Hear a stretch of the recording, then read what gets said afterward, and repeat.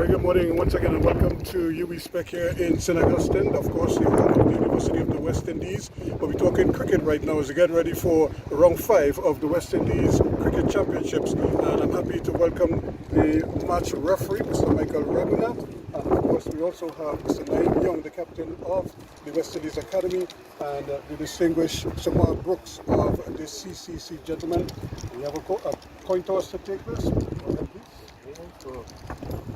Heads was the call. Tails it is. Shama. All the best. Thank you. So Shamak, congratulations. You won the toss. I think you're going to take up the first part.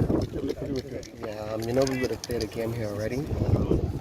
The last time it looked a lot drier than this. This time it looked as though it has a bit more moisture in it. So we have first ball on it and see if we can get some early inroad. Okay, from the last game you came close, but you just couldn't get over the line.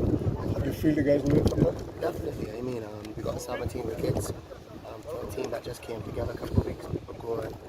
And you know, we're seeing improvement in every game. We're happy with that. I don't think we're going to come out to last week. We're developing, but we're happy with the improvement we're seeing. And hopefully we can go one step further in this game. Any changes from the last game?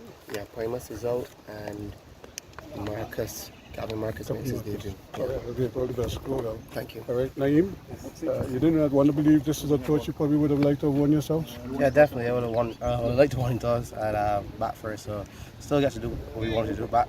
Just looking forward to the game. Yeah. You're seeing improvements. I mean, you're thereabouts. You had Jamaica on the ropes. You just couldn't get similar thing to CCC. What was that experience like for you all? Yeah, definitely. The team's been improving in terms of our scorecards, the runs we score, how we score them, batting more overs through each game. So I mean, we're getting better as a unit. Obviously, first time in competition. A lot of boys making a debut this season and only played a limited amount of games. So I mean, it's a lot of learning taking place through the season so far. I think we've been improving nicely as a group. There's key moments in each game has led to our downfall in a sense, but we've won already, so just hopefully to get the next one on our belt here against CCC and just go forward. That's good. What about your team? Any changes from the last outfit in Jamaica? No, same level. All right, go well. Thank you, appreciate it. So that is the situation here. The CCC, they have won the toss and they have opted to take a ball first here. So it means that the West Indies Academy will be batting first.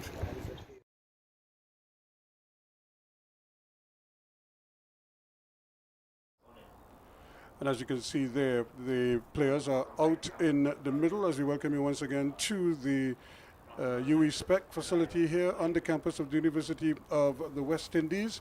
Again, the CCC won the toss and they opted to field first. So they've asked the West Indies Academy to take first knock. I'm Roscoe Mark working along with Anil Raja. And let me say good morning to you, Raj. And dry conditions, hot conditions as well. Thank you very much, Roscoe Mark, and a very good morning to all our viewers. As you said, it's a pleasant day here at the UWI Spec and wonderful conditions. It looks absolutely beautiful. The wicket from here looks a picture. I'm a bit surprised as well that the CCC decided not to bat on it after having won the toss, but we'd have to look and see how it plays. But I believe it's going to be a good batting wicket, and everything is in place here for a good game of cricket. We certainly look forward to that. These are two teams that still trying to get themselves going. They haven't really hit their stride as yet, and will be trying their best to get on with things as much as possible. Certainly points at a premium for both of these teams, and I'm sure they'll be keen to do exactly that. So Mr. Blades is the one on his way.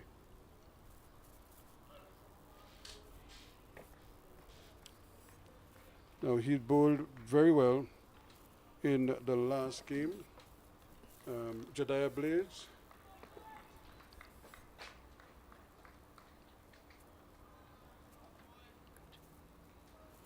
And certainly was the pick of the bowlers over both Leeward Islands innings, where he really looked the part.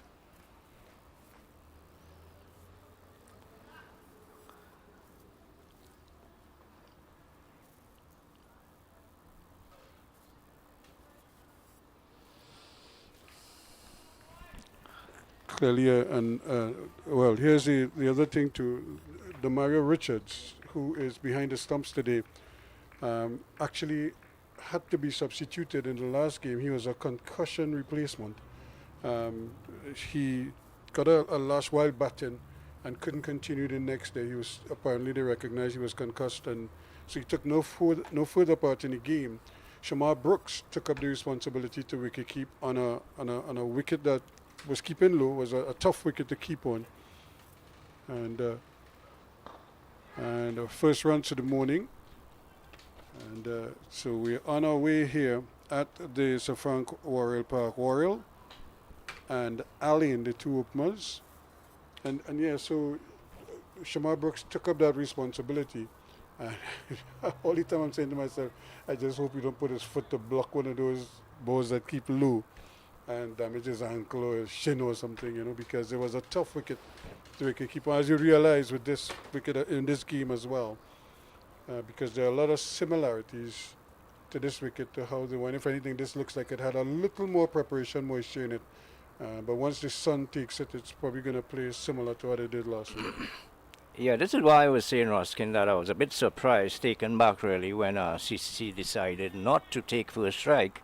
I mean, if you look at the pitch here on the screen, you see that it looks like a perfect batting wicket, and you know it's good. The preparation moisture is going to dry off quickly as well. Here's Blades.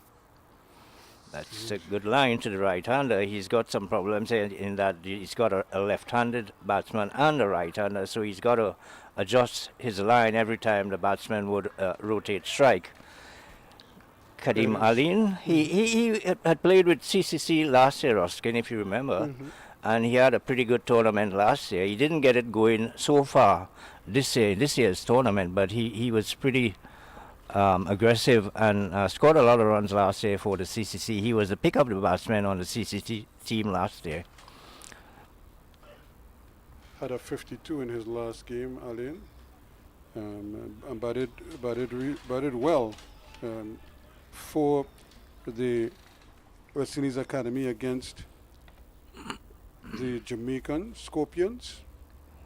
Yeah, he's a bit of a dasher, really. He hits the ball pretty hard. He's got a lot of power. He's a big guy if you look at him. He's way over 6 feet, and he plays a lot of shots. He's a stroke maker, really. The field here for Blades, he's got 2 slips and a gully. There's a point on the boundary and also a backward square leg on the boundary. That's a beauty. And again, just feeling for it. And if anything, and this over, it's the end of the over, just a 1 run coming from it. And a nice, I won't say a very exciting start for the West Indies Academy, but they didn't suffer any drama in that first over. There was a bit of pace as well in that final delivery. It really took off. Wicketkeeper was taking it while it was still on the rise. So as I was saying, it's a beautiful picture here at the UWI Spec. That's the Sport and Physical Education Center here at the St. Augustine campus. A really wonderful facility, Ruskin. They've got some beautiful nets as well on the eastern side of the ground. There's an electronic scoreboard as well, but it's not functioning at the moment. But when that is functioning, it also adds to the beauty of this ground. A wonderful facility here at UWI Spec. So it's going to be Rashawn Worrell who would be on strike. He's on one. Amari Goodrich is the bowler.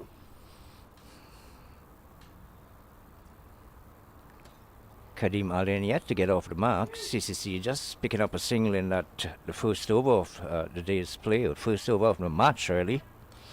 These two teams have been struggling, really, Ruskin. Not surprising because they are 2 developmental teams, and you would expect that they would be under a lot of pressure in this tournament. Yeah, they haven't really hit the ground running, but to their credit, both of them actually played really well in the last round, and they both had chances of winning their respective matches. When you look at it, the CCC lost by 3 wickets to the Leeward Islands, and the West Indies Academy lost by 2 wickets to Jamaica. So entering the last day, both of them were in contention to grab a victory. And they already have a win under their belts, the West Indies Academy. So they'll be looking for a second win here. CCC, on the other hand, don't have a win to their credit just yet. And they certainly would like to get an early credit. There's good running between the wickets.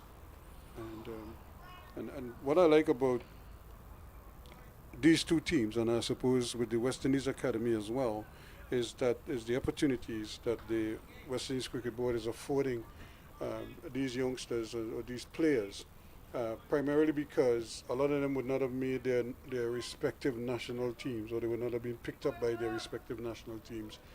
They're not automatic selections, so they might have been home sitting watching cricket as opposed to being here now playing. Yeah, you're quite right about that, Ruskin. And you really got to commend the CWI for having these two teams in the regional first-class setup. I mean, it can only augur well for the young cricketers in the Caribbean.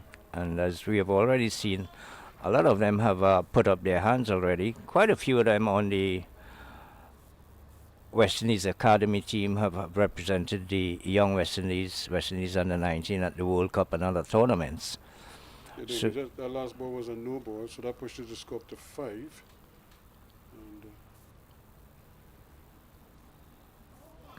Goodrich bowled without luck in the last game.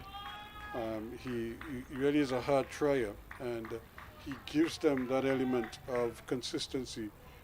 But he really was, as they say, luckless in that game. You couldn't buy a wicket. Just like that delivery, you beat the outside edge, but you beat everything.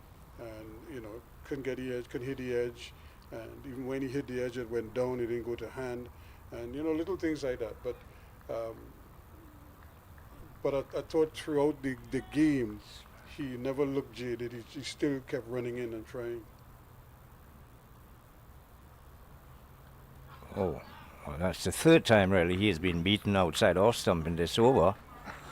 Well, the thing about the CCC is that they've got to strike early, Ruskin, while there's a bit of preparation moisture on the pitch in these early stages. They'll have to make use of that because it's going to dry up very quickly because it is extremely hot out there.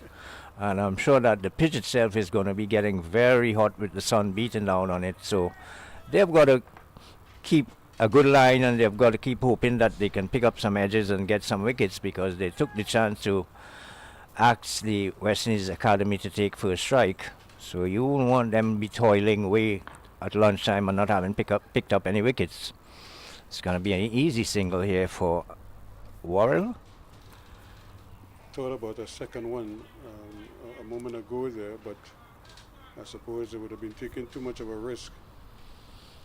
And that's one of the areas where I think Shamar Brooks, I really wanted to have a chat with him this morning, but I was unable to because, of course, immediately after the toss, they had to,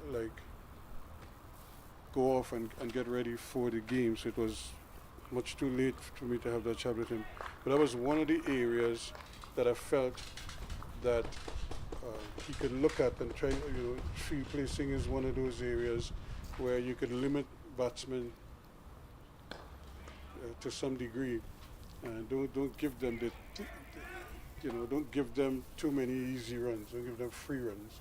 And I thought that's the end of the second over. It's 7 without loss now at the end of over number 2. Yeah, so that's one of the areas that you'd bowl an off spinner, but he won't have a deep backward square. And and especially since you're asking him to bowl wicket to wicket, so eventually he's going to turn. Anytime he gets turned, it's probably going to turn to leg. So most right-handed batsmen will go with the turn, So you have to give him that kind of protection, deep mid wicket, and I thought the Leeward Islands batsmen cashed in on that because they hit quite a few balls in that general area before he plugged the gap. But by that time, they had built up momentum. And we're going. So it's just, I suppose everybody's learning. Although he may be the most experienced man out there, captaincy, I don't think he's captained any team lately. So this is all, everybody is new to this to some degree. It's going to be Jediah Blades. He's bowling his second over. He's got a much more attacking feel for the left-handed Kadim Aline. He's got 3 slips and a gully. There's a cover, a mid-off. And on the onside there's the deep fine leg. There's a mid-wicket and a mid-on. So no doubt he's going to be concentrating on that off-stump, just outside off-stump line. I haven't seen a lot of movement here with the ball.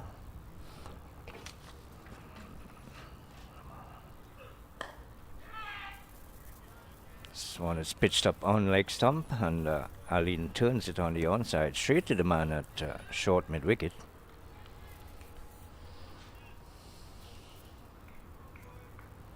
Spectators now beginning to trickle in at the UWI spec.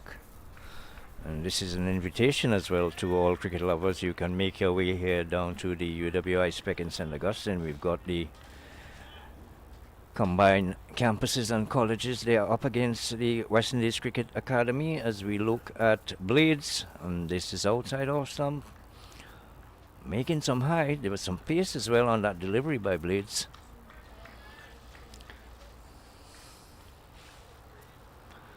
Ali, no doubt, looking to settle in. Haven't seen him go for any of his big shots.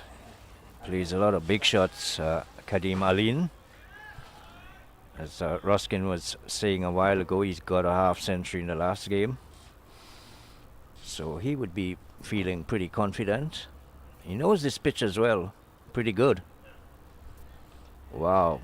A lot of movement there, but starting it just a bit too wide and made a lot of height as well there, Ruskin. And like I said, he really was the pick of the bowlers, and you'd have moments like that. One would really take off and then one would shoot along the ground. So it's just something that batsmen would have to be mindful of and play accordingly. You can't overcommit to some degree. You kind of like have to wait to see what the wicket will do. Then you kind of act accordingly. But at that pace, he could be a handful, especially if he lines them up. I think that's his problem. He's striving for the pace, but I don't think his direction has been as good as it could be. And that they were going to get a single, maybe a second one, but I think it's a no ball. Or is it? Yes, it is a no ball. It's an over pitch delivery as well. Quite stockily built, Jediah Blades. Not very tall for a fast bowler. I don't think he's a six-footer. Huh? Probably just an inch or two below that. But he's very stockily built, very strong lad. Yep, broad shoulders. Yeah. He's got 2 slips for the right-hander and a gully. Well, that was a way one there, Ruskin. Just trying, again, striving for a little too much pace, maybe too early. And, at this point, you just want to relax as a bowler and just kind of let the game come to you. Don't fight it to try to make it happen. I know that is probably the natural thing to do, to feel you must get an early wicket because you put them in. But, you just relax and kind of get into your work your way into your work. And yeah, you can't really rush it.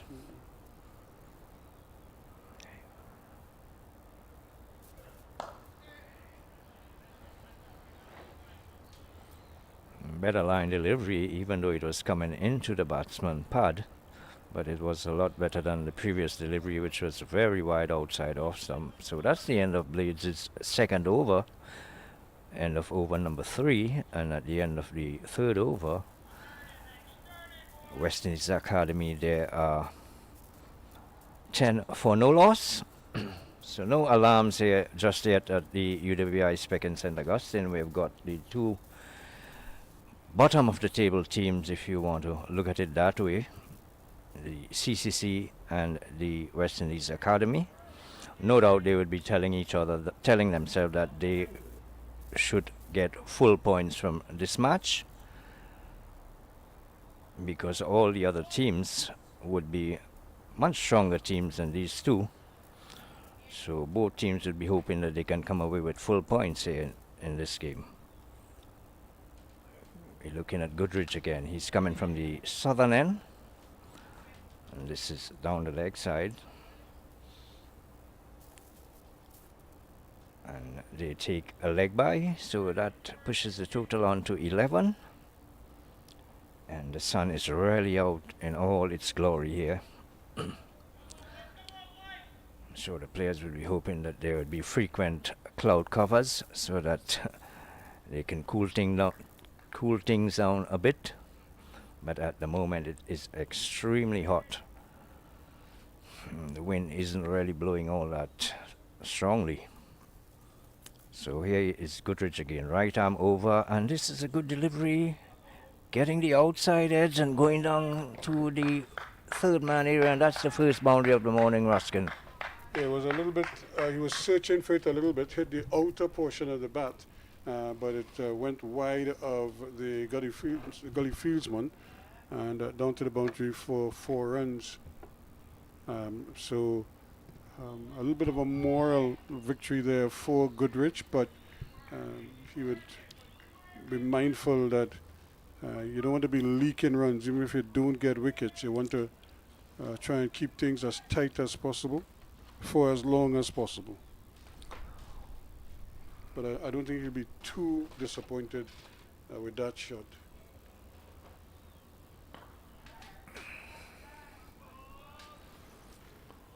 Again, just straightening up that line just that little bit, but that has been, now we're looking at both bowlers at both ends. The umpire again having a look at the wicket. We did have a problem with the bowlers' boot marks in the last game. It looked nice and well repaired, so I know that a lot of work would have gone into that at both ends because we had a problem at both ends. But how long will it last? We will wait and see. There's a strong one for LBW appeal, but cutting back at him. Looked as though it started outside leg from here. Have to take a look at that again. Two slip a gully. There's a man at forward short leg. Those are the men in close catching positions. A big gap on the offside between the man at cover point and mid-off. And on the onside there's a mid-on. There is the forward short leg, and there's a man just behind square on the leg side and the deep fine leg. So here is Goodrich. That's a fine shot. That's well played, and he kept it all along the ground. Could have got a couple, might actually force a third, but then they decided against it. Not bowling a consistent line here, Goodrich. That one was over pitch on the legs, and it was clipped away quite neatly by Kadeem Aline, and he picked up 2. So he's not really settling into a consistent line. One of the reasons for that is that he has to keep changing his line every time the batsman rotates strike. We've got a left-hander and a right-hander at the wicket. That's a nightmare for bowlers really when they've got to adjust their line ever so often. Total is on 17 for no loss. Oh my goodness. He lost it. He was trying to take evasive action, and but it still struck it.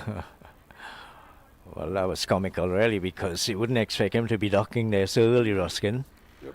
So somewhere along the line he lost the ball. Yeah, he probably lost it because it was pitched on about just outside leg, and once the ball hit the turf, he was going down, looking to duck under, but it didn't get up. It kept very low. The ball hit him somewhere on the buttocks.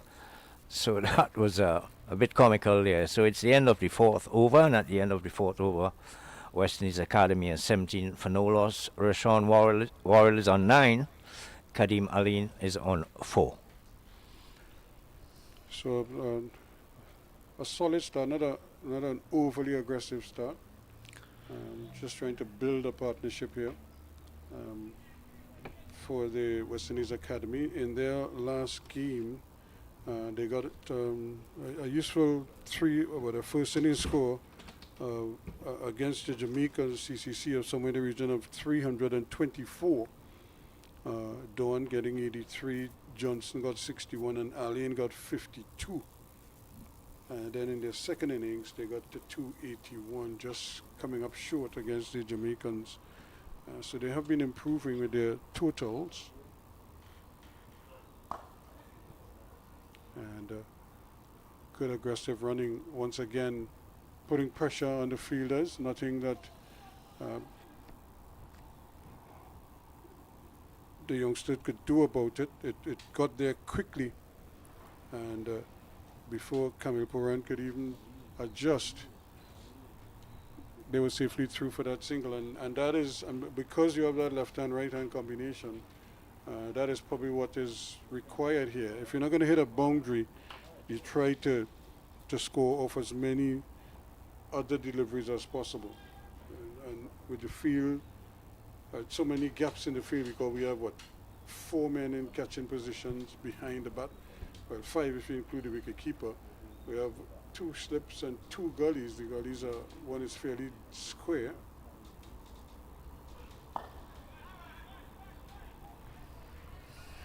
That's a much better line here by Jediah Blades to the left-handed Alain. I believe he's getting the ball to move away from the left-hander a bit. So a couple deliveries in his previous over, even though it was wide and short, it did move a long way. So he needs to get it up to the bat and get it closer to the batsman, see if he can get that ball to move away and probably find the outside edge.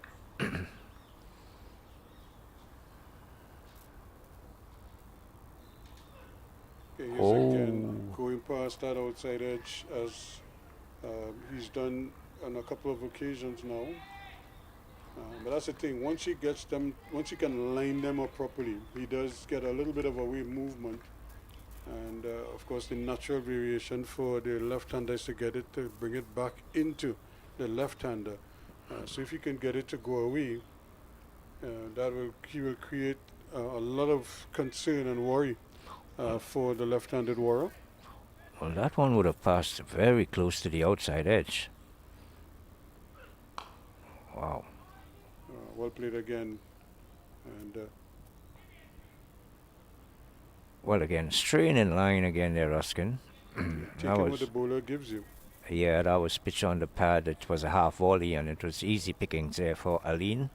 Just turned it behind square. The man at fine leg had to run around about 20 meters to his right to keep it to a couple.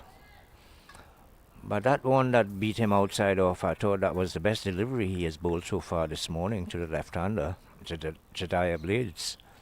And he's got to be consistent with the line.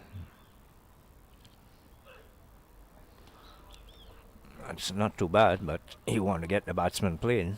So he still got to adjust the line and get it closer to the batsman and force him to play. See if you can get that outside edge, see if you can get it to hit him on the pad, or you can get him bowled.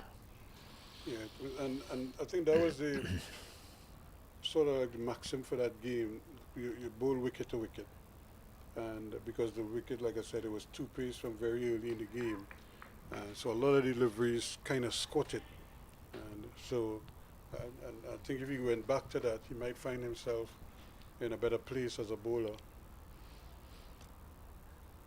And it just seems as if Worrell was bothered. Maybe a fly or something might have gone in his eyes, or maybe some perspiration probably ran down in his eyes. Happens from time to time.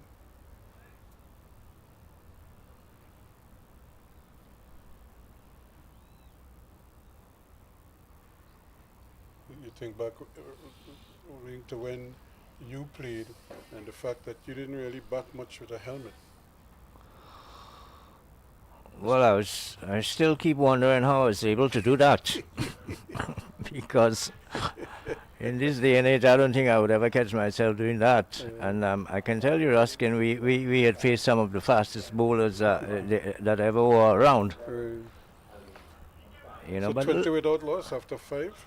Yep. But later on in my career, I started using it, you know, probably. What was that adjustment like? I mean, how much of an adjustment was it for you to go from using your little broad brim cap or your hat or your little cap, your peak, Well, to be putting on honest, a when helmet? we started using it, or me especially when I started using it, you never got a helmet that fitted you the way you wanted it.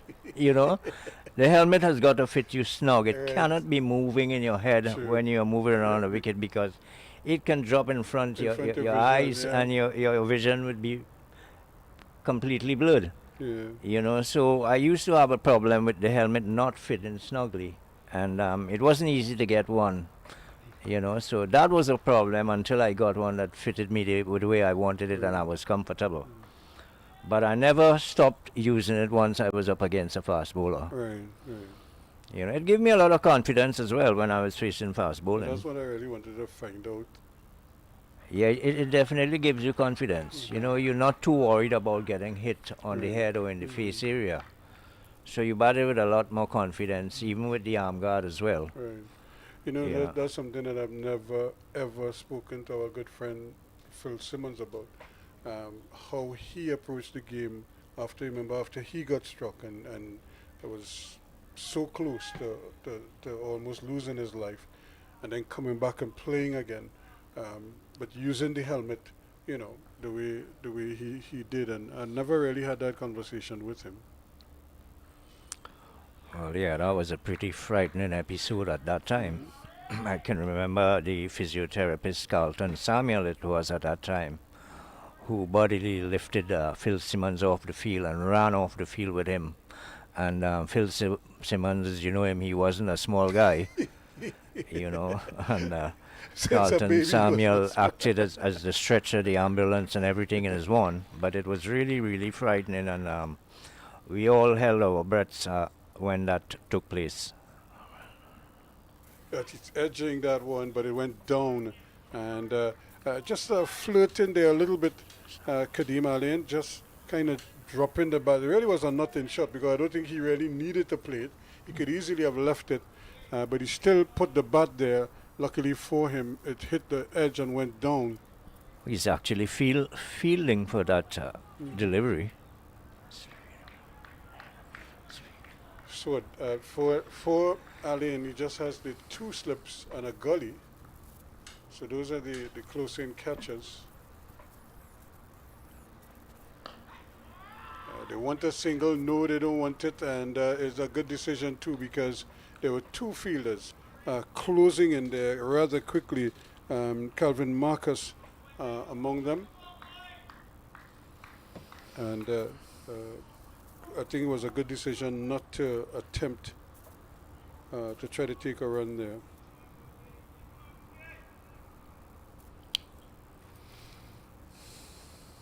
Not as quick as Jediah Blades. Goodridge, yes. Blade seemed to have a bit more pace than Goodridge. Batsmen seem to be a bit more comfortable to Goodridge. Total has now moved on to 20. We're in over number 6. You remember Hector and King from Tobago?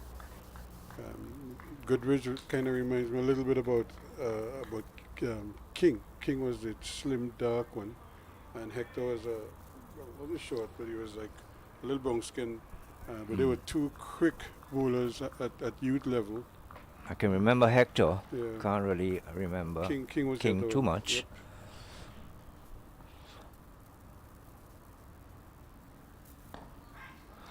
I can recall Scarlett Gilman and Dean St. Hilaire.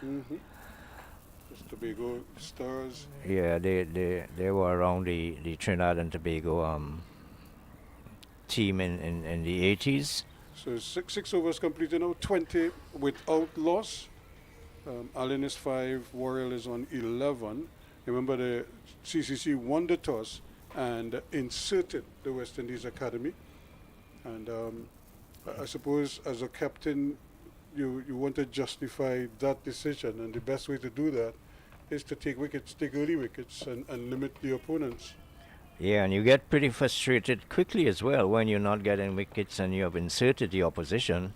You keep asking yourself, have I made the right decision? Is management looking at me for this decision?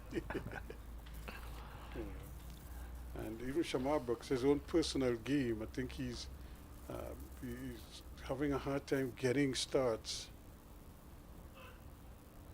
And I think if he could produce runs, that would kind of ease, the pressure on some of the other players around him, the younger guys. So I think they look to him and to try to lead them in that regard. But he's such a positive person, Shamar Brooks.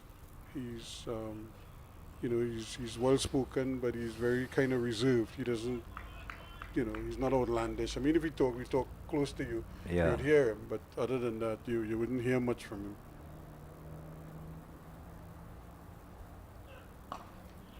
And they go for another well-judged single. Once again, not much Kamil Puran could do about that one. Even though it was played almost directly at him, he still had to move in to get it. And by that time, another comfortable single taken. So they're keeping the scoreboard ticking over. 21 now without loss. And it's a nice, bright, sunny day. And Raja, you would have played a lot here at UE Spec, not when it was like all of this. We played it, it was a totally Well, different. To different to be scenario. honest, really, I live very close to this this venue, Ruskin. Oh, Yes, again, the second time we see a batsman getting hit here. And at the other end, it was Worrell who got hit from Goodrich. And now we're seeing Alain getting hit from Blades. I can't understand why he was taking his eyes off the ball there, because it really didn't do anything untoward. It bounce was normal, and it was about on leg stump, but he was not offering a shot, and he allowed the ball to run into his forearm. If we can get a replay on that in a while, we would probably see what happened there, but I can't understand why he was not playing a shot. I thought that ball should have been played somewhere behind square or on the onside. I don't know if he lost it again there, Ruskin. Yeah, well, the side screens are up, so I don't think he should be losing it that much, but He appeared to have taken his eyes off the ball a bit too early. Well, he was struck on the forearm. Plus his technique as well, because when you, I mean, I'm not quite sure what the coaches, what is the information they're passing on to batsmen now in terms of how you play fast bowling generally, and especially genuine fast bowling. But I remember batting with Richard Gabriel, for example, at Paragon, and Gaby, and you learn some of this by looking at him, but you also learn by speaking with him, and people like Ron Farrier, and they would always tell you, once you get behind the line of the ball, right, you can do any number of things. You could stay there and play it, or you could get out of the way or duck under it, or you could step inside the line of the delivery. So, because once you judge that the ball isn't going to hit the stumps anymore, even though it might be a quick delivery, because you're already behind the line by the time the trigger movement gets you behind the line, because you're behind the bowler's arm, and once that ball pitches and it starts to do anything, you have options. You could, like I say, somebody like yourself could hook, if it's a short ball or whatever, but you could also avoid getting hit by just getting either under the ball or getting inside the line of the ball. And, some people tend to stay, on the side of the ball on the inside and sway backwards, but that's a dangerous ploy to some bowlers like a Sylvester Clark or somebody who can follow you. So your better bet is to just get in line the ball and let the ball, kind of go its merry way. But some batsmen tend to just, I don't know, it's like, like a deer in lights, you kind of freeze. And I think that's probably what happened to him there. Here's another one, that's a peach of a delivery. Welcome to UE Spec. But I think the key here, Ruskin, is keeping your eyes on the ball. You can't take your eyes off the ball, regardless of what you do technically and your footworks and all what the ball does. You cannot take your eyes off the ball, and I thought that was the problem with him there, getting hit, Aline, in that he took his eyes off the ball just a bit too early, and it just ran into his forearm. Yeah, and that's the thing too, because there's I think he has it bandaged now. I don't know. He has it bandaged. And the thing is that there's a bone there. When you get lash in your elbow, it could be very painful. Or is that a bandage or is that his forearm guard? Oh my There he goes goodness, again. and Now, he's been shocked again. Here's the thing now. You need to put a forward short leg because he's not comfortable with the short ball. I think they've worked that out, and they're peppering him now with the short ball, which is good on Blades' part. But if I was Blades, I would have been demanding from the captain that you put a forward short leg or even a backward short leg, but somebody close under the bat, just to give him something else to think about now. So you can't just, take his eyes off and just put the bat out and hit the hand and it goes anywhere. Because if it does that, he could get caught, close to the wicket. But still no forward short leg.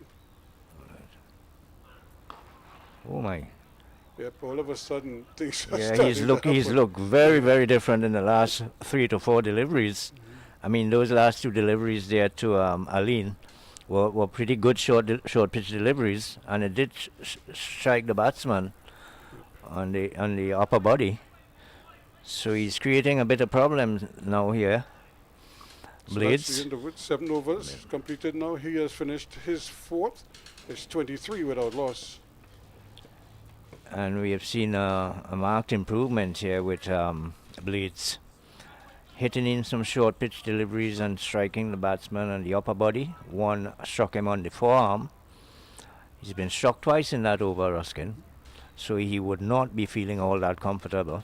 I mean, he had some attention as well on the field from the physiotherapists. Yeah, that's why I would really would have liked to have seen them insert a Forward short leg. yep, somebody there just Quite so, or even a leg gully. Yep. We're looking at Goodrich now, and this is pushing the batsman on the back foot a bit. Pitch on leg stump. Just turned it on the onside, no run. Alain is a big fella. Yeah, he's huge. He He strikes the ball pretty hard, I can tell you. Seen him hit some huge sixes here when the CCC had some trial matches last year.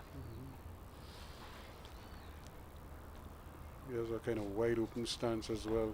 Oh, And he didn't play that all, particularly well, but he got a couple. You got a couple again, and just kind of bringing the bat down quickly, hurriedly, off the inner portion of the bat. He's kind of like built in that Chris Gale mold, tall and very powerful.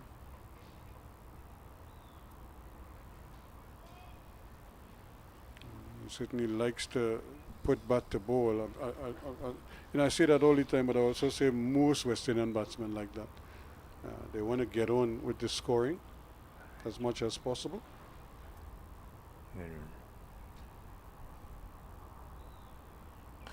Here he goes again, and to a large extent, he's so sort of side on that he kind of plays across his body a little bit, so the bat comes across the ball sometimes, as opposed to meeting the ball. That's the reason why it goes square more than it goes to mid-on or mid-wicket. he's not bowling the right line to the left-hander. Pitching on about leg stump, just outside leg stump.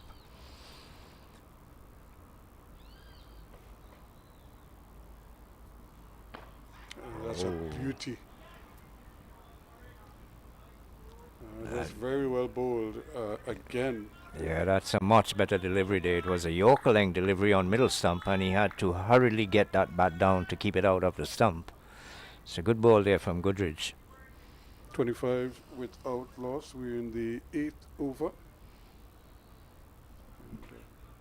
But it's nice and bright and sunny. Nice beach weather. Good river lime. Some curry duck. And sundry other dishes.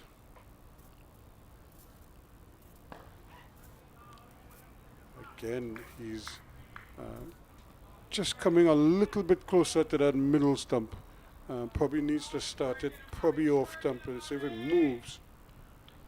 he might be able to open him up a little bit and probably find that gap between bat and pad. He's looked pretty solid on leg stump here, Worrell. He hasn't been troubled with those deliveries that are pitch on or about the leg. He's playing it on the onside fairly competently. So he's got to shift the line here, Goodridge. Pleasant looking drive here on the offside this time. This ball was about off stump. Pitched up to him and he pushed it nicely to mid-off. No chance to run end of the over.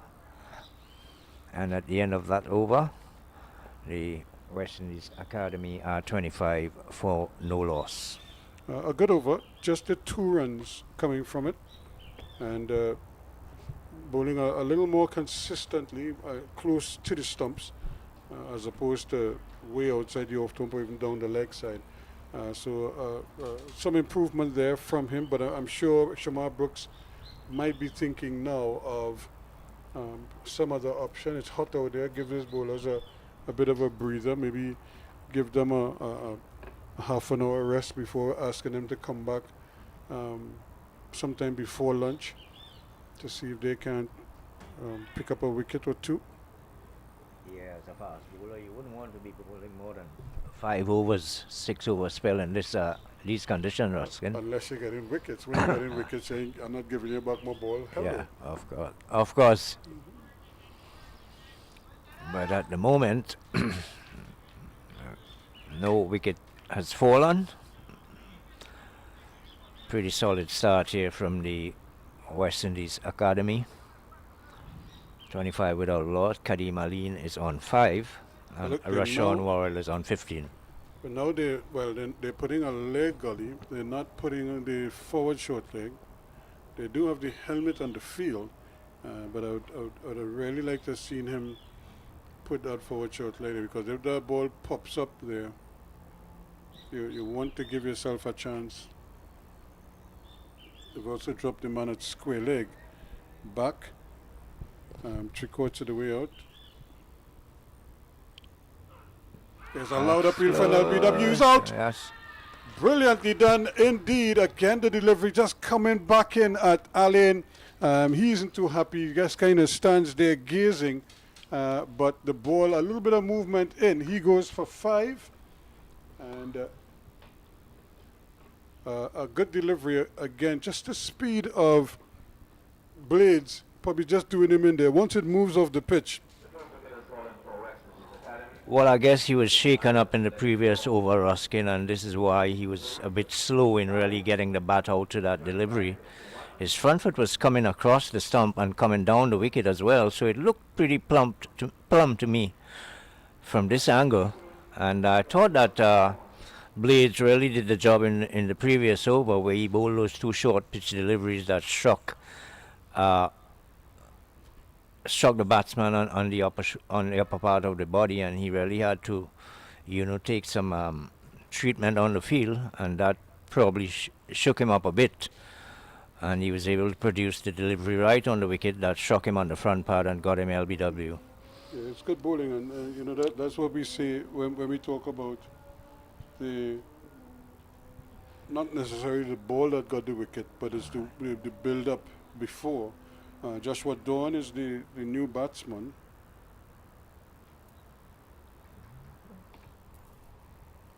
I get the replay. Yeah. So Dawn is coming off a pretty good outing himself, and I'm sure he will want to continue in that vein and see if he can't really win. He made 83 in the first innings of that game, and I'm sure they'll want for him to try to continue in that regard. And from all accounts was a pretty good innings on the part of the young man. He actually top scored in that first innings of 324 for the West Indies Academy. Jordan Johnson had 61, and Alain, who we just saw departing there for 5, he made 52 in that first innings. But here is Blades once more, already with a wicket.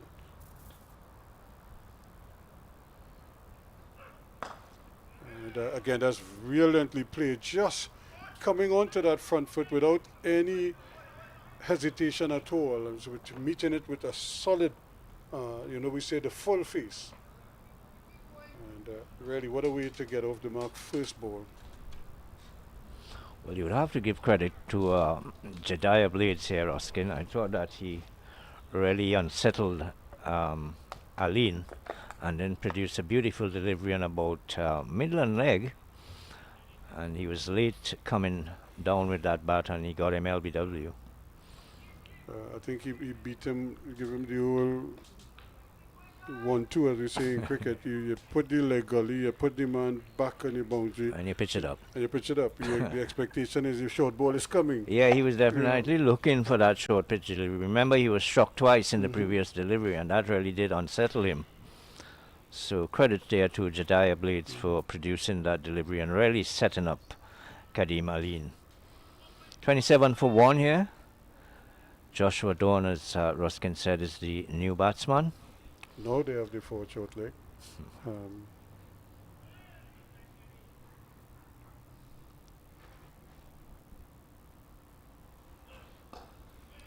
Beautiful again. Very, very solid. As he's now, he's faced 2 deliveries, but already he looks so confident. Nice to see him coming out on the front foot when the ball is up there. It shows that he's got a bit of confidence. Pushes it up quite pleasantly on the offside. He's moved to 3 quickly of 3 deliveries. And this brings the left-handed Worrell on strike. So he's going to strengthen the slip corner on there. We've seen the man coming up from third man, or from fine leg to the third slip position. There's a gully as well. There's a cover point and a mid-off. That's the offside field.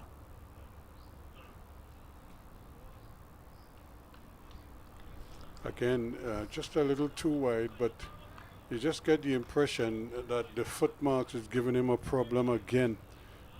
Something there. I don't know if the spikes are sticking in the ground or what, but and he looks like he's even limping a little bit, walking a little gingerly there. And that is not a good sign for the CCC. You can ill afford to lose this young man. He's been really their go-to man when they need wickets. He has 1 already this morning. You could just hear the grunt on delivery. Just the effort that he's giving. End of another fine over on his part. That's his 5th, 28 for 1 now.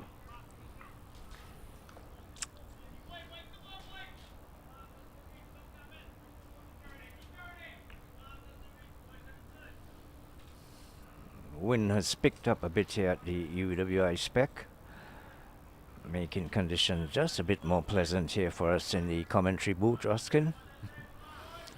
Usually after this time going down to evening, it gets pretty warm here and can be uncomfortable at times, but it's pretty pleasant at the moment. Can't say the same for the fielders out there and the players on the field because it's very hot outside. We have a bowling change at the southern end. Carlton Marcus.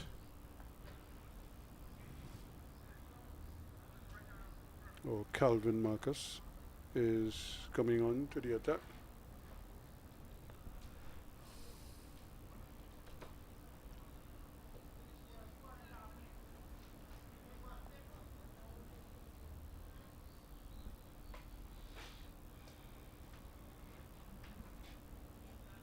So one of the changes that they made for this game.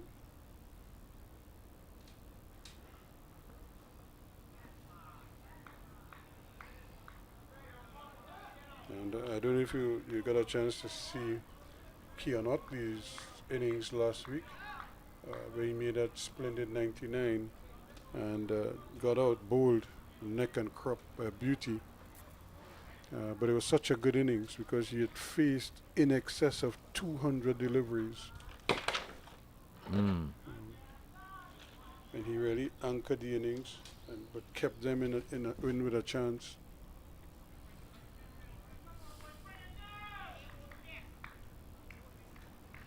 And isn't it amazing? Both brothers got out on 99. Mm-hmm. You know, at different times. And in fact, I think Kean already had a 99, but he was 99 not out. He was left stranded on 99.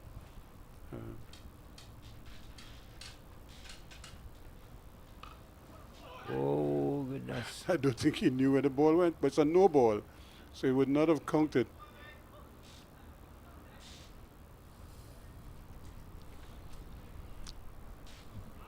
Kelvin Marcus, the new bowler from the southern end.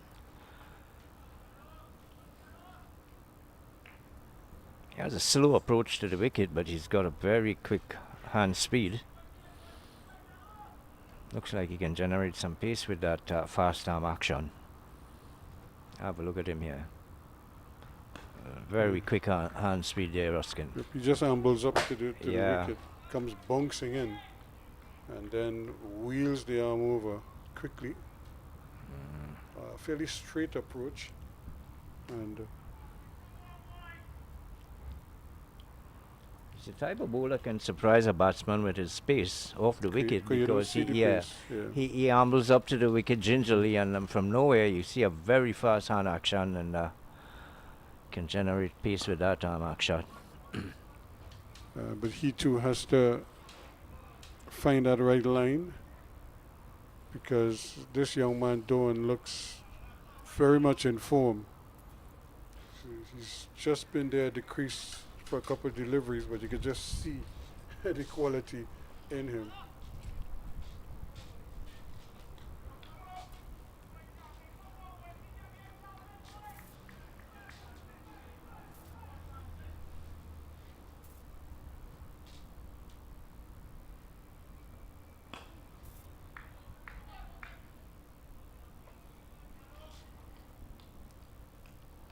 So again, it's just about the whole idea of trying to take wickets, but keeping the pressure on the batsman.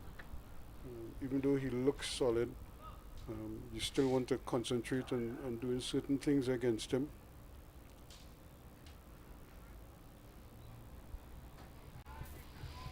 Now we see another fielder coming on the offside to strengthen that offside.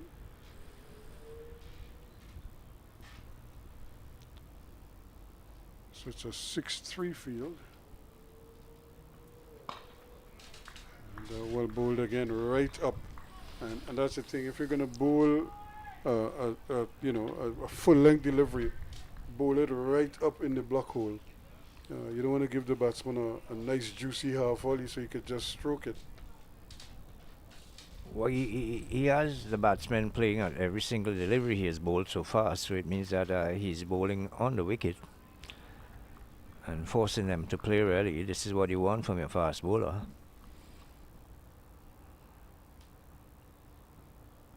Oh, wide outside off stump. That's a loose shot there from Dawn. Certainly could have done it well. 10 overs completed. It's 31 now for 1. Alain, the man out for 5.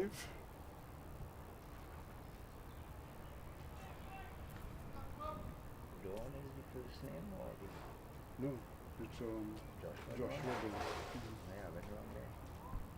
Joshua Dawn.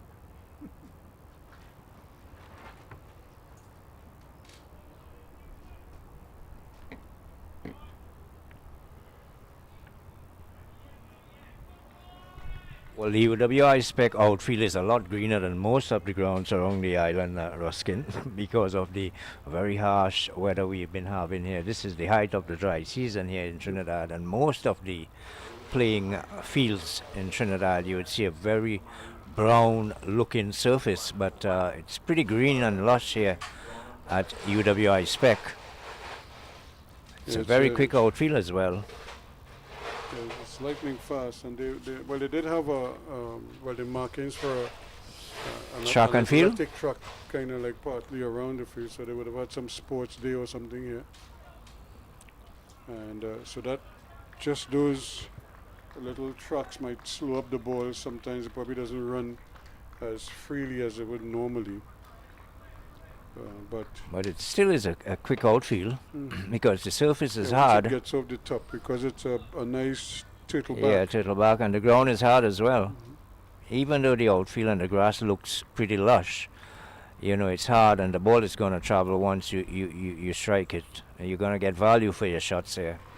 And there will be some abrasion to the ball as well, the more it goes along the turf, because of those dry, harsh conditions.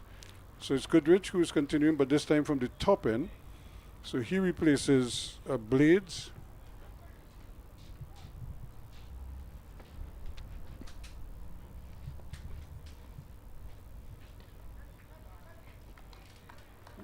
Again, too far down that leg side, batsman not really interested.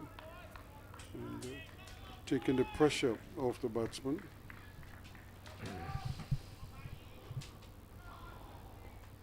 Well, his first spell he had 4 overs, didn't get any wickets. He conceded 13 runs. He didn't look all that menacing, and he didn't create a lot of problem for the batsmen. So you'd be hoping that he can get it much better here from the top end, the northern end here at the UWI Spec. Goodrich, he started pretty well. He's bowling on target. I don't know, I just saw last week where we lost our good friend Jumbo, the Nutsman. Oh yeah. I mean, he's a Caribbean icon, not only in Trinidad and Tobago, Ruskin. I can remember when I now started playing first class, well, not first class cricket, club cricket in Trinidad, Division 1 it used to be. He was around, and I was in the 70s. And he was a good athlete too. He wasn't a bad athlete at all. Well, I know he has a good arm, because he can find a spectator anywhere in the stand, and that pack of nuts should reach you right on your lap. And what I like about it is that he wasn't concerned about whether you paid him or not, but he had his scouts moving around and collecting the money. But his skill really was finding the buyers in the stand, and that used to be from a long distance. He used to be way down, almost on the ground level. Yep. And he would be throwing the packs of nuts to whoever is buying, straight to that person, and you didn't have to move, Ruskin. He had a good arm, really. Yeah, that really was a skill by itself. Yeah, well, he's gone now. Let's hope that he rests in peace. Old Jumbo. Yeah. And you know, that's the thing. I suppose every island you go to, there's somebody Character, yeah. that that you kind of remember. You look forward to whenever you go back to that facility, and because even there, although we're talking about Jumbo, think about all your buy from Enna. You always hear him all the time. They all have their own little thing that they get you with, Yeah, he used to actually beg the customer, all they buy nuts from Enna. Still going strong, yes. I saw him today. And then you have Nuts Landing, who's another character by himself, to the point where I see Nuts Landing on stage at Comedy Fest now. Yeah, he's a comedian as well. Yep. Nuts Landing. So again, another solid over, 31 for 1 at the end of it, 11 gone now.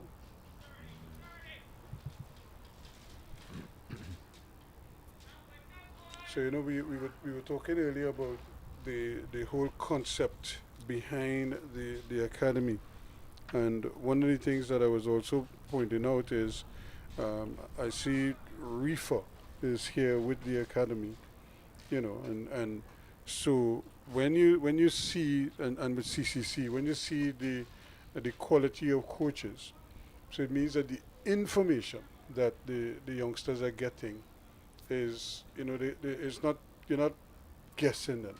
The people who are passing on that information are among the best that the West Indies Cricket Board would have to offer. I think last year they had the actual West Indies coaching staff dealing with the academy last year when they played here.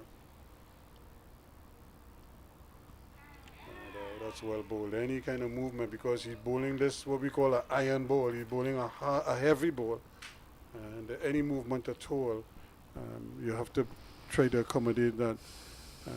So once you see you're getting the instructions from the key men in West Indies cricket, it means the same thing that the youngsters are getting.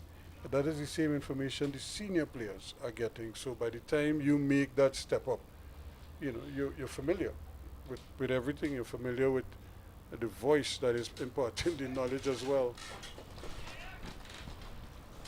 Another no ball, and took a bounce there, and Richards is in some discomfort. The Mario Richards goes for a little walk. He's in real pain.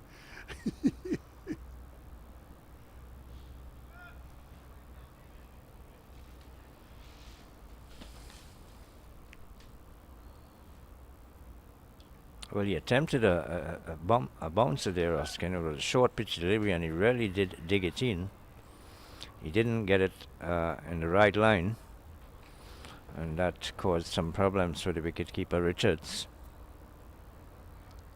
Probably hit him on the forearm or just above the wrist there, where that bone is. That is not a very fleshy part of the hand. Oh yeah, I can tell you that. I think sometime late last year I was struck in that area playing in an over 50 game.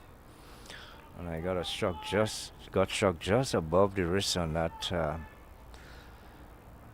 bony part of the hand, and it was really, really painful. And what was what was comical about that, Ruskin, when I came home, my right hand was bandaged, and my son Isaiah, he asked, "Dad, what happened to your hand?" I said, "Well, I got a bouncer." And he went to his room after, and he brought me an arm guard. I said, "Well, this is pretty late." Yeah. I said, "It's pretty late, really, for the arm guard. I've already been struck."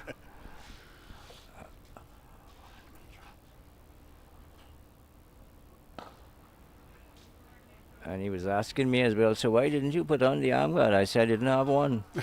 I thought I had one in the bag.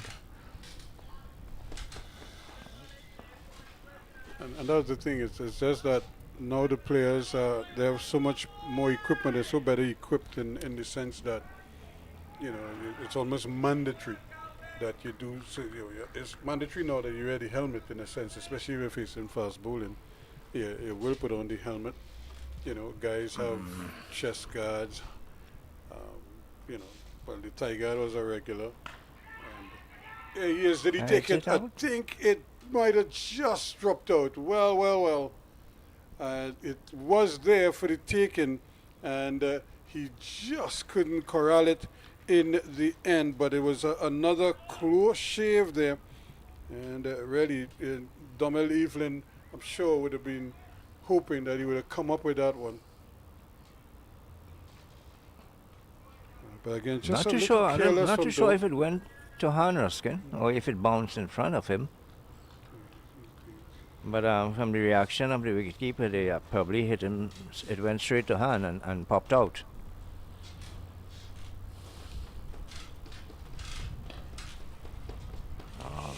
Again, Marcus is what we call slippery. Yeah. He can generate good pace from almost out of nothing. Yeah, you can't take him lightly. You can get carried away with his run-up. He doesn't seem to be running in too quickly, and from nowhere. That fast arm action can generate some pace.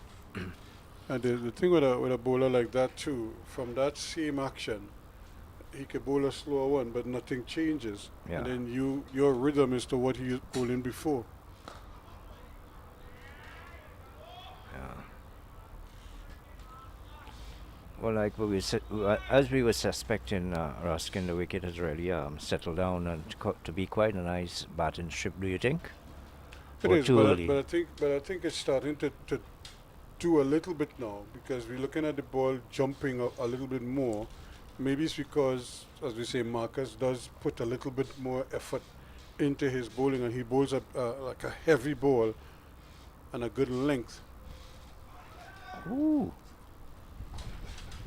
Again, just touching down and just teasing the batsman outside that off stump there. End of the over, 32 for 1. after 12.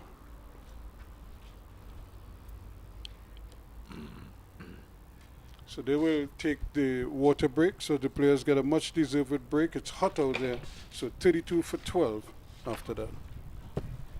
32 for 1 rather after 12. What is the other games playing there today?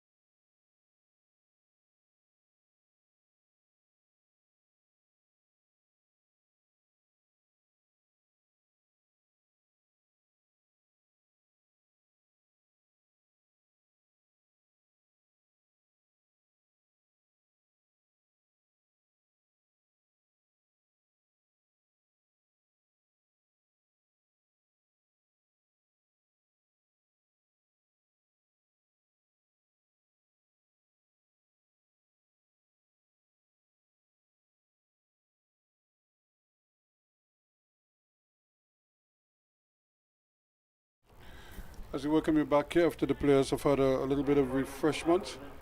Could tell you that the 32 for 1 here, but at the Oval, Trinidad and Tobago are in dire straits against Barbados. They are 31 for 4 at this stage. Mohan made a duck. Utley made 5. Django is not out, 13. Jason Mohammed made 2.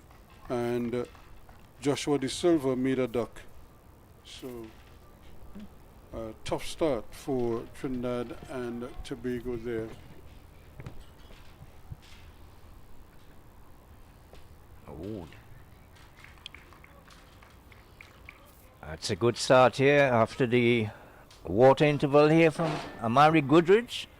A very quick delivery, a bouncer, and the batsman Rashawn Wallace had to quickly pull his head back from that one. He'd be hoping he can produce some more deliveries like that, Goodrich. He didn't look all that impressive in his first spell, but he's back here from the top end, around the wicket to the left-handed Worrell. This time he watches it go by. He looks like he's got some renewed vigor and energy here, Goodrich. Two slip a gully. There's a man at square cover. There's a normal cover on the mid-off. That's the field on the offside, and on the onside there's a mid-on, a short mid-wicket, and the fine leg on the boundary. Goodrich, none for 13. He's in his 6th over. Worrell is on 15 on strike. Going down leg, looking to flick it on the leg side, misses it completely, takes it on the front pad, and it bounces out to the man at short mid-wicket. So in the first hour's play, after 12 overs, the score was 32 for 1. That's still the score. So, pretty cautious start here by the West Indies Academy. CCC looking to make further inroads. Oh, it's... That hit the inside edge and then onto Yeah. the pad. Could have gone anywhere, but they don't have a close infielder, by the way. Yeah, he wasn't really to the pitch. Looked a bit awkward there. He was still pushing at that ball. Got a thick inside edge. It hit the pad and it lobbed in the air for a while. No one at forward short leg, but it went a bit too straight as well. I don't think a forward short leg would have had any chance of catching that.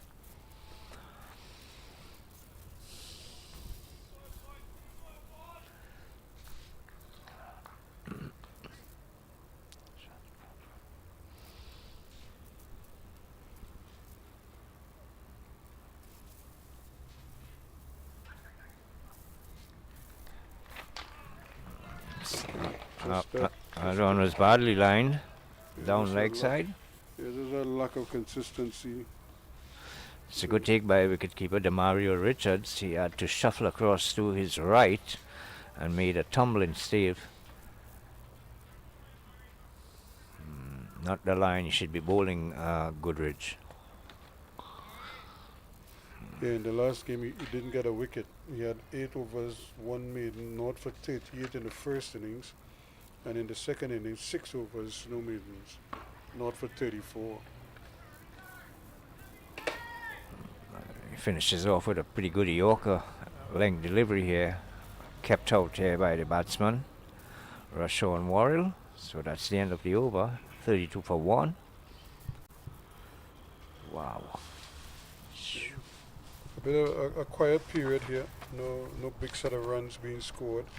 Batsmen probably trying to play themselves back in after the break. But it's also a testament to the quality of the bowling as well. Although we've had some really good deliveries in between, but we've had one, a couple of spray down the leg side, some too far outside the off stump. So the batsman, again, being cautious, not chasing after those deliveries. But it's up to the bowler now to try to, like I say, once you ease yourself into your work, by now you should be firing on all cylinders. Yeah, I don't think that the line was consistent enough here from the CCC bowlers, the fast bowlers. They kept straight in line ever so often.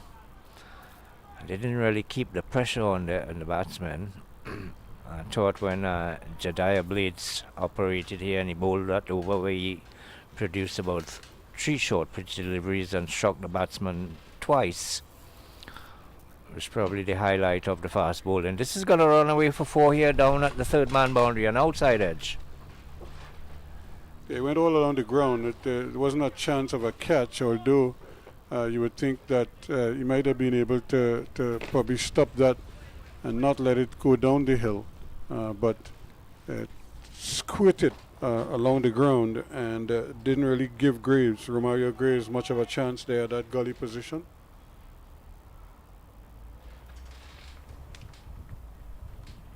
But for all the same, and I think they'll take it.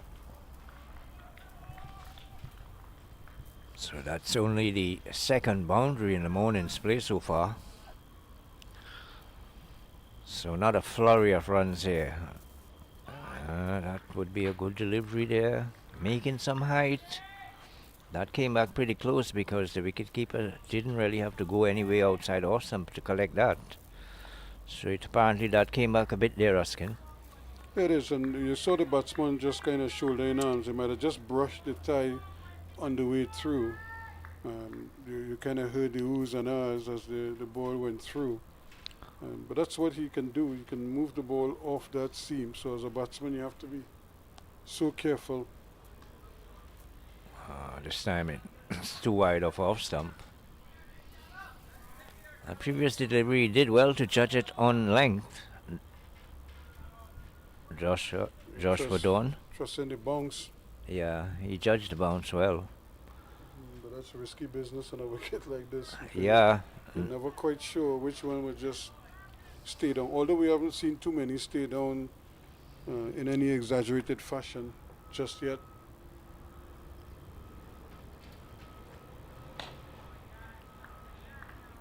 I don't think you get a lot of deliveries keeping too low on this the first day, Ruskin, because I did put my fingers into the pitch and it was very hard really. It was well ruled. So I guess once that preparation moisture dissipates, you're gonna get a pretty good batting strip at least for the first day or two. Usually this strip turns from on the third day, keeps a bit low as well. Oh my goodness. He was trying to play it and he was trying to leave, and all he succeeded in doing was getting an inside edge that almost went on to the stumps. 36 for 1 at the end of over number 14. That was a close call there. He was late on the decision in wanting to leave that ball alone. By the time he decided that he wanted to leave it alone, it had already hit the face of the bat and dropped right in front of the stump and bounced over the stump. So very fortuitous indeed there for Joshua Dawn. That's a good delivery there from Kelvin Marcus. So score is on 36 for 1. West Indies Academy up against the CCC. Both teams desperate to get some points in this tournament. They are at 7th and 8th position in the standings. That's last and second to last. A bit of a misfield here from the man at mid-on. Stumbled across to his right and tried to get in a late dive to stop that, but didn't feel it cleanly and they were able to get a single. And that's what you don't want to be picky, but you want to stop those. Those are like, it's not all that difficult to bring off a stop like that. I mean, he did well to get his hand to it and stuff, but you want to stop that and not. You just keep the pressure, because what that does, it obviously inspires the bowler because the field is supporting him in the field. It releases the pressure as well on the batsman. So now he has to plan now. He has to go to a different plan now. There's a new batsman, even though it's another, it's a batsman who's new to the crease. You still want to kind of focus and concentrate on one at a time. And if you could bowl 4 or 5 deliveries, maybe all 6 at this one batsman, you feel it increases your chances of getting him out. Still taken aback a bit with that score coming out of the Queen's Park Oval there, Ruskin. TNT Red Force really struggling out there. 31 for 4, you said? Yeah, it was 31 for 4. Against Barbados, so... Yeah. 32 for 4 now. Barbados Pride. Jason Holder picking up 2 early wickets. And what I think is noticeable for Trinidad and Tobago, Jit Gooley is injured and is not playing in this game, and he has been the Red Force top run getter so far.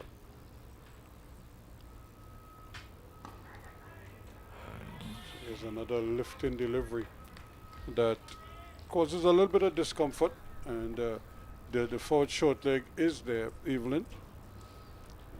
He took one brilliant catch there last week, so I'm sure he's hoping to repeat that. Well, Joshua Dawn did pretty well to keep that ball down there. Could see him getting on top of it and trying to turn the wrist over to keep it on the ground, because there's a man at forward short leg, and that was a lift and delivery. So that was well handled indeed by Dawn.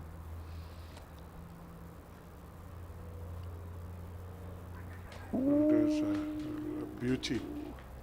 Again, causing some problems there, and and look at how that one kind of pitched and took off a little bit, and you know, so you could see Dawn trying to kind of come onto that front foot, and not able to get there, and the ball just seaming past the outside edge. Yeah, that was an excellent delivery there from Goodrich. Probably the best delivery he's bowled so far all morning.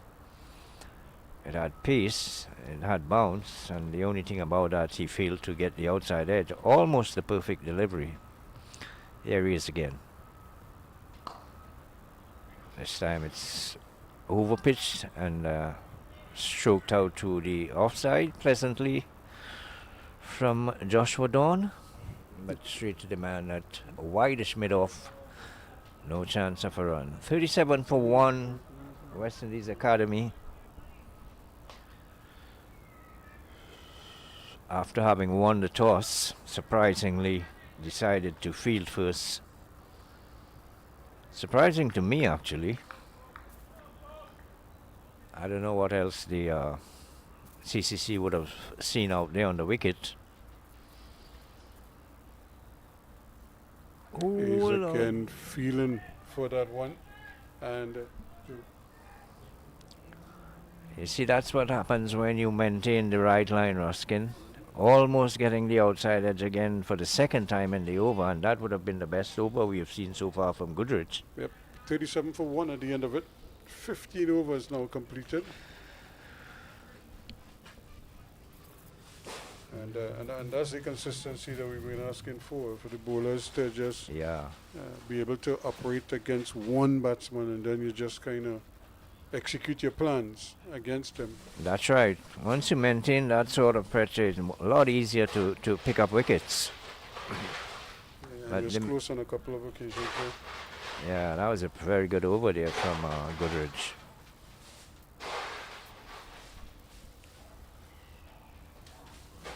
Pretty big guy as well, Ruskin. Way over 6 feet, and got some very big shoulders. Yeah, should be running in and really generating pace with that size. Well, I suppose you know, it's about mechanics, you know, because fast bowling isn't really always about strength, but it's about the mechanics, and you know, how he goes through those different phases. And, fast hip action. You know, because even though he might be big and strong, as they say, if the mechanics aren't, you know, what it's supposed to be, the technique, chances are he may not have. He might be short a couple meters, a couple yards apiece. You know. But technique looks pretty okay to me. Once you break through from that. Yeah, but the thing about it with fast bowlers, you actually need a bit of size and you need a bit of muscle or skin to really generate some pace. But as you rightly said, your rhythm and your technique probably is more important. That's why, you know, now people focus so much more on biomechanics, and one, it helps you avoid the injuries, and then, but once you get accustomed to your bowling action, you could then, you know, the pace will come, because if you're working on and you get the action right.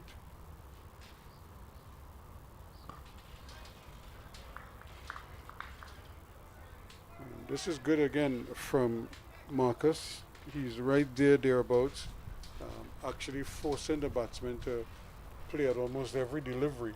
So you get them in the habit of playing, and then what you want to do now is to maybe get one delivery to do something a little bit different, you know, and hopefully you either try to bring it in between bat and pad, or you try to hit the edge and go down in the slip cord. And Well, he's been pretty economical as well, Kelvin Marcus, because this is his fourth over and he's conceded just 8 runs, one of which was a 4 that got the outside edge and went down to third man for 4. So he hasn't been giving away the runs. He's pretty tight. It's a bit of a chance at cover in his previous over when one went to hand, and it wasn't held on there by that fieldsman at cover. That was Evelyn at the time. Yeah.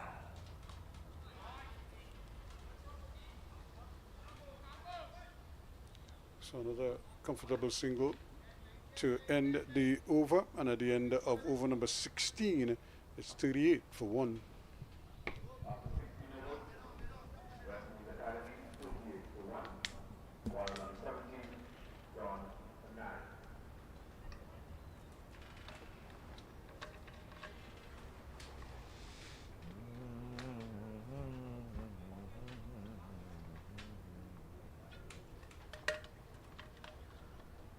So the duck out.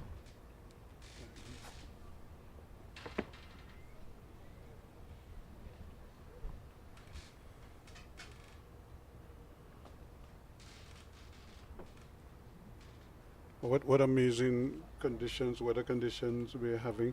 You know, funny enough, when it was Saturday, out of the blue, the rains came. Nobody was expecting that. You know, we saw the cloud cover. Actually, I shouldn't say out of the blue because it was overcast for a long period. But compared to the 3 days prior, rain was the last thing on your mind. Here's Blades back into the attack now. Coming for the second run and getting it to. So again, good aggressive running. And I want to believe this is something that they worked on at the academy, because for so many years, every time the West Indies played, that was one of the areas that you heard people commenting about, is that the inability to rotate strike and to, you know, the running between the wickets was really left a lot to be desired. But you know, I'm happy to see these guys are making a deliberate effort to turn 1s into 2s and 2s into 3s.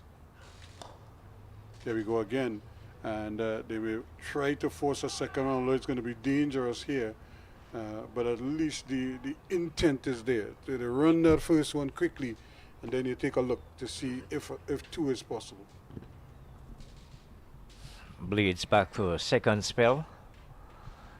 He had 1 for 12 in the 5 overs when he started the innings from the top end here at the UWI spec.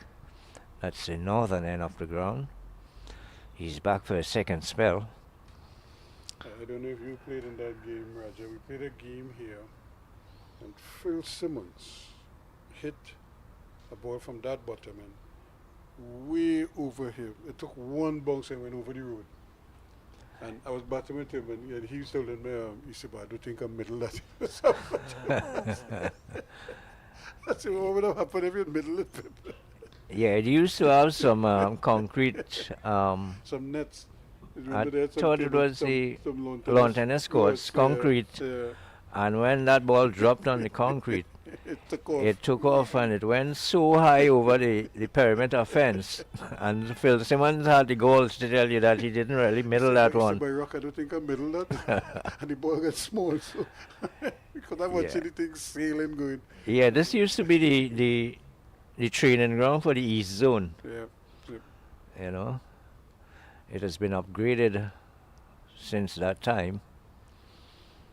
And it really looks pretty good for a first-class venue. Yep, that's a gorgeous. So he didn't try to hit it too hard. He just stroked it, and they're gonna settle for 2. And that's pleasant-looking push off the front foot. Yep, he really does look Joshua Dawn. Very well timed. Didn't try to hit it too hard. He got that front foot out to the pitch, and the bat was flowing nice. Backlift and follow through. He hit it straight enough to beat the man at mid-off, but didn't get it all the way to the boundary. Score moves on to 43 now. Dawn moves on to 11 of 30 deliveries. And here's Blades over the wicket. Ooh, and a short pitch delivery. Just a bit too short, made too much height, and Dawn just easily ducked under that. Rashawn Worrell is on 20, but that came off 52 deliveries, so he's been pretty watchful. And I'm happy to see that they put the forward short leg in right away. Because if he's going to bowl short balls, then you want to give him a chance there of getting a wicket.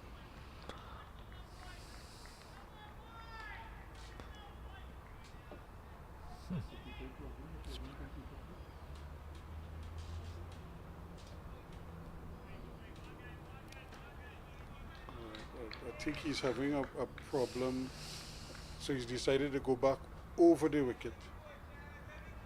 And he's going around.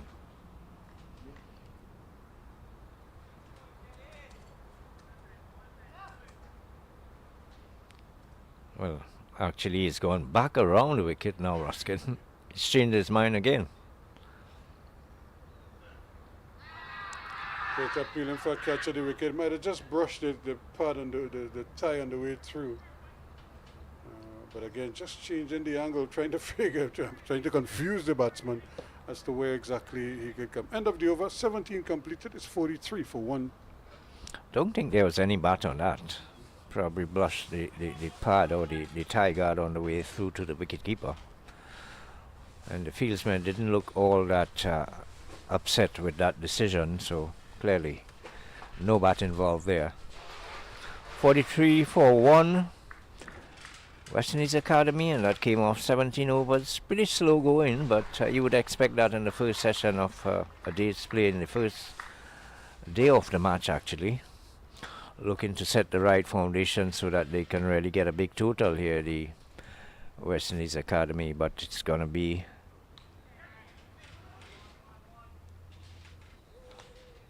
So Marcus continues. yes, Marcus. They're doing well. Trinidad and Tobago inching along. They're 48 for 4 now at the Oval against the Barbados Pride. The Guyana Happy Eagles are 42 for 2 against the Windward Islands Volcanoes. Of course, Raja, I suppose, like most West Indians, are looking forward to the World Cup upcoming. Yep, that will be a big one, Ruskin. That'll be probably the biggest one on the cricket calendar in the West Indies here.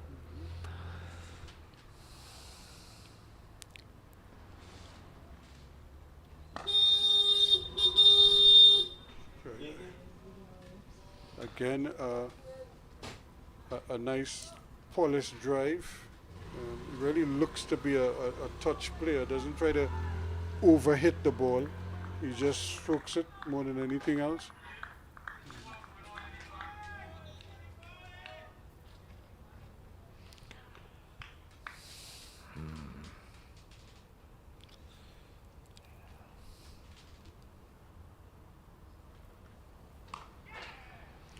That's well played, because he had to get on top of it.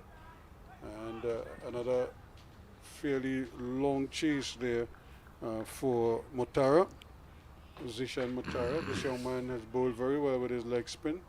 And I thought it took a little too long to introduce him in the first innings of the game against the Leeward Islands. Picked up a couple of wickets then, but bowled very well. And then in the second innings, he also picked up a couple more and threatened to bowl CCC to a victory. So he might be somebody you're looking forward to seeing later on as well. And Dawn is as solid as a rock. Yeah, that was a pretty good shot, that previous delivery, Rock. It made a lot of height outside off stump, and he actually got on his toes, made the height, and controlled the shot well. Beat the man at square cover, just behind square. He picked up 2 there. Good looking shot. He's looked pretty solid, as you said. Joshua Dawn. He moves on to 13. Pretty much in the mold of a Shamar Brooks. Yeah. No. A little too high, probably going down leg as well. Yeah. But Marcus really is bending his back here. Yeah, he's putting a lot of effort into his deliveries. It's hard work out there, Ruskin, in this type of sun that they got out there now. Yeah, this Very hot. Remind you of some of those games used to play down Guacara Park, remember? And you see, have no shade because you don't have any stands or nothing to block it. It's well played again. Right behind it, watches it all the way onto bat. Plays it comfortably in front of him. 18 completed, 46 for 1.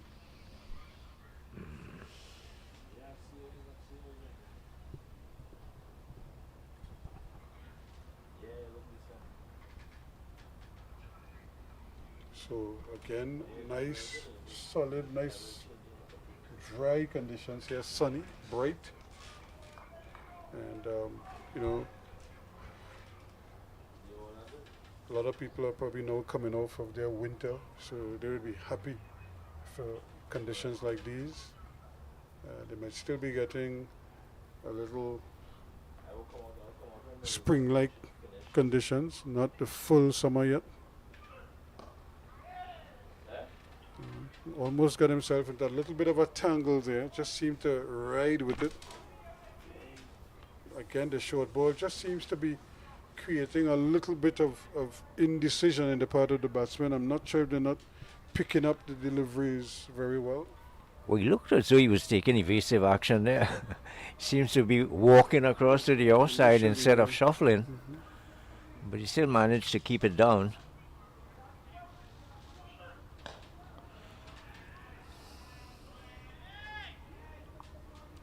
Good encouragement from the slip cordon, just telling him to keep it coming. I'm sure they'll be hoping that they get something to do down there just now by way of a catch.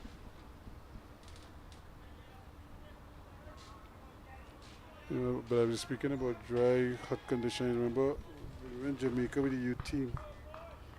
Sabina Park. Oh my word. It was hot.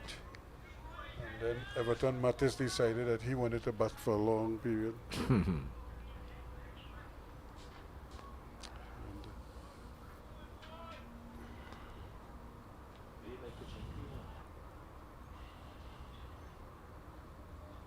But those were like really hot conditions, and there's no place to hide.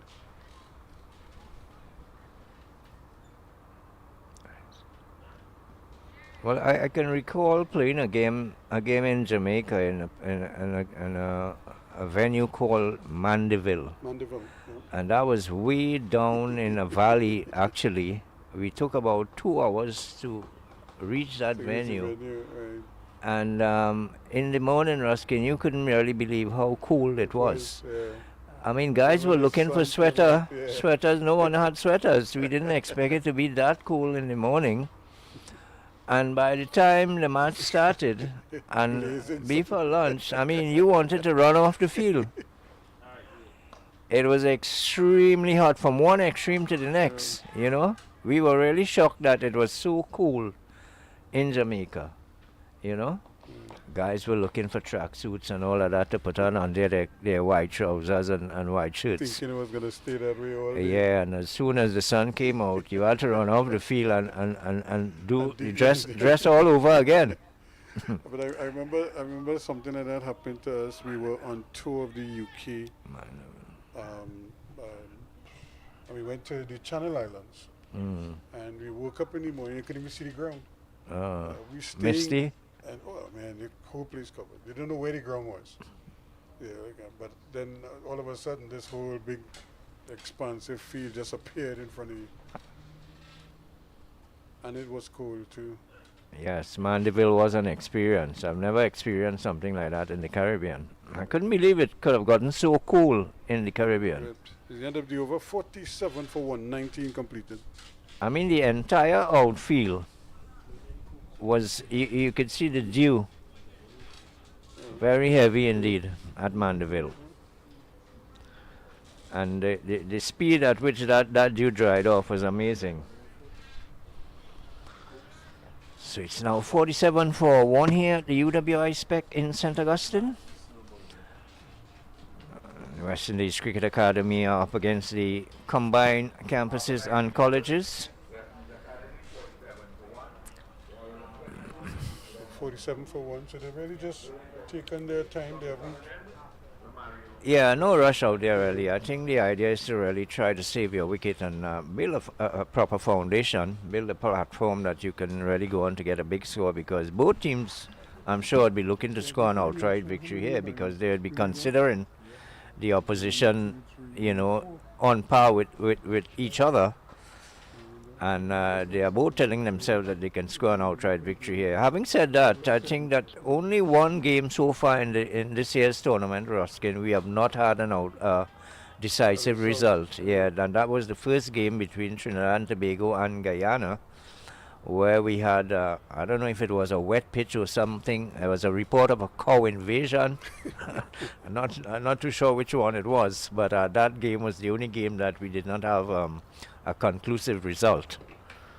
But all the other matches we have had, decisive results. Yes, this one is on the back foot that would again, be close, would and it? Romario We, Graves is into the attack. yeah, we unable to really get the replay just yet. We're hoping we'll get that sort out in a while, so viewers would have the opportunity to see what really happened with the replays. Technical staff still trying to sort it out.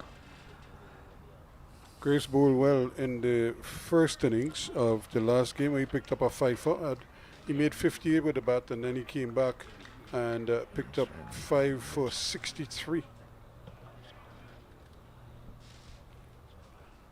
Wasn't as effective in the second innings. Yes. In fact, Shamar Brooks was bowling him both the top end and the bottom and trying to effect a breakthrough, but the Leeward Islands kept him out in that second innings.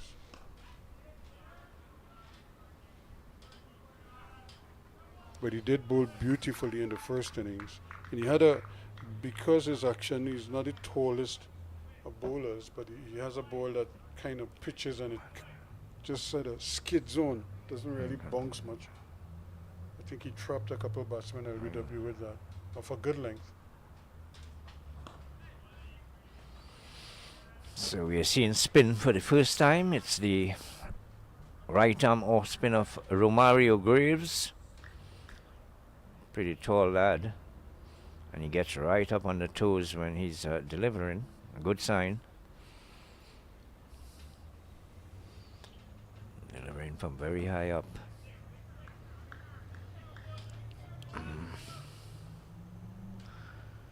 Don't think he'll be getting a lot of turn there just yet, because the ball is still pretty new, and I don't think that the pitch is going to be that dusty to the ball is going to grip and turn.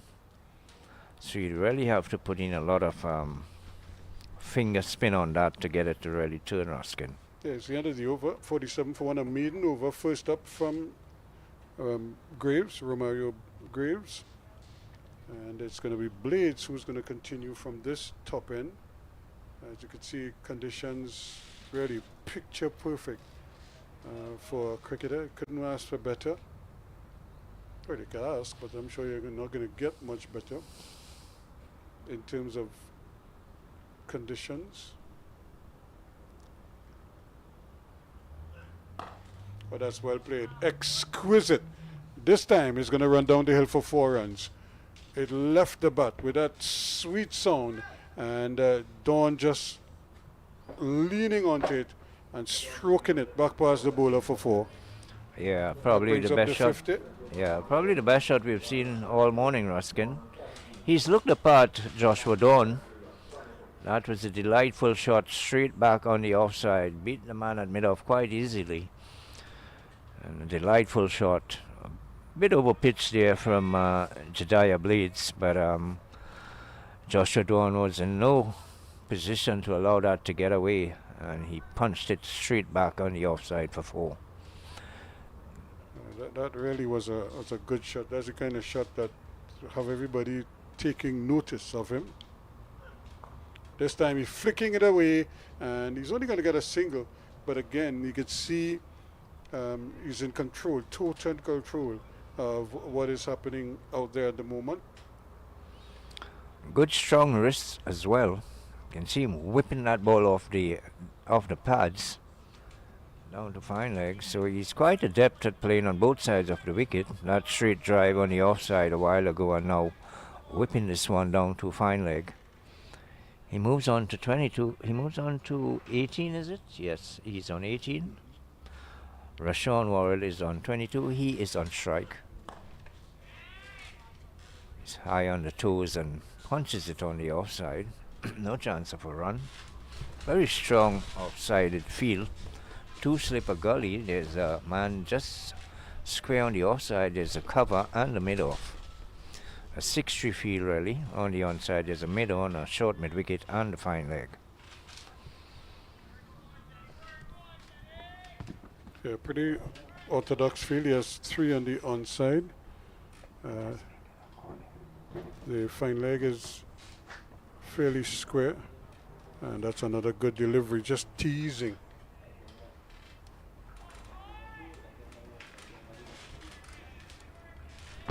Well, if they say to the batsman, if you want, you could come out there and try and catch me.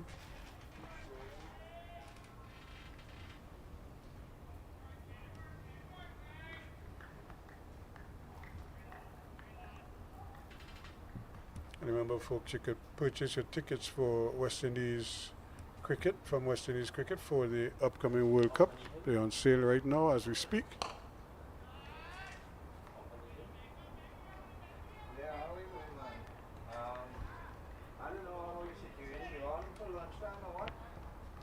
So Jediah Blaze really giving it his all.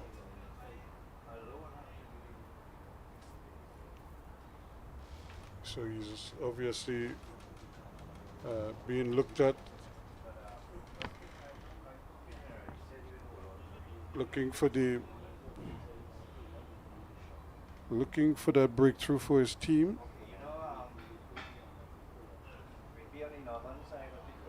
Another peach, and a lot of effort put into that one. About 52 for 1 it is after 21 overs.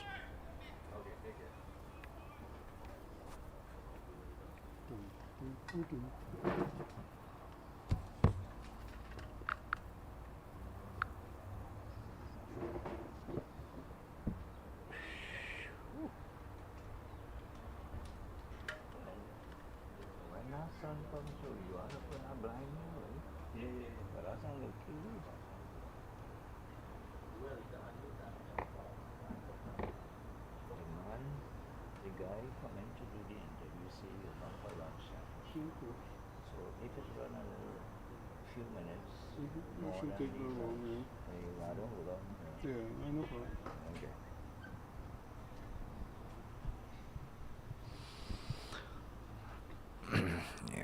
So we're back here at UWI Spec, and Romario Graves continues at the southern end. Off spinner, a slip, a forward short leg. Those are the men in close catching position. There's also a man at short mid-wicket.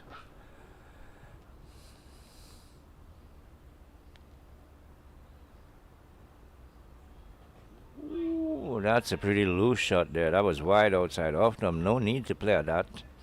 And for the first time I've seen Joshua Dawn play quite loosely here, Ruskin. He's looked so good all the while. Yeah, he probably anticipating some turn, but he's trying to catch up to a delivery that is so far outside the off stump.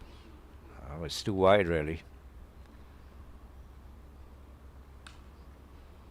And That's that's a good-looking shot. Yep. Wow, that was a really good shot, and it really raced away there. I didn't think it had all the power in that shot, Ruskin. He backed away from it, gave himself some room, and punched it square on the offside. There's a man just behind square on the offside, and he beat him quite easily down to the boundary for 4. Timing, all timing. Really an exquisite shot. We saw the straight drive the over before, and now he's showing us that he could also play with the horizontal bat. Yeah. That was a well executed cut shot. Yeah, he can play on both sides of the wicket. Joshua Dawn looking pretty good here at UWI Spec. See, that's a good take by the wicket keeper. That was a much quicker delivery going down leg side. Shuffled across and collected it quite cleanly. Yeah, Richards, and that's the hallmark of a good wicket keeper. You don't really see much about them unless they're taking a number of catches or something. But I remember looking at him last week, and he was just so efficient in what he was doing. He's not a big flashy stumper or anything like that. But his glove work is good. But I think, and that glove work is good because his footwork is also very good. Probably the same as a football referee, Ruskin. The least you hear of a football referee, it means he's a good referee. He's doing his job. The moment you keep hearing a lot of things about the referee, something is wrong. 56 for 1 after 22. Yeah. Very hot conditions here. And it looks like it's going to be that way most of the day because there isn't any prediction of rain. We're in the height of the dry season here in Trinidad. One good thing about it is that there's a constant wind blowing at this time of the year. So that sort of cool things down a bit. It is, and it's needed because it's very humid, almost sticky conditions here.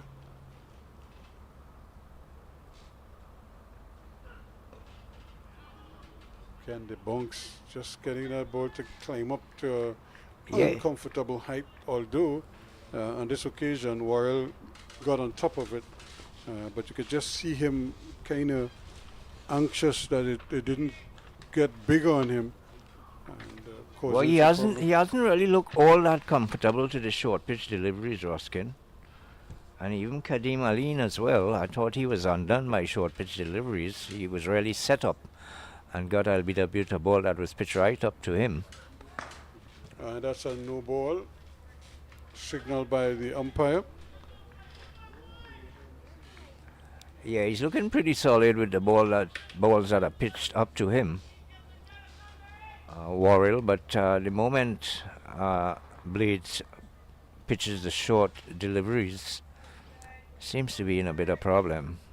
So of course our two officials, umpires for today, of course, is Gregory Braffett and Ryan Banwari. Yeah. Out of Guyana. Yeah, Banwari out of Guyana, Gregory Braithwaite out of Barbados. And we have the local standby, Dinesh Ramdeni. The match referee is Michael Raghunath, who is also a FIFA official and did duty as well. Who is that, Raghunath? Raghunath, yeah. He's a FIFA official, a referee? Okay. Yeah, referee's assistant. Okay. I'm not sure if he ever went to the Olympic game. I must ask him if he did an Olympic games as well. Just a little bit on the short side, really bending his back here, trying to manufacture a wicket for his team. Yeah, it's a lot of hard work out there.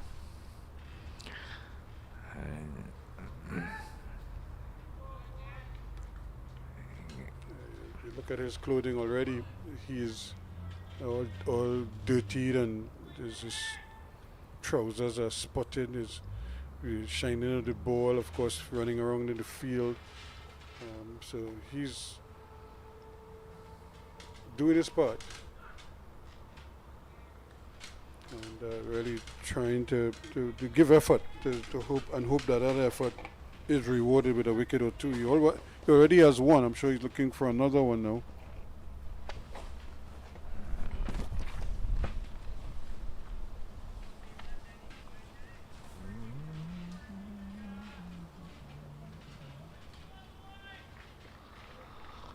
There's some youth matches as well being played here in Trinidad today. We have the zonal under 17s, Ruskin, that started today. That's brilliant stop there again in the field, and that's the man who's been bowling. That's Marcus doing his bit. Yeah, quite a few matches in the zonal under 17 tournament of the Trinidad and Tobago Cricket Board, playing at various venues around the island. Yeah, and Well, that's the thing. There's so many more opportunities now for these Yeah. young men to play and hone their skills.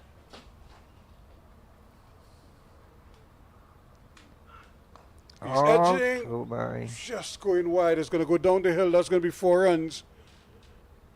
But tough luck there, and just couldn't get under it, and the ball just sped away from him. Another opportunity there for Graves, Romario Graves, trying to get to it, but that ball just pitched in front of him and kept going. He might have gotten a hunt. It took some of the sting out of it, but it's 4 runs all the same. 23 completed is 61 for 1. Good delivery there.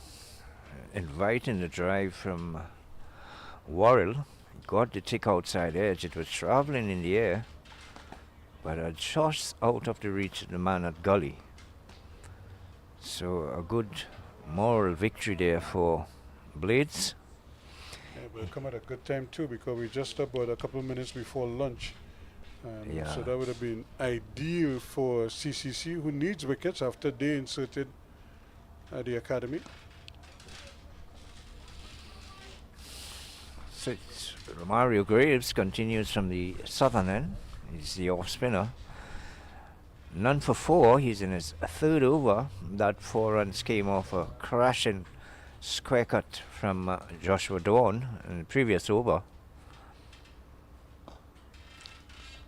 Looks so relaxed at the wicket, Ruskin, Dawn. Yeah, he's Seems unbothered, really. You look at his trigger movement. He's getting in the line early, and then from there he's making, quick decisions. He looked relaxed. Yeah. He's on the front foot. He makes that first initial step. First, the right foot kind of shuffles into maybe towards middle and off. And then that right foot, he just kind of takes a small step, not committing himself first, and then he might make a second or third movement when he's trying to fetch the ball. Cutting again. More runs. 4 more. Another brilliant shot so quickly into that position, and nice flow of the bat for 4. Well, I like what I'm seeing here from Joshua Dawn. That was a cracking shot through square cover. He was quickly, as you said, back into position on the back foot and crashing that one through the offside. Forcing a field change. They Yes. put the man back now on the fence. Well, you called it right there, Ruskin, saying that he's not committing himself too early. I mean, he's staying in a ready position and he's looking at the ball very closely. Have a look at him here. Again. Yep. But there is protection out there now. That's good batting, very good batting here from Joshua Dawn. He's impressed me so far. Yeah, he's really looked the part. Yeah, looks like he's in total control. And he's played the pace as well as the spin pretty effectively. What I like about him too is that he presents the full face of the bat. He doesn't try too much to kind of open face too much, but he's trying to present the full face of the bat. I suppose as the innings progresses, then he might see a little more of the wrist involved. Yeah, he looks like the sort who, once he settles in, he's going to take advantage of all the bad deliveries. He's watching the ball all the way onto the bat, and he's playing it as late as possible. That's a sign of a good player. Yeah, he's very balanced at the crease. Yes, very balanced as well. Mario Graves, none for 9, 2 fours in that 9 runs. And this time he pushes the batsman on the back foot. Yeah, Worrell seemed like he was in 2 minds. I thought he probably wanted to try and hit it hard through the offside, and then decided against it. Might just be a little bounce on it that kind of deceived him a little bit. Ooh. Nibbling at one outside the off stump, not getting a touch. That will be lunch, would it? Yep. Yes, it is. And at the luncheon interval, West Indies Academy, after being asked to take first strike by CCC, they have reached 67 for the loss of 1 wicket, that wicket being that of Kadim Aline. He was LBW by Blades for 5, and the first wicket going down with the score on 25. So far, no other wicket has fallen, and the academy, they are in a pretty good position at 65 for 1 at lunch, Ruskin. Actually 67 for 1, and 67. which is a good score, represents a good score, not a big score, but you understand the caution that they were playing, but whenever they got the bad balls, they were able to put them away. More particularly, I thought Worrell started quickly, and then he kind of played himself in, but it was Dawn who kind of stole a little bit of his thunder with some exquisite drive. Think back to that straight drive up at this end, and then those 2 cut shots that he executed certainly took the breath away. But he and the others will take a little bit of breather. We will too. And just to tell you, as we leave you here for the moment at lunch on the opening day of this 5th round clash here at the UE Spec, the West Indies Academy, after being put in by CCC, 67 for 1, 26 to Worrell, and Joshua Dawn is on 27 and looking in ominous form. We'll have more for you in about another 35 minutes when we come back for play after lunch.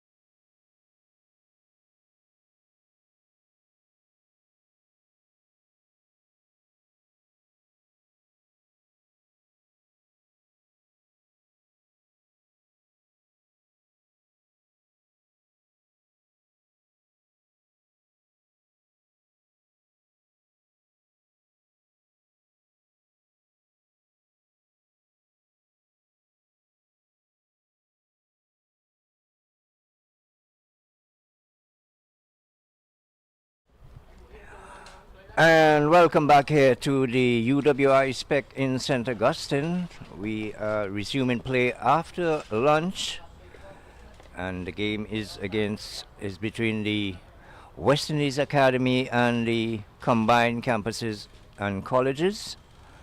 This is the fifth round of matches in the CWI Regional 4-Day Championship, and after the first session of play, West Indies Academy, who are asked to take first strike, they are on 67 for 1, and that came after 24 overs. Not out batsman Kishan Warrell. He is on 26, and Joshua Dawn on 27. Joshua Dawn has looked extremely good. Rashawn Warrell had a few close scores during his innings, but he's still there and he's carrying the fight for the CCC. Kadima, then he was LBW to Blades for 5, and the first wicket went down with the score on 25. So we are ready for session number 2, and it's gonna be Kelvin Marcus, is it? He is going to be picking up the attack from the northern end. He had a first spell from the southern end, and he had bowled 5 overs and conceded 12 runs. Didn't pick up any wickets, but here he is now. He has switched ends. He's coming from the northern end, and he's going to be bowling to Joshua Dawn. And that one, Dawn allows it to go by. Joshua Dawn has looked extremely well for his 27 so far, playing very well off the front foot, off the back foot, and through the onside and the offside. Look, a very good compact player indeed. So Ruskin Mark has rejoined the commentary here. Very, very Hudson here at the UWI Spec. Welcome back, Ruskin. Yeah, good afternoon to you, Anil, and good afternoon to all our viewers, wherever you may be. Hope it's nice and bright and sunny like we have here. And this young man really looks a picture at the crease. He's so polished, but he doesn't really kind of use up too much energy. There isn't much movement. There are not too many moving parts when he's playing. He's very relaxed. He's what we call a minimalist in terms of his movement. Doesn't exaggerate anything.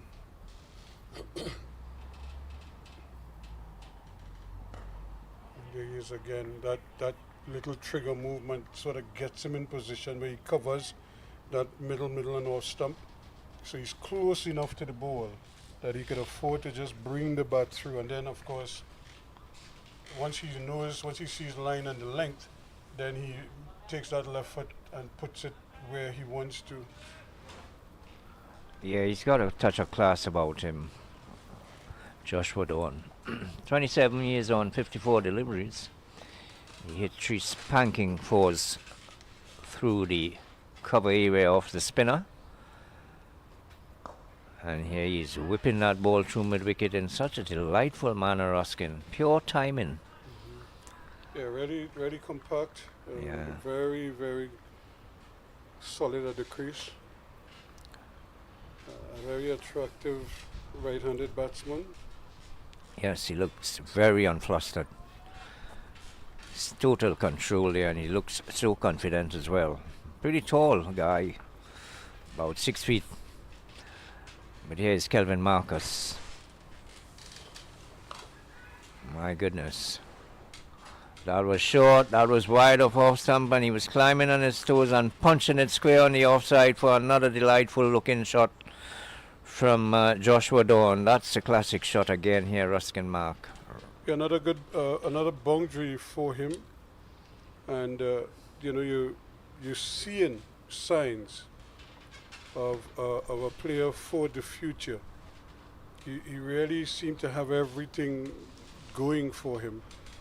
And if you give him that kind of width, he's not afraid to take advantage of it. Yeah, that was a bit too wide, and it was short as well. It sat up and he really got on top of it and hit it square for 4. And this time it's a bouncer. No problems whatsoever with Joshua Dawn. Quite easily gets under that. It was a bit too short and it was way over his head, so he didn't really have to do a lot there to get out of the way of that. So that brings the end of the first over after lunch from Marcus. And after that first over after lunch, we've seen a beautiful boundary there from Joshua Dawn, and the score is on to 71 for 1. Yeah, these are some ominous signs for the CCC because other than the occasional ball that might just be beating the edge of the bat, everything seems to be coming off the middle of Joshua Dawn's bat.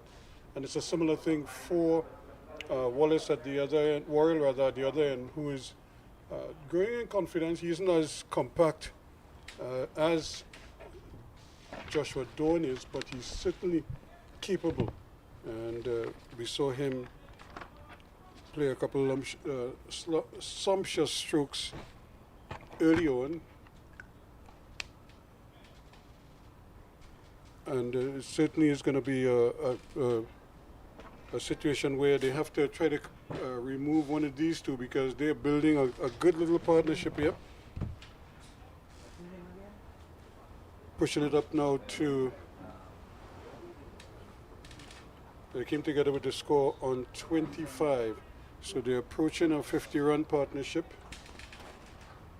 Just 2 runs away from that. They've added 48 already.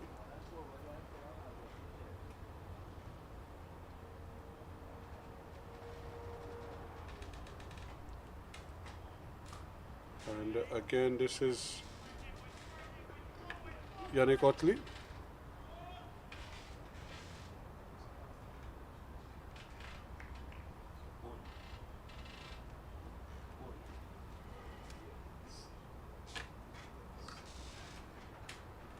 And loves to play that shot. Just coming onto that back foot and really just opening up.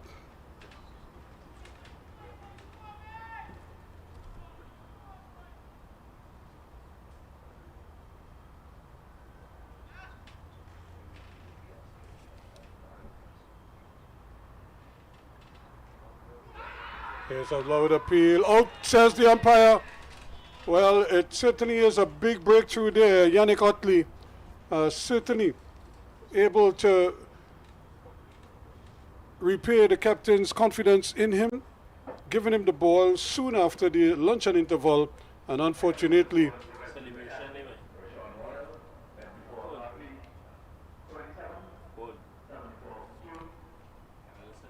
so 74 for 2 now, just 1 run short of their 50-run partnership.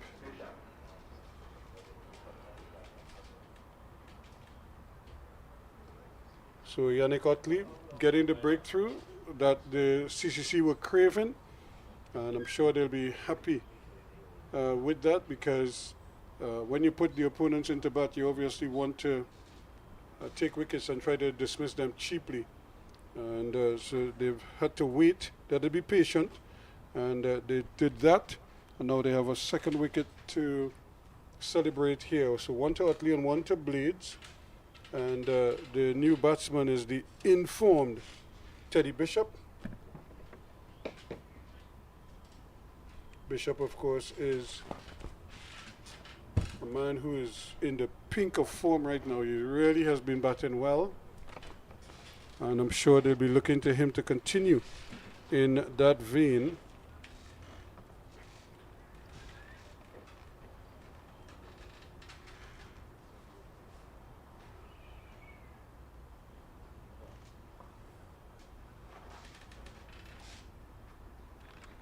Of course, Joshua Bishop is also in the squad, and he has been operating on a tear, taking wickets almost for fun right now. Joshua.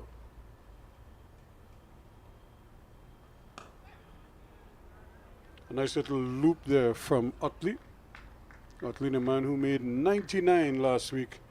I'm sure he might still be crying right now that he didn't get over the line to get to that 100.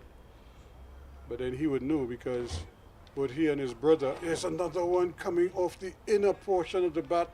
He was reaching for it and then realized it wasn't there. Still went through with the shot, and it came off the inner half of the bat, squeezed out on the onside. So pressure now is slipping on forward short leg. They go down. He's going for the big hit, almost hit it straight to the man at mid wicket. Kamil Puran was right there, and the ball just sort of pitched in front of him. It was hit hard, but again, he was taking his life into his own hands there. Teddy Bishop, almost as if he just wanted to get him away. But he got a single, so he is off the mark. And at the end of over number 26, it's 75 for 2.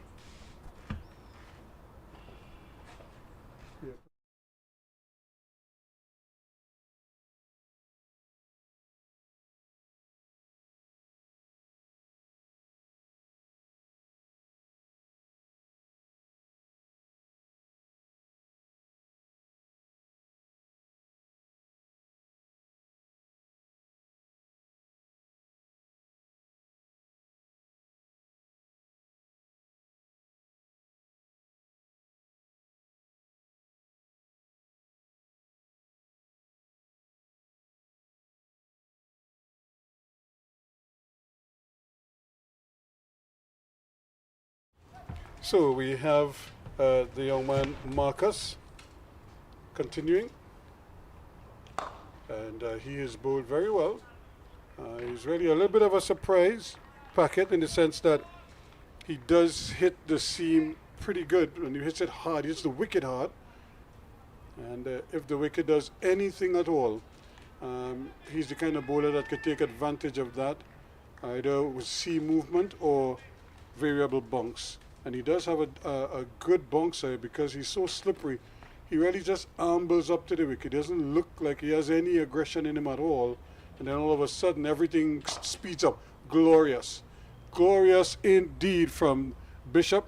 And Teddy Bishop just stroked that nicely down in front of us here onto the covers at the northern end of the ground. And that's 4 good-looking runs for him, pushing the score now on to 79 for 2. What a wonderful way to pick up your first boundary. Didn't try to go across it, didn't try to hit it too hard. He just basically stroked it off his legs and played the on drive.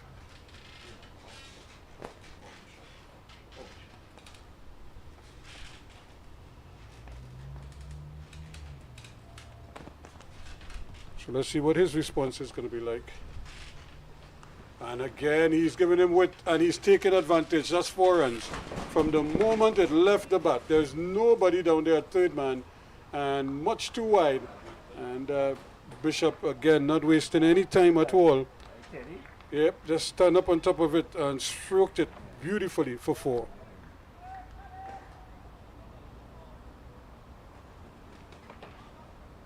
So Teddy Bishop sending a very clear signal here that he is in a no-nonsense mood at the moment.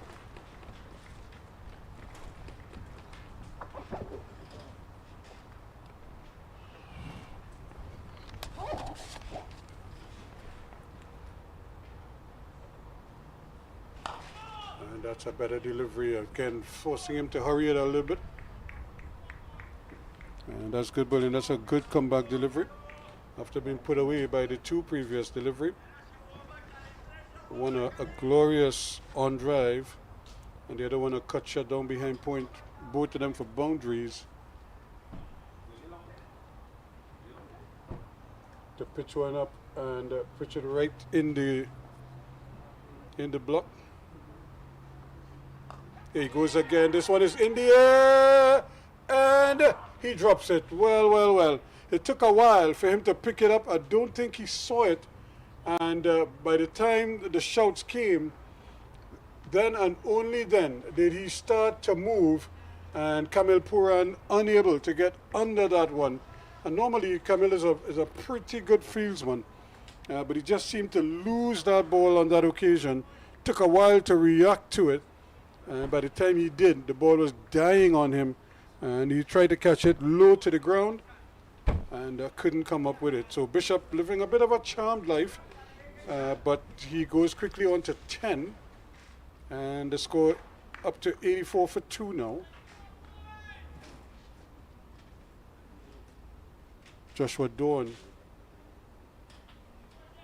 is back on strike. So this has been a bit of an eventful over, mixed bag. We had one beautiful delivery after he was dispatched for 2 consecutive boundaries, and then we had that drop catch down at fine leg. So a little bit of everything going on in this over.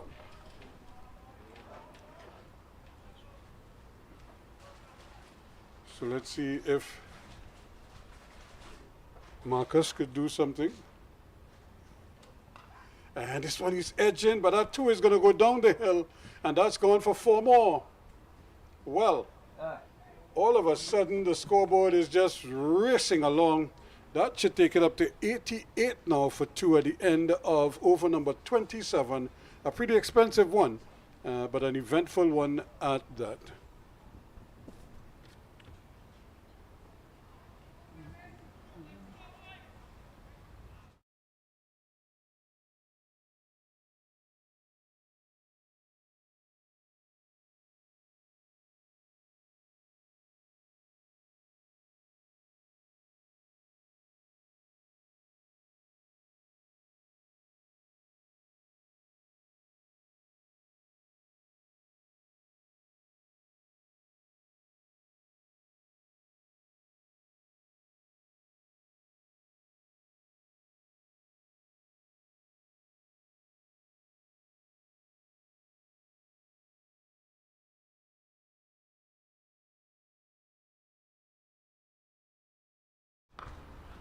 So again, this is more runs here. There's a scoreboard really ticking over. They're going to come back for the second. Yes, no. For a moment, they thought about it, and then they decided one was enough. In fact, both batsmen dipped and turned and were interested in that single. But then good cricket all around. They decided to go back and not try to pursue a second run. That could have been suicidal in the end.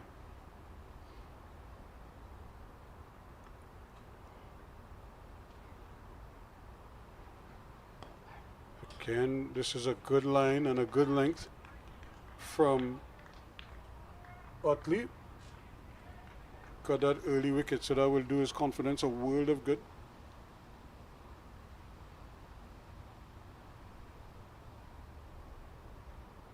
Here he is again with another peach of a delivery. Again, not much spin, but he is getting the ball to come into the right-hander. So I won't be surprised if he's really attacking that front part there, really searching for that either to pass the inside edge onto the pad.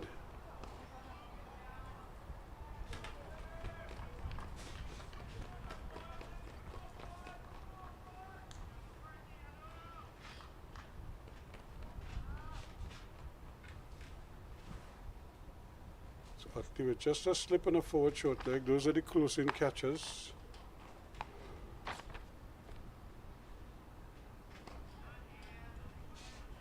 Mixing up his deliveries quite nicely here, not being too rigid with his line and lengths, just varying a little bit. Varying his speeds as well. And when he flights it, he does give it a nice little loop without going too high in the air. Here he is again. Really just forcing the batsman to have to play almost every delivery as the over comes to an end. At the end of it is 89 for 2 after 28.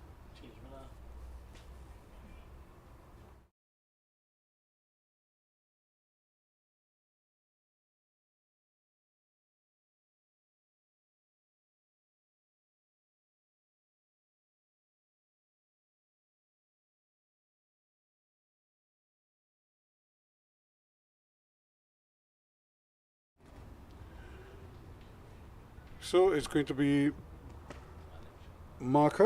Calvin Marcus, who is going to continue. and had a pretty expensive over the last time.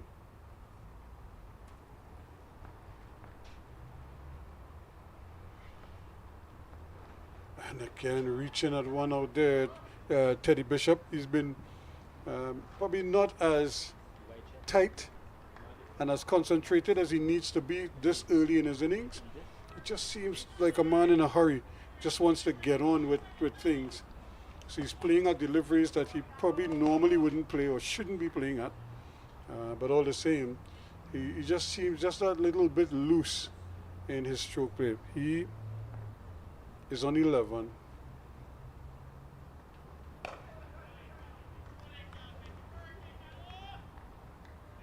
Again, just Kelvin Marcus with that, what we call an iron ball. He just bowls this heavy ball, and the ball hits the bat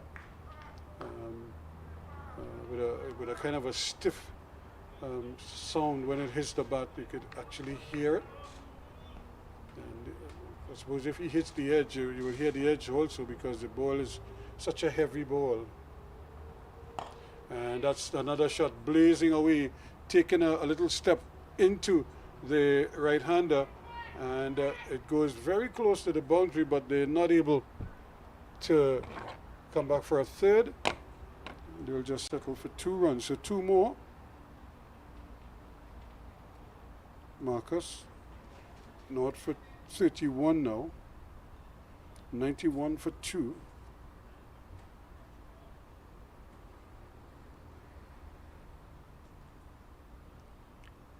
We're in over number 29, so they haven't really set the place alight here, just over 2 runs and over. Oh, just about 3 runs and over, one would have to say.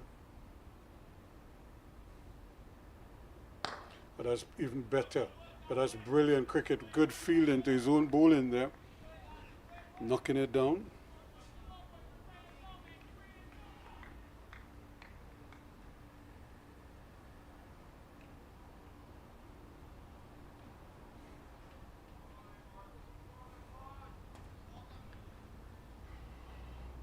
So the 2 slips on a gully. This is really beach weather. It's hot. It's bright. The only thing you're missing might be a little sound of the waves. Or if you go to the waterfall, you just hear the sound of the water dripping, or dropping I should say, at a waterfall.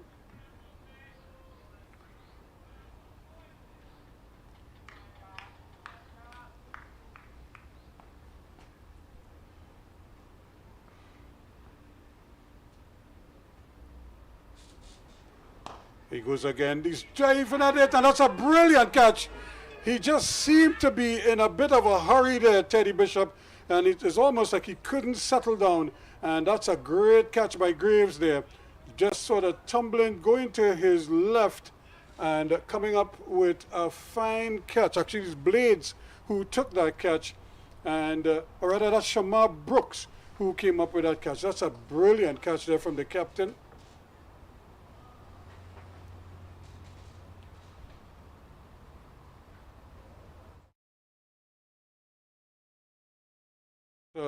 A fine bit of bowling and excellent cricket all round, because you could just see Teddy Bishop just walking down the wicket. He was walking into the seam bowler, almost disrespectful, and driving, but driving uppishly, and coming up with that splendid catch there.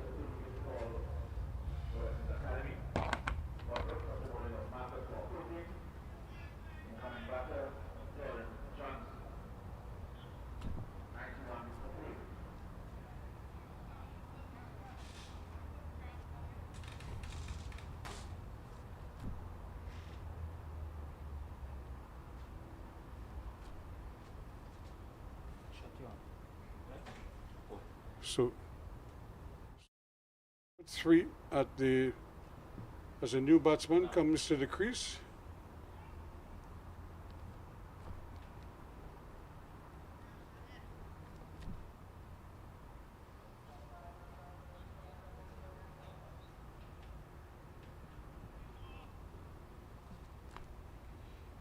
So Marcus finally has his wicket.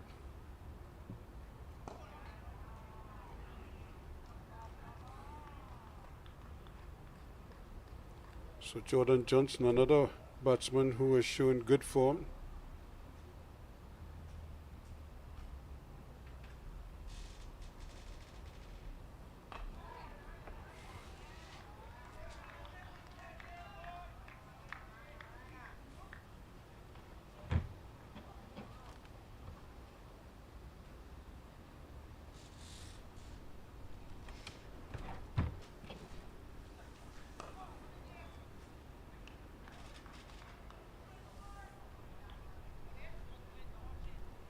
Johnson got a 61 in the first innings of the game against Jamaica. Sure he'll like a repeat here. He bowled him! Went on the back foot, and that ball kept very low indeed, trying to punch it through the offside. And that is the end of that, so to speak. That delivery kept very low indeed, and that's the end of Dawn was batting very well, Joshua Dawn, and went back to one too many. And Utley has another pepper.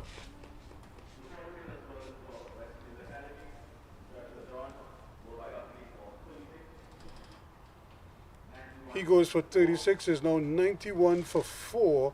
And how quickly things have changed here. Remember, they went to lunch at 67 for 1. And we haven't played an hour since the interval, and already they have lost 3 quick wickets, and Yannick Utley now has the fine figures of 2 wickets for 5 runs.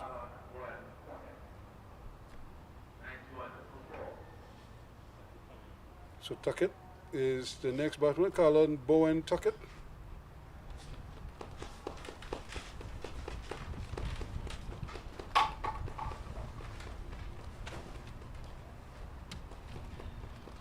Nice breezy conditions now permeating the UE spec, the home of the University of the West Indies St. Augustine campus, and of course the Sir Frank Worrell Park or Memorial Park, named after the legendary West Indies cricketer, former captain, and a real statesman.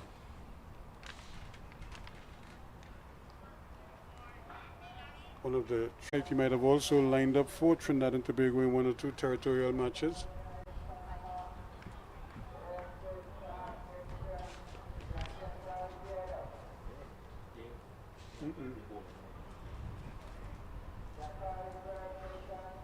So Tuckett, a man who I'm sure would want to continue his recent good form.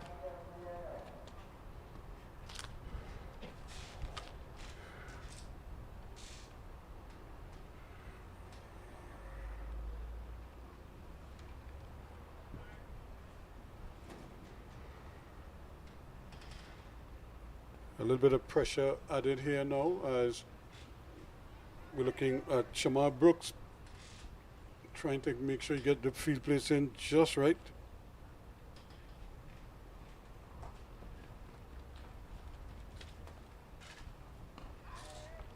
And Tuckett is in a crouch position playing that one. Colin Bowen Tuckett made a gutsy 53 in the second innings for the West Indies Academy against the Jamaicans. And here's another one coming in with the arm, forcing a hurried defensive push there on the part of Tuckett. He remains not out. Johnson is yet to score, and the West Indies Academy find themselves in a spot of bother now. It's 91 for 4.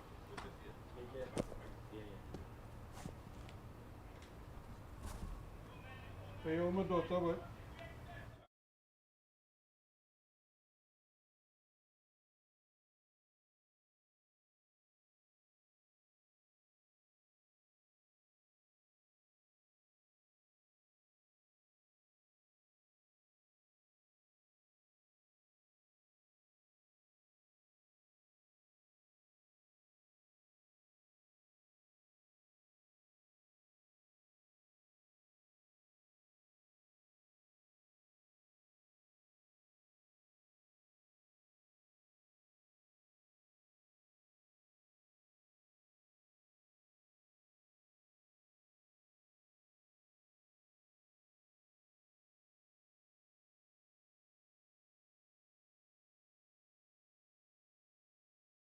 Is the man who they're probably going to be relying on. In fact, they're going to be relying on this pair to see if they could push on. But this man, Marcus, would have other ideas. That's a bumper. And all of a sudden, things have really started happening here after lunch. That's a wide. Who would have thought you would have gotten a wide for height on this wicket? But that's exactly what happened there. And certainly Tuckett and company must be wondering why all of this is happening as soon as we come to the wicket. But certainly Kelvin Marcus has really upped his game here. Again, nice little bonks there. But Johnson is right in behind it. Johnson with some good scores. And Jordan Johnson, JJ.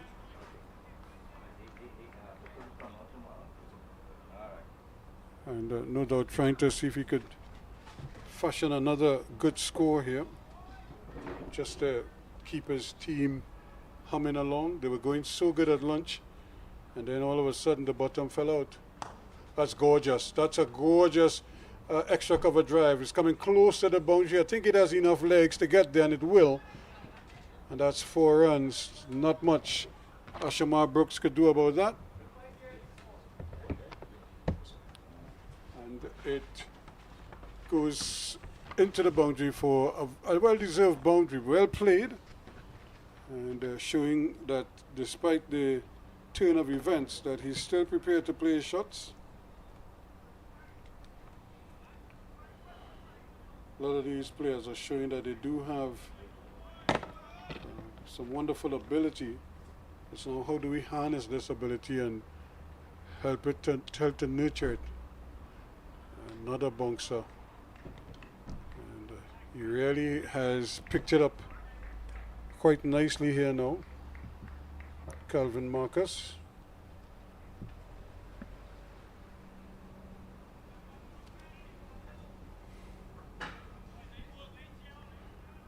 A lot of chatter out in the middle now. Everybody wants to get in a word, encouraging the bowler.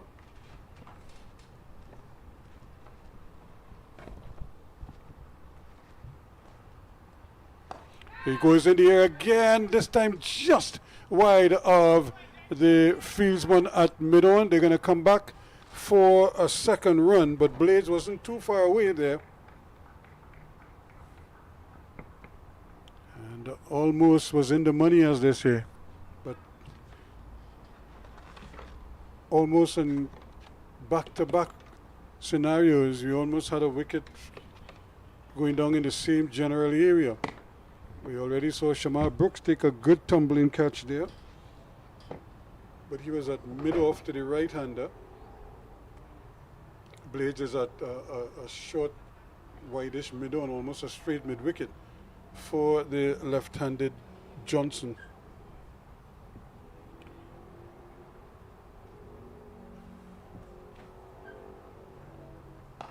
And here's again another spot-on delivery from Kelvin Marcus, 1 for 38. Remember, he had that one big over where you conceded 3 boundaries, but he also had a drop catch in that over as well.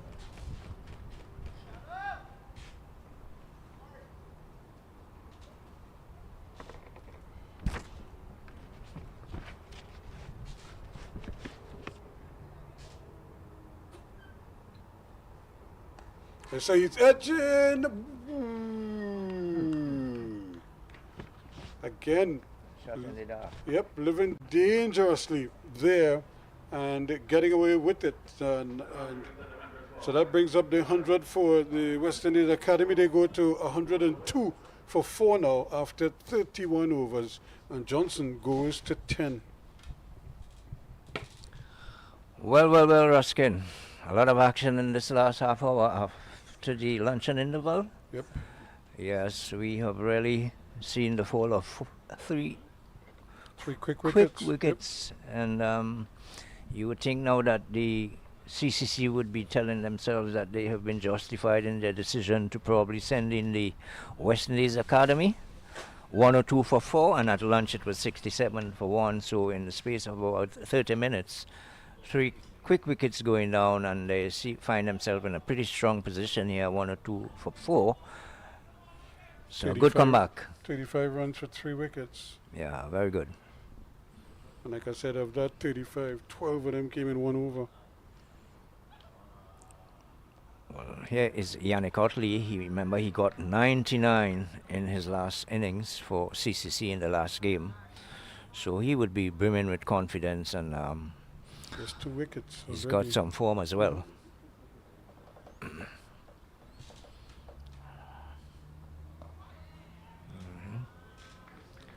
He has this unusual style, Tuckett, of playing the spinner.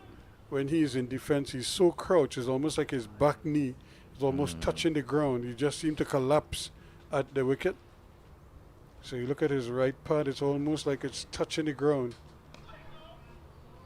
When he's playing that defensive prot, when he's coming forward. 2 for 5 he has. Otley is in his 4th over. And brought on after lunch. Really bowled well. Yeah.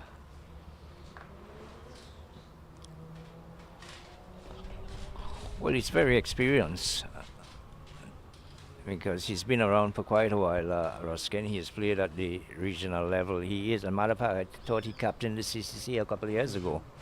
Then he was the captain of the TNT Red Force at one time. He's a decent all-rounder. As I was saying, he got 99 in that last game, and he almost won the game for the CCC. Yep, he kept them in the game without innings. And when wickets were falling all around him, he kept his cool. Found 1 or 2 useful partners.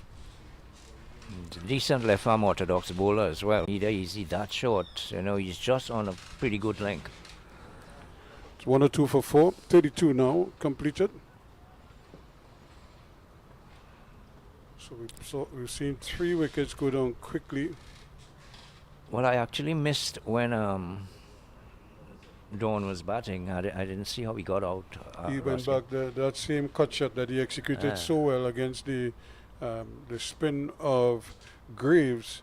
Only this occasion, Utley got one that kept very low, and he was cutting on top when the ball passed. Bottom edge. No, he never got a touch on it. He was way over the ball. The ball stayed low and Got hit the bowled? base of the stump. Yeah. Well, probably was too close to the wicket to play the cut shot. Yep. He was backing away again, just as he Okay. done earlier. This Shot. time he's driving gorgeously for 4. This one went down behind point and it went there in a hurry. So you see why this young man is being spoken of so highly. He's not afraid to put bat to ball. And Jordan Johnson continues. Yeah, he had a tremendous World Cup at the under-19 level. Got a couple hundreds, I thought. But he likes to play a lot of shots, and you can see it here already, Ruskin. That was an expansive drive over backward point. Well, they've dropped almost like a fly slip. The second slip has gone 3/4 of the way back. There's also a point on the boundary. So they're probably looking to close him off with that shot that he likes to play behind square on the offside. Because he does play it in the air some. And so they're hoping that he does oblige them an opportunity there. If it's going to fly, it may very well fly to that man at that fly slip or a short third man very straight. Or it may go all the way to the man at deep point, who's right out on the boundary. Well, he's moved to 10 already off just 14 off 8 deliveries. Oh, And he's going to get another one here quite comfortably. got quick hands as well. He Plus, whipped that he's off. not a big man. Yeah? When I say No. big, he's not big in height. He's Yeah. big, he's fairly well built. He's built like a tank. But See, he whipped that ball off the hip there quite easily. Very quick hands. he's not very tall. I thought when Teddy Bishop came to the wicket and he met It seemed like he was in a Joshua hurry. Dawn, I thought that both of them, if they had stayed at for any length of time, that they were going to put some pressure on the West Indies academy. But he seemed to be in an awful hurry, as you said. Yeah, Well, just wanted he's to that get- type of batsman, Joshua Bishop. He plays a lot of shots. I want to Teddy Bishop. He just wanted to get on. Teddy with stuff. Bishop, Yep. sorry. I like him as a batsman, Teddy Bishop. That's what it played awkwardly, but it could run away for 4 runs, and it will. Well, Goodrich was chasing after it, but he just seemed to be escorting it to the boundary. Could never catch up with it because once it goes off the slope, it goes downhill, and it went downhill very fast indeed. And that's another boundary. That's 4 more. 111 now for 4. So should we be jumping on 1 foot, Nelson? Well, the way this pair has started, Ruskin, we can expect to see a lot of shots being played here. Yep. If we thought that Teddy Bishop and Joshua Dawn were stroke makers, I think this pair, they are coming to show us that they can probably play more shots. Well, we know Jordan Johnson is a stroke maker. Oh, it's well played. Yeah, it is. And the thing is, a lot of these players are like making their regional, international debut at this level in this tournament. So this is a great opportunity for them.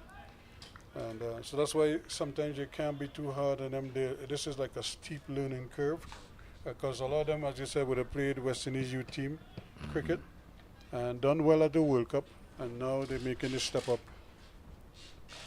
to regional cricket and trying to come to terms with life in this environment, or as they say, life in the fast lane. End of the over. 111 for 4, 33 completed.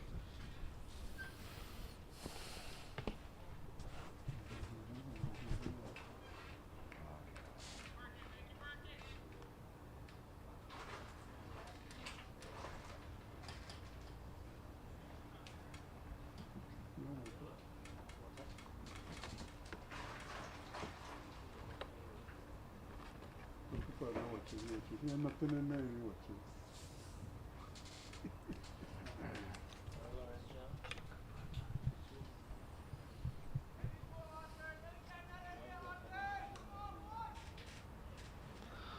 So, a good comeback here from the combined campuses and colleges, led by Yannick Otley.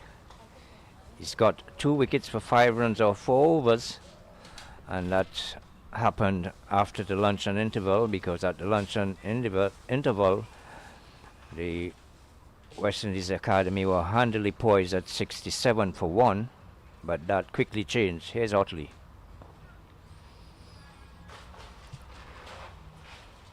Now, I'm surprised he doesn't have a deep mid-wicket for now. Otherwise, he's leaving it open to tempt the batsman to go for that shot and try to play across the line, but to go with the wind. Well, I think that field placing might change if he should play just one shot down to the mid-wicket area, Ruskin. There's a deep backward square, and but there's nobody Yeah. out in the deep on that in front of the umpire. And here he goes, sweeping at it at a loud appeal. He's out. Well, going right across it. The umpire took a while, and Jordan Johnson goes for 15. Yannick Otley has his 3rd wicket. Well, that was a poor shot, really. And it looked out to me as well, because it struck him on the back leg, didn't it, Ruskin? It struck him on the back leg. He was down on one knee, and he missed the shot, attempted shot over deep mid-wicket, and struck in front. And the umpire, even though he took a while, he made sure that he was making the right decision, and that's the fall of the 5th wicket. Jordan Johnson, an ill-advised shot, and he is on his way back. Again, it's you know, sometimes you have to read the game and understand what is required under these conditions.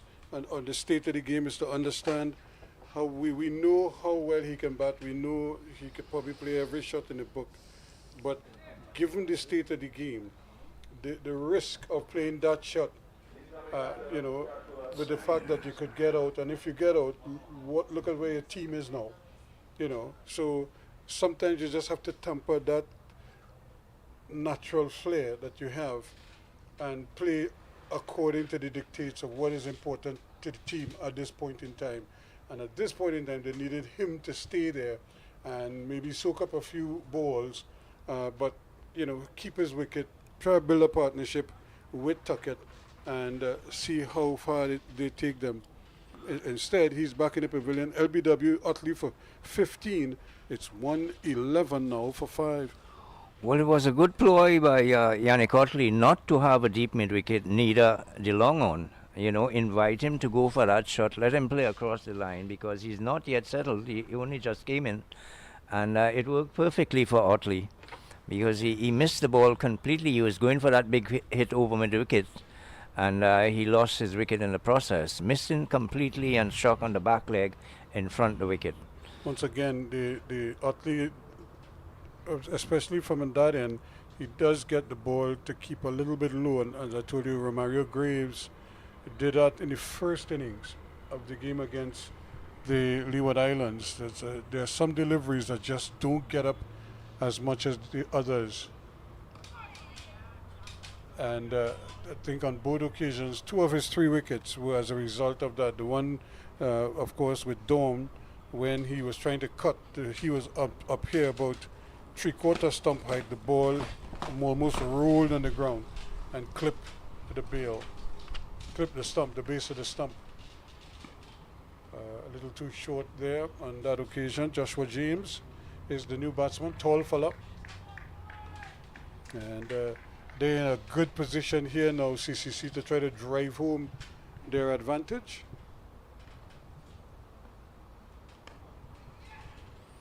And thoughts of a single, but Morata is quickly across, and they don't go. 5 overs, 3 wickets for 5 runs, Yannick Otley, and the West Indies Academy after 34 overs, 111 for 5. Yeah, this is a great spell that Yannick Otley is enjoying here. Very productive spell indeed. He's picking up 3 quick wickets in the space of 5 overs, conceding just 5 runs in the process. So he's really pulled things back nicely for the combined campuses and colleges. Joshua James, the hard-hitting Tobagonian. He's had a decent run in the last year's season, I thought, with the young West Indies or the West Indies Academy. Be looking here to get a big one as well. He hits the ball a very long way, Joshua James. But that's gorgeous. From the moment it left the bat, and it's going to go, it's rolling into the boundary. It goes. Again, didn't hit it too hard, but hit it well enough to get a boundary. So, tuck it. Well, if he's going to be over pitching like that, I think he should straighten and mid off and have him a bit deeper, Ruskin. You know, you want the batsman playing shots, but you've got to have the field placing as well. I think the mid off was just a bit too wide, and he was at normal mid off. There's no way he was going to stop that boundary. You got to cut off the runs as well. That's Shamar Brooks there. He took a brilliant catch earlier in that almost identical position. He's gone wide again. Yeah, and short as well. Look at where he's standing. Once the man drives the ball straight, it's hardly you're going to get that, stop that unless it comes straight to you. And beside that, there's a big gap between the man at square cover and mid-off. Big gap inviting the man. Now he's pulling out one of the, pulling the close in, the fourth short leg maybe, putting him into the covers. Yeah, he's gone a bit defensive there to cut off some of the runs. Not a bad move here by Shamar Brooks. 2 slip a gully. 3 men on the offside looking to cut the single.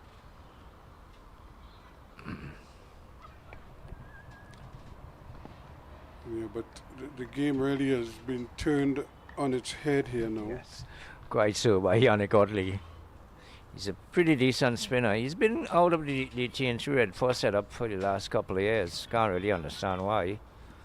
I mean, at one time the guy was the captain of the Red Force, and just suddenly you're not hearing anything about him. But he's back here now with the CCC team. Very experienced indeed. Yeah, he is, and it will be interesting to see how much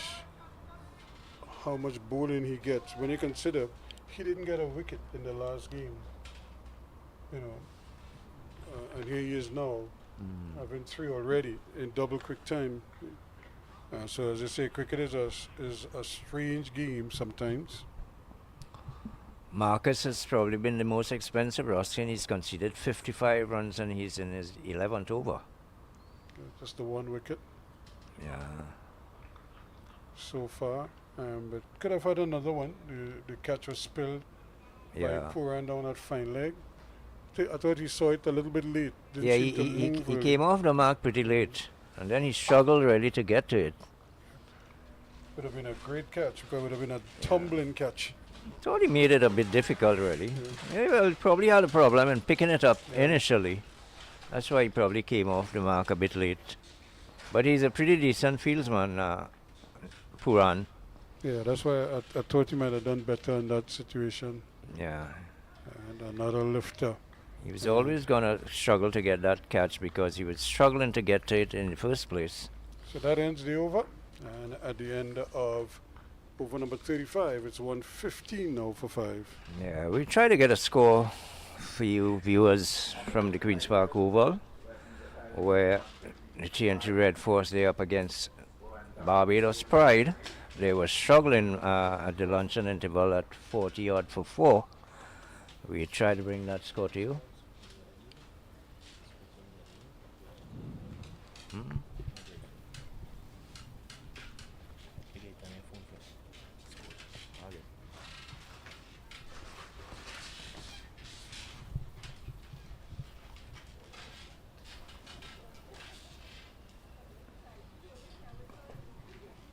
So Utley continues, and again, dropping on a pretty good line and length. Keeping everything very close. And opportunity there just to free up his arms a bit.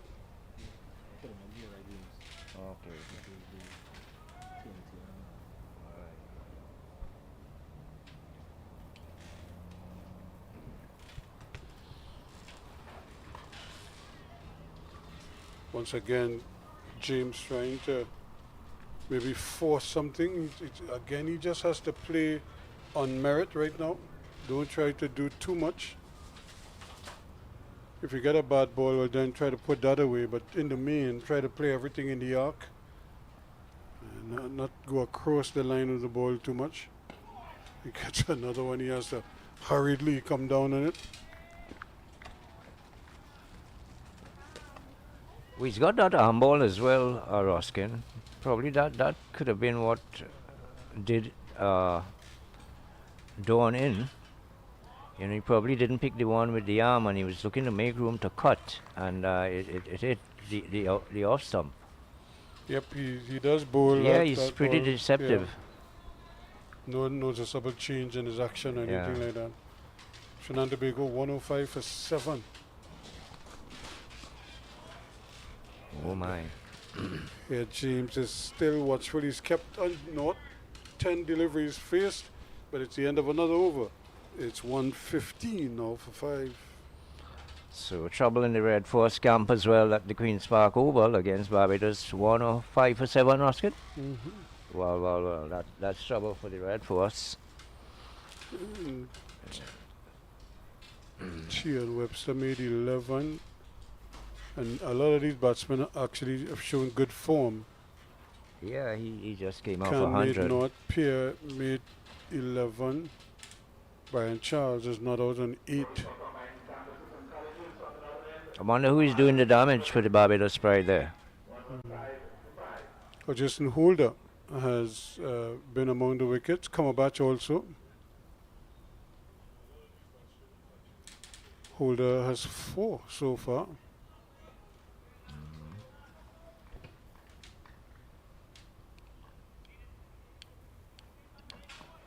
Well, it's going to be Goodrich who is returned to the attack here at the Sir Frank Worrell. Actually, correct, that Holder has 5.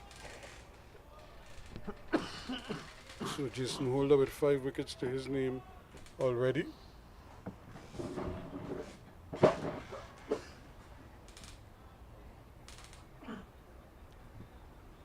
"11 overs, 2 maidens, 26 runs so far."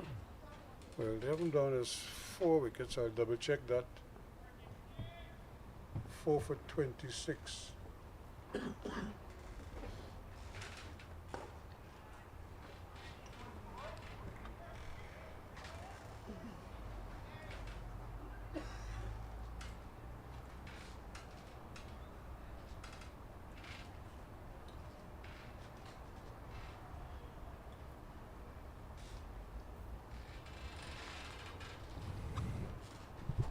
So Jason Holder doing the damage at the Queen's Park Oval for the Barbados Pride, while Yannick Otley here at UWI Spec has brought his team back in this game here.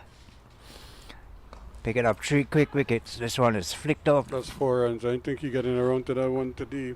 And that's well played. Placed it well. And picked up a boundary. Just straying onto the patch there. A real gift. And he accepted it quite nicely. So Carlin Tuckett. Carlin Bowen Tuckett.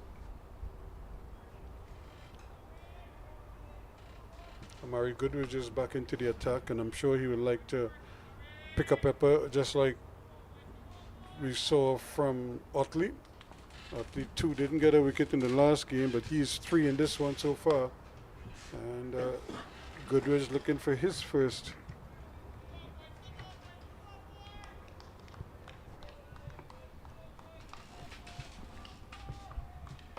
Not for 18 so far.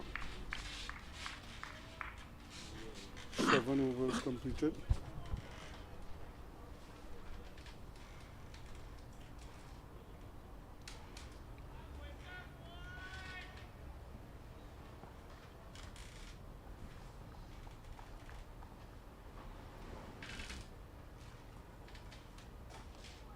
Well left.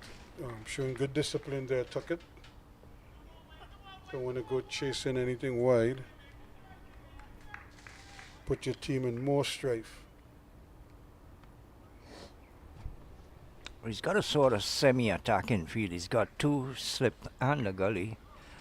Those are the men in close cutting position. Everyone else is trying to stop the single on the offside. There's a man just behind square. There's a cover and a mid-off. On the onside, there's a normal mid-on, a man at short mid-wicket, and the fine leg on the boundary.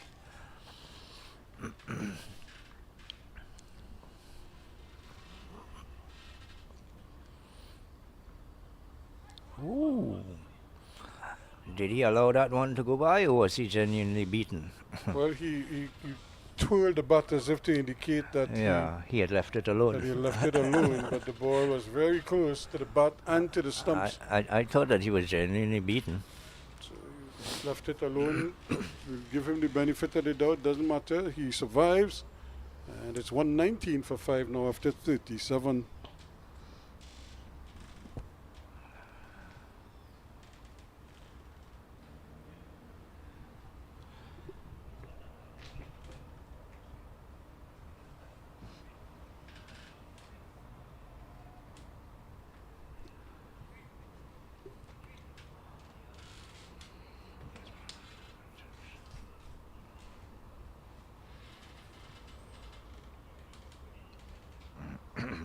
A little disappointed. I really wanted to have a look at Teddy Bishop, and I saw a bit of Joshua Dawn. I was impressed with him, and then Jordan Johnson. I thought, I wanted to see a bit of those three very young upcoming batsmen in the Caribbean Ruskin. I know.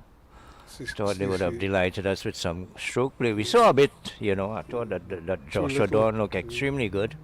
I've seen a lot of Teddy Bishop. I like his style of batting. But I didn't see a lot of Jordan Johnson. I've read about him and some of the big scores that he had in that Under-19 World Cup. I really would like to see him a little more. but he got out. He was set up actually by Yannick Otley. He went for the big hit over mid wicket and missed completely. So it is what it is. CCC might be thinking, thank goodness they didn't get off here today. Not against us anyway. And, but the good thing is that they know each other very well and they root for each other. And certainly Yannick is doing a pretty good job for CCC here. Yeah, he's a very tidy left-arm orthodox bowler. I'm sure Shamar Brooks must be very pleased. It'll allow him to maybe focus a little bit more. Maybe try a few more attacking field placings if he can. Does have a silly mid-off.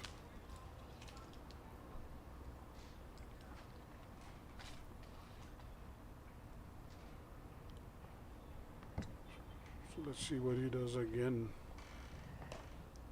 Very watchful. Again, this is kind of like the approach that you figure Johnson would have taken based on the state of the game, but his whole mindset together with Teddy Bishop was about attacking, cutting, but not getting through. Well, when he defends very good technically. He's getting right down to the pitch deliveries and getting right over the ball and smothering the spin. So he doesn't look too bad playing the defensive shots. The thing is, when the bad balls come along, you've got to be able to put them away. It's 120 now for 5 off 38.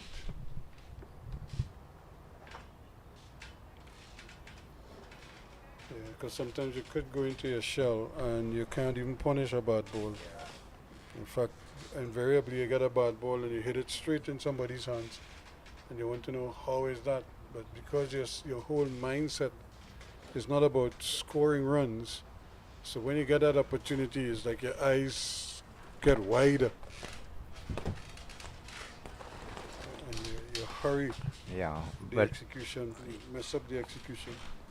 but Yannick Otley as well. He doesn't give you a lot to hit. He's pretty tight, and he's a very defensive bowler. Here's Oh another my. one playing and missing there by James.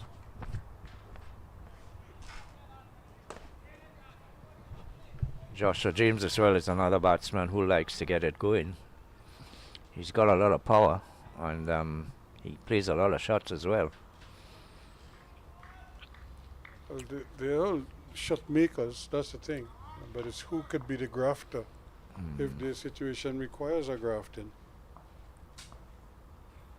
Oh my. Well, he has a younger brother as well, Joshua, Orlando James. He hits the ball with a lot of power, Ruskin, I can tell you. And he's not a big guy. He's very slim, but he really hits the ball with a lot of power. But some batsmen, it's about timing, you know. The timing is so good. And that you don't see the power in their shots. Yeah. All you know, the ball travels long distances. At the moment, I think he's captain in the Tobago under-19s in the zonal tournament, Orlando James, and they are doing pretty well. They have won their first 2 matches in the inter-zone, and for a long time they have not done that, Tobago, and they seem certain to qualify for the semi-finals in the under-19 inter-zone tournament. And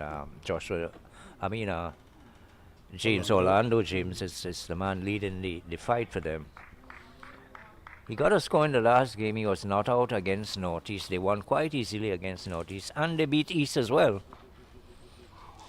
Again, playing and missing, and having a tough time finding the bat here. It's not often that you hear Tobago beating East and North and thing in the zonal age group cricket, Ruskin, but they're pretty consistent and they're playing a good brand of cricket. It was nice to see that this week gone.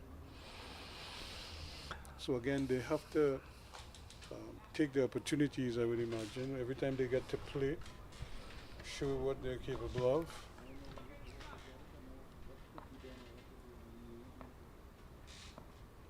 Ball them.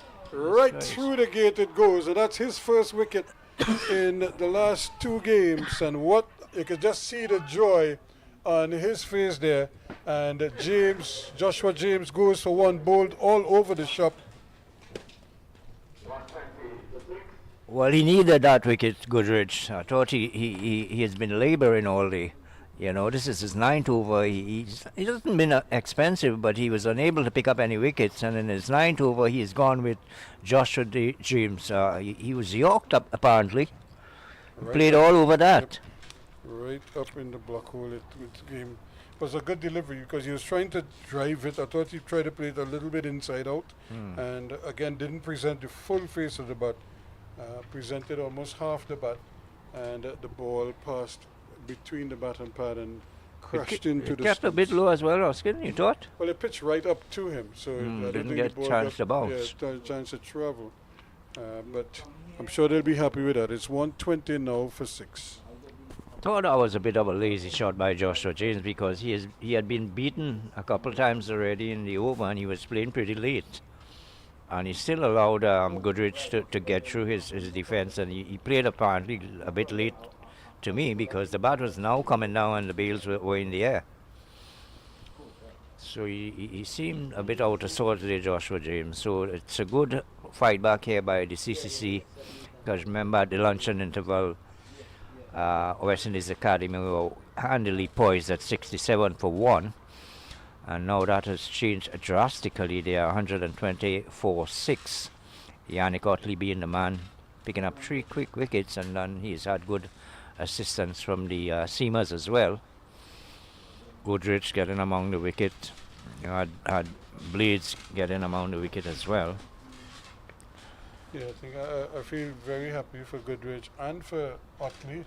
So like I said, they didn't get a wicket in either innings of the game against the Leeward Islands, and to see them come here now and be among the wickets is a good thing because they deserve more than they got in that last game.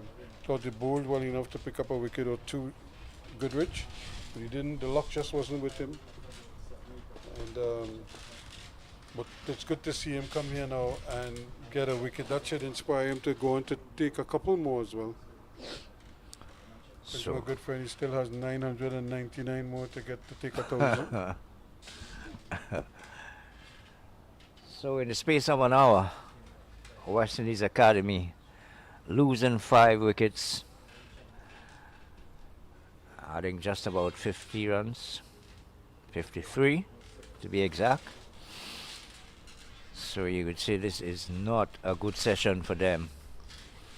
On the other hand, the combined campuses and colleges would be extremely pleased how things went since the resumption after lunch. They have really brought themselves back in the game and in a very strong position here. I feel happy for Goodrich as well because I thought that he laboured this morning. He wasn't getting it right. He was bowling a lot of wayward deliveries. He wasn't getting the line right. But to see him come back here and get this wicket would certainly give him a bit more confidence to try to go through the rest of the batting here. But the new batsman is the skipper, Naeem Young.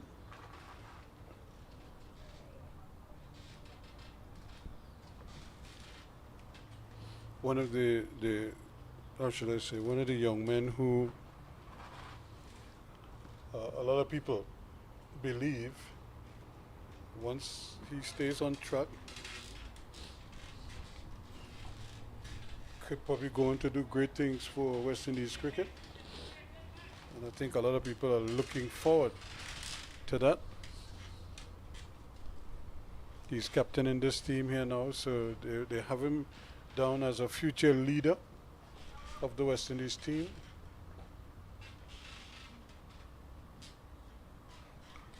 But Goodrich doesn't care too much about that. He just wants another wicket. He wants to bite that edge and see if he can pick it. It's the end of the over, 120 for 6 after 39.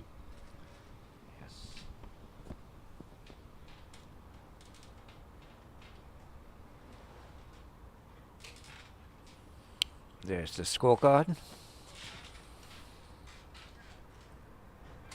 What do you think about his pace, Ruskin Naim Young? Do you think he's spacey enough?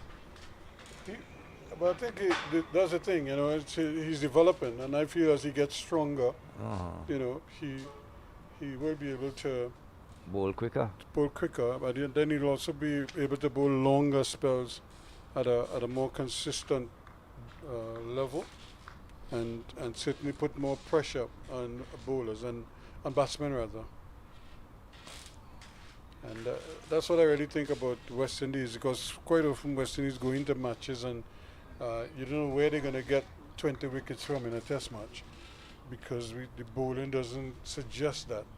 And it's a similar thing in limited overs cricket.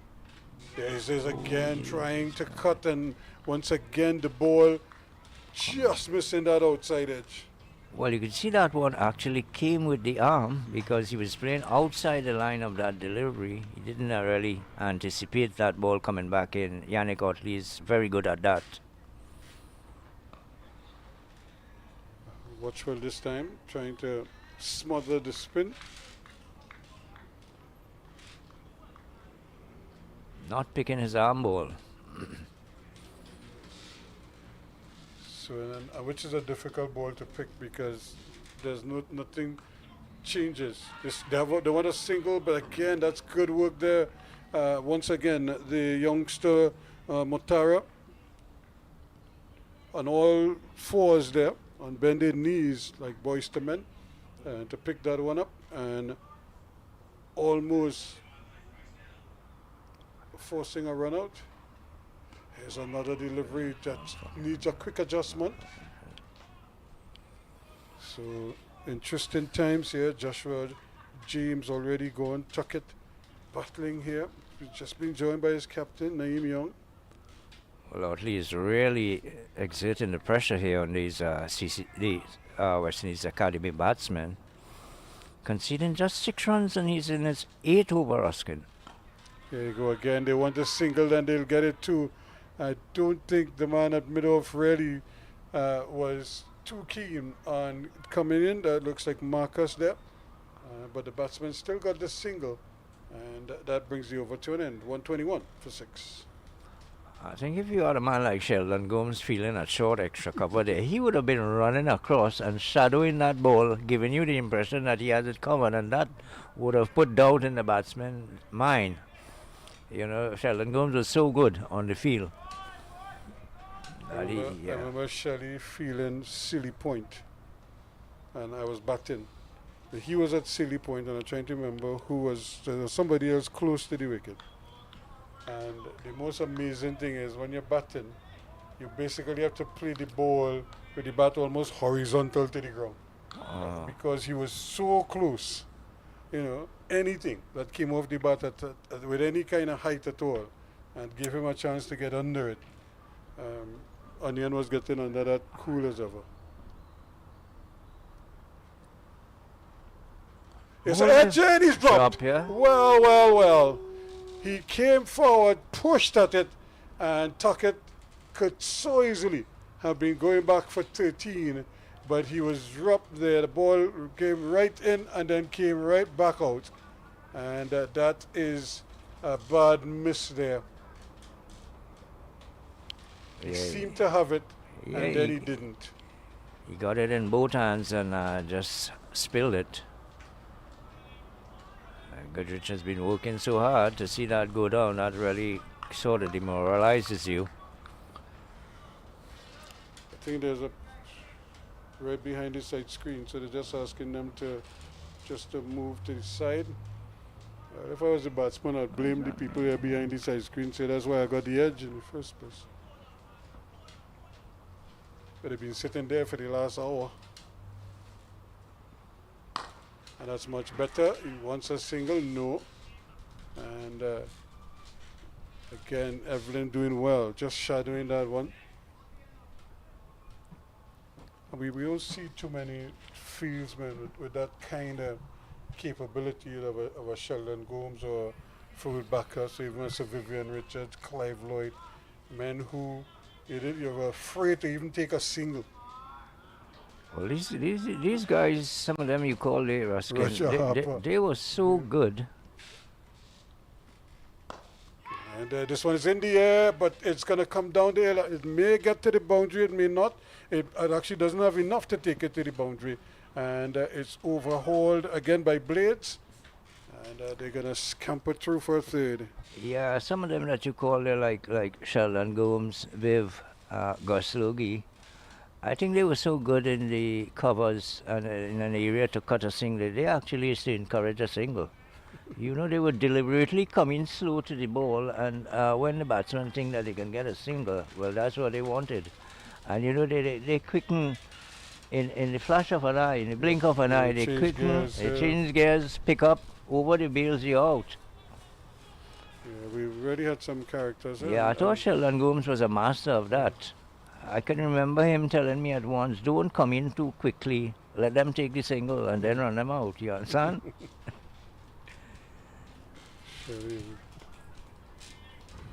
Encourage the single is what he was saying. Yeah. Encourage the single, test yourself.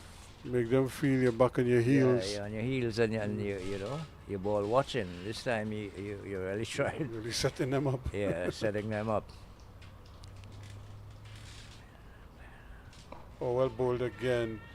He's found a sweet spot there, which is right up in the block hole. It was played well this time by Naeem Young. He has a pretty good economy rate as well. Goodrich. He's in his 10th over. He conceded just 21 runs. And that wicket On makes this, it look so much better. yeah. 1 for 21. But that should have been 2. Yeah, that could easily be That was two. an easy catch at second slip that was put down.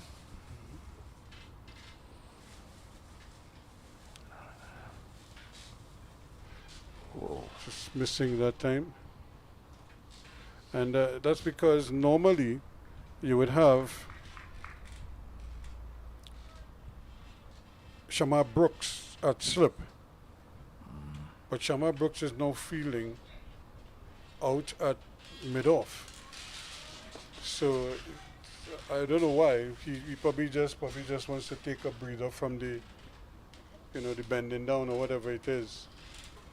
So he's come out into the outfield just to kind of run around a little bit. Crazy fella in this hot sun.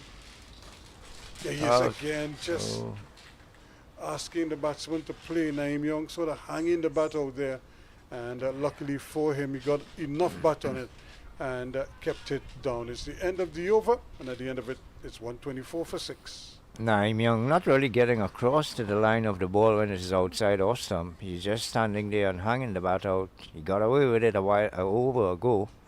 And again in this final delivery in this over, we see him just hanging the bat outside off stump. So not good technique there by Naeem Young. But he's not really known for his batting.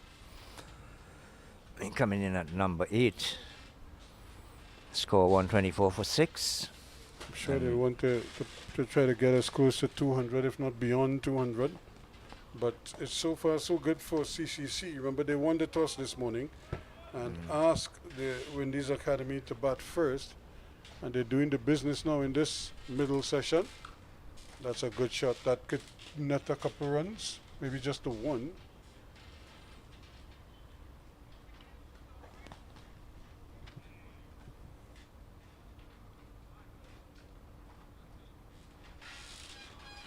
I'm sure that they're probably thinking as well to try to get the wrist spinner in as well, Ruskin, seeing that Yannick Otley has put the brakes on the West Indies Academy. We haven't seen the wrist spinner. Well, Morata, is it? Morata is his Morata, name? and Yeah. the thing about it is that they didn't bowl him early in the last game. Is actually he was the 8th bowler used. Okay. So they kind of keep him back, and maybe that's a plan by Brooks. Oh my Just goodness. to see how the other bowlers kind of stack up. Remember, Morata is just 17 years old, so he's a very young bowler. So he probably didn't want to expose him too much. But to me, every time he bowls, you see the quality in his bowl. He doesn't spin the ball much, but he does have he's fairly tidy for a leg spinner. And he has the ability to take wickets as well.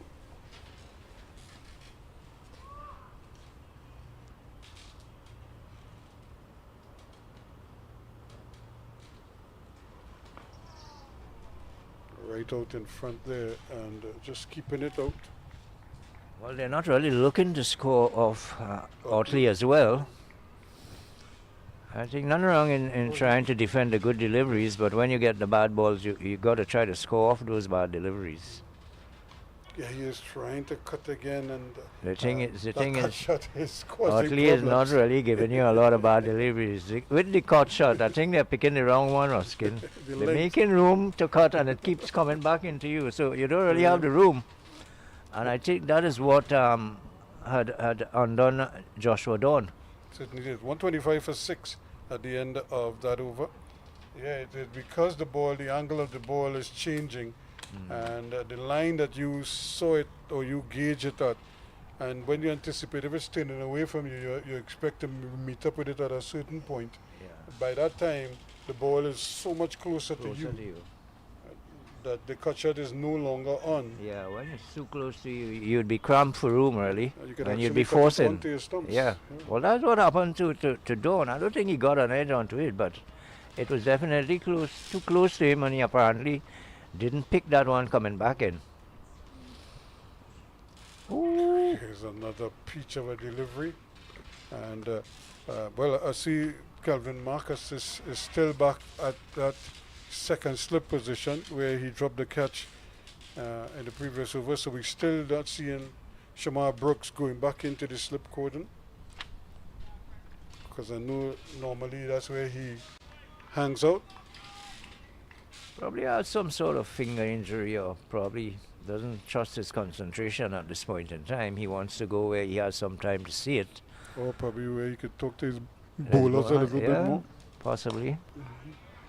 But you know, there's a saying, Ruskin, you put your worst fieldsmen at mid-off and mid-on. Is that where our good friend Ganesh used to play? Well, it's either there or fine leg. The safest single in the world is at fine leg.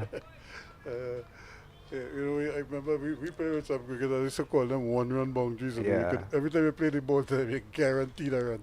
You know. Well, Ganesh was a regular mid-on.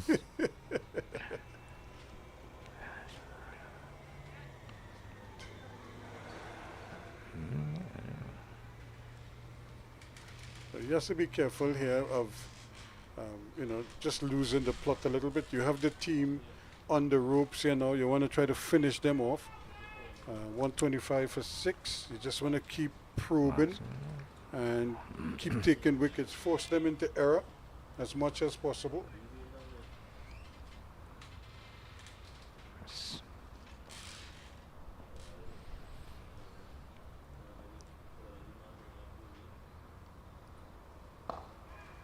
Well bowled again. Shamar Brooks doing well, coming across.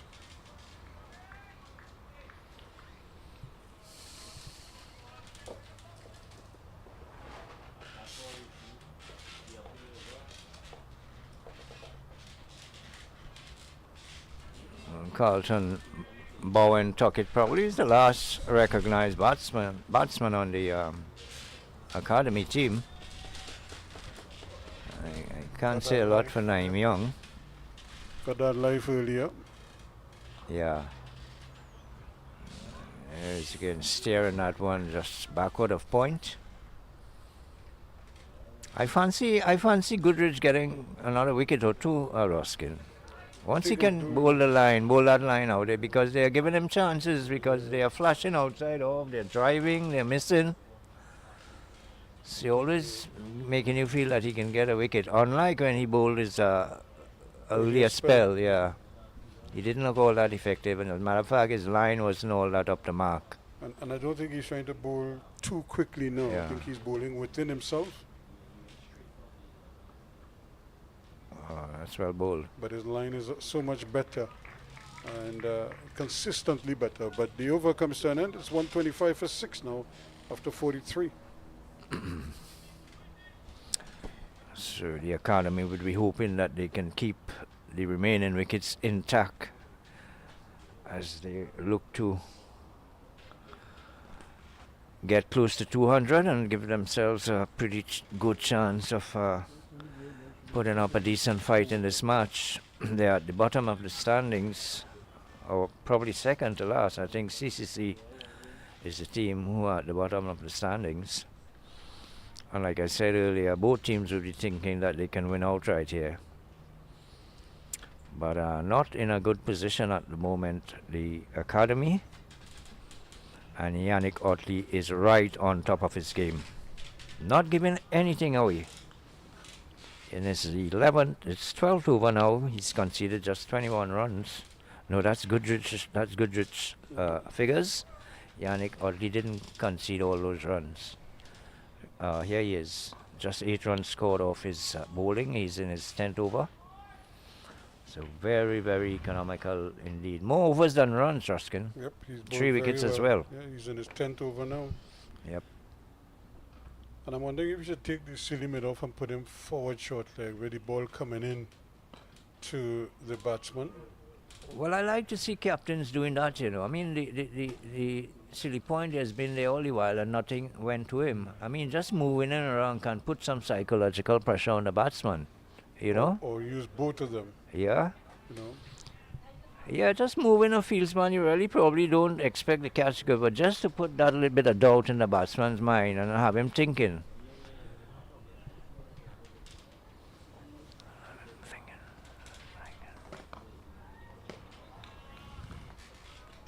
Otley is very consistent. His line has been immaculate. And in fact, in the last game, I thought he bowled too short at times. Oh. In between the good deliveries, he bowled too many short balls. But today he's tidied that up significantly, and look, he's fielding very well to his own bowling. And almost hit the batsman, Naeem, when he returned it to the wicketkeeper. So that completes another over, 125 for 6, another maiden. Well, we are talking about moving the man at silly point and putting him at forward short leg. I think the bowler as well, Ruskin, he's been bowling around the wicket for all the overs that he's bowled so far. If you can just switch to over the wicket and come at a different angle, you know, put a little doubt in the batsman's mind, have him thinking. He doesn't have to stay there long, but just to go over, to come from another angle, you know, something might happen. Because you could make the batsman feel you're doing something differently. And when in reality it's the same ball, you're just changing the angle of the ball. Or if you had the guile of a Rafiq Jumadeen where all 6 deliveries look like 6 different deliveries because the launch point is different. Here is Blades now, who's back. And they want a quick single, they're going to have to hurry, and again, Pura not able to cut it off. Well, some of the more experienced and better spinners, they, even though they don't change sides, whether it's over or around the wicket, they have the ability to bowl close to the stump and go wide of the stump as well, you know, different angles, but you're still over the wicket or around. Yeah, but that's, you know, but that's something you practice. You practice. Use the crease, the crease, bowl near to the stump, bowl wide of the stump. Bowl in the middle. Yeah. You know, or, you know. I can recall Ganesh Mahabir, the former Trinidad and Tobago leg spinner. He used to be bowling right arm over the wicket, and he used to end up on the onside of the stump. He ended up at mid-wicket. He used to actually run close to the stump and plant his front foot across the stump. So he's coming like from around the wicket actually. He got into trouble with that at one time. An umpire wanted to call him no ball. Because that's well played. That's going to be a couple of runs. Yeah, it'll be 2. Yeah, Ganesh was telling the umpire, I'm coming right arm over. And when he delivered, he was going right across the umpire, and the umpire had to tell him, listen, I can't see when you deliver the ball, you know, if the man gets out and I can't give him out. And I wanted to stop Ganesh Mahabir from bowling at that point where he was delivering. And he was making the comment and telling the umpires, look, John and Marie does bowl around the wicket from over the wicket.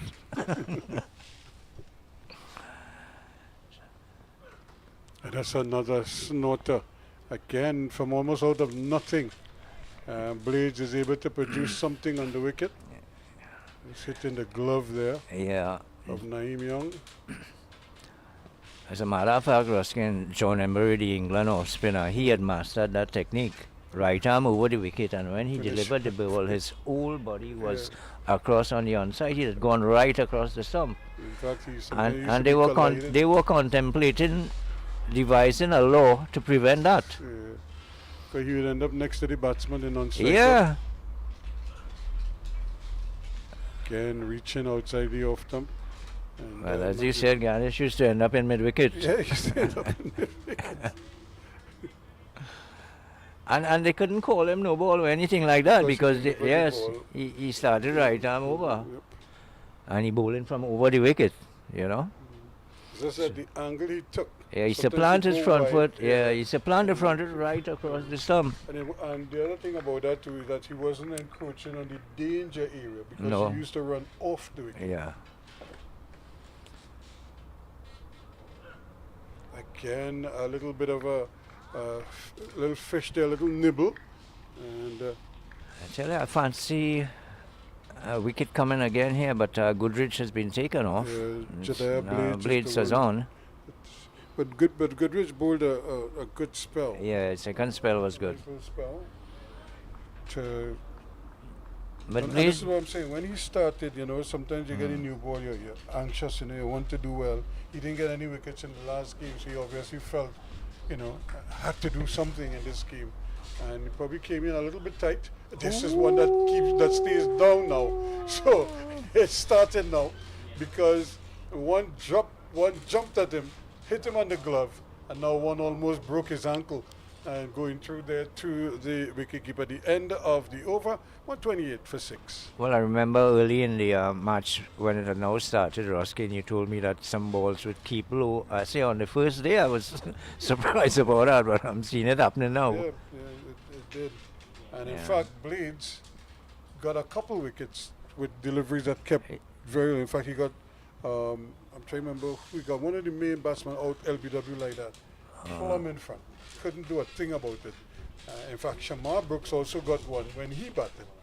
And he came across the stump straight and like that.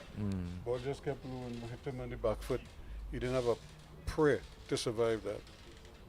A little surprised though that there's not a blade of grass on the surface, on the pitch, It's very dry. I think it's just a little bit of grass. It doesn't have to be all that alive, but just to hold it together and to prevent those balls from keeping those low deliveries.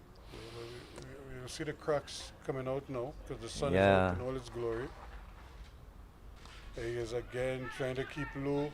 Oh, They're good going for the feeling. single. Yes, if you just hit it, Oh, my he might have been out. But again, good fielding there by Maratta. He's probably not the quickest across the turf, but he did well there to get his body in position. And from on his knees, he had the return. Didn't miss by much.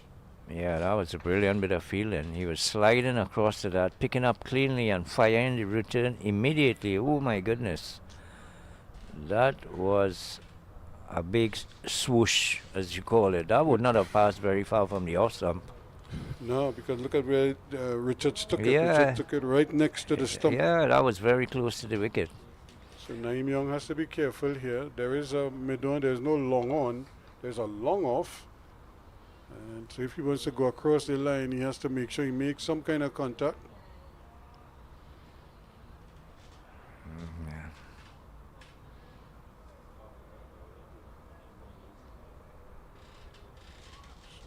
Naeem Young.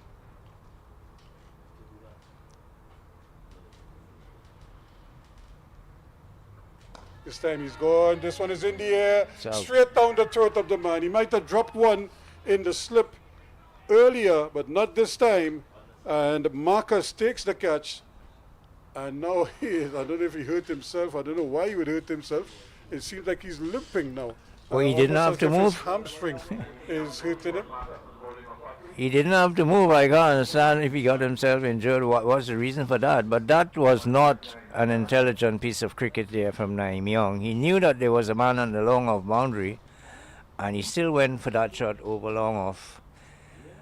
He just held out to the man at long off. So that's fall of wicket number 7, and the score is 129. So Marcus, rather Young caught Utley for 2 of the bowling of Utley. So Utley now has his 4th wicket in this innings, and so he certainly had a better fortune than he did in the last match. Much better fortunes this time around. And this is the other Jordan. This is opportunity here, or rather Joshua Bishop to come now. This is Joshua Bishop coming to the crease.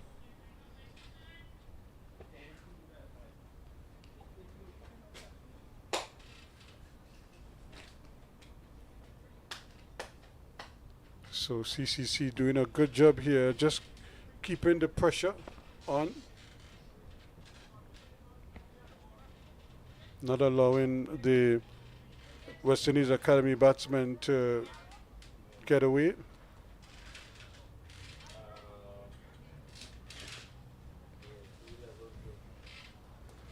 So Joshua Bishop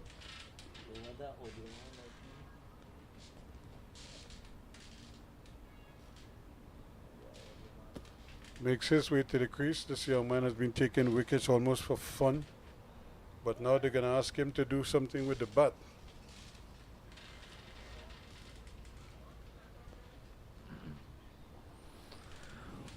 Otley, 4 for 9. Really put the brakes on the West Indies Academy.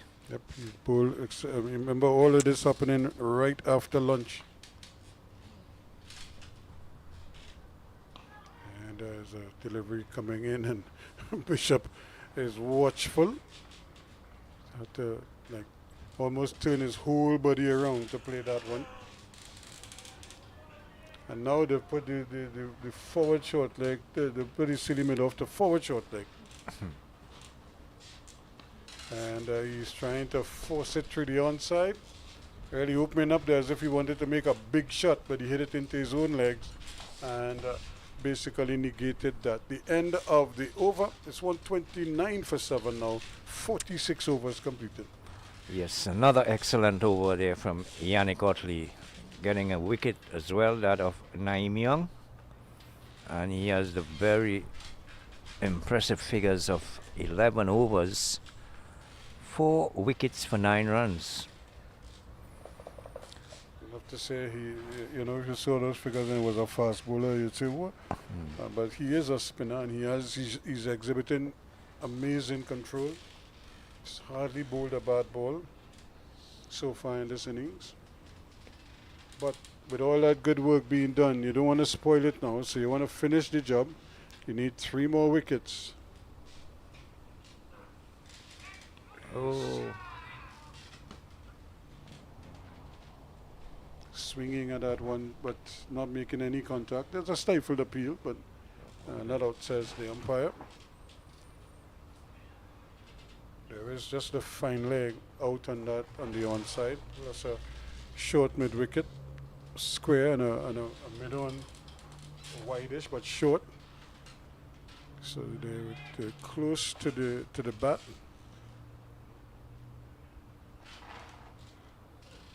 This time he's hitting it. He's going to get a single. Goodrich is down there.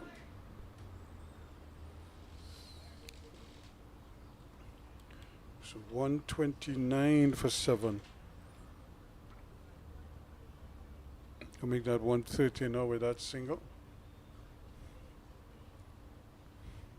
well, it'll be Joshua Bishop facing the Pacers for the first time. He had a couple deliveries. He's faced off Yannick Otley.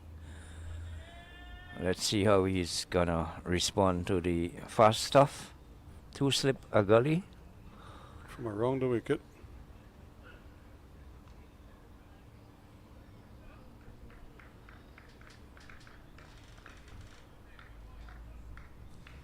Bishop is yet to score. Faced just at 3 deliveries.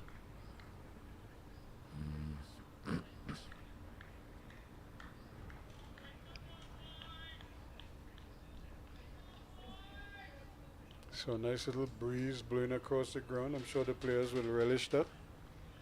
cloud, a little bit of cloud cover now. The sun is behind the cloud, so a little bit of cool on the ground. Still too wide, probably trying too hard here.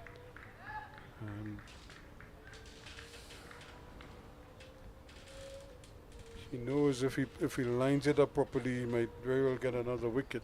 He's trying exceedingly hard to do that. Yeah, he seems to be putting a lot of effort into his deliveries.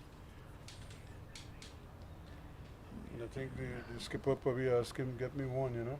So he probably feels he has to run in and bowl fast. What do you think what the captain is asking him to do is just run in, line it up, and see if you can get a wicket too far outside the off stump again. That's 3 in a row now. It's a heavy-set guy, really, Jediah Blades. He doesn't run up to the wicket with a smooth, rhythmic run-up.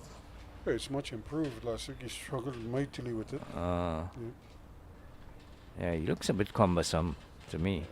The idea is that he has put in the work. Yeah, he's a big guy. He's not really tall, but he's very big. If you look at him, he's got some huge legs and shoulders.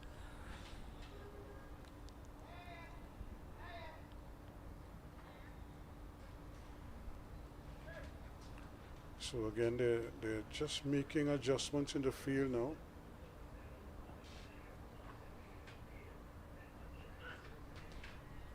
Just playing inside that line a little bit. I'll give the batsman the benefit of the doubt as the over comes to an end.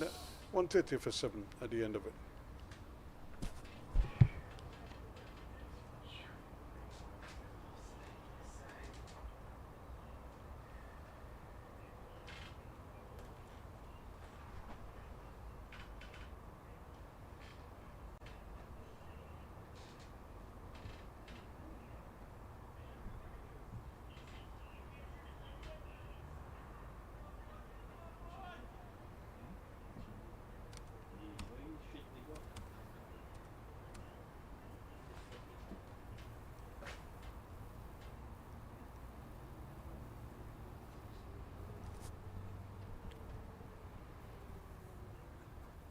Yeah, again, a little bit of room, and they're going for one. They may consider a second, but that would have been suicidal.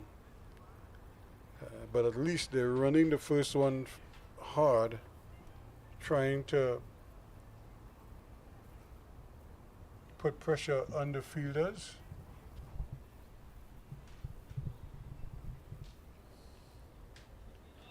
Trinidad and Tobago 116 for 8. Not getting any better, Raja. Good. Trying to play a real nothing shot there. He wasn't cutting, he wasn't driving. He was just trying to back away, and the ball just came back at him. And he just kind of put the bat there. Luckily, he didn't get a touch. Yeah, that ball was too close to off stump for him to be backing away and looking to attempt the cut shot. So they'll try again. And you could just see the determination in that defensive front. Everything out in front. The whole body weight going in towards the ball.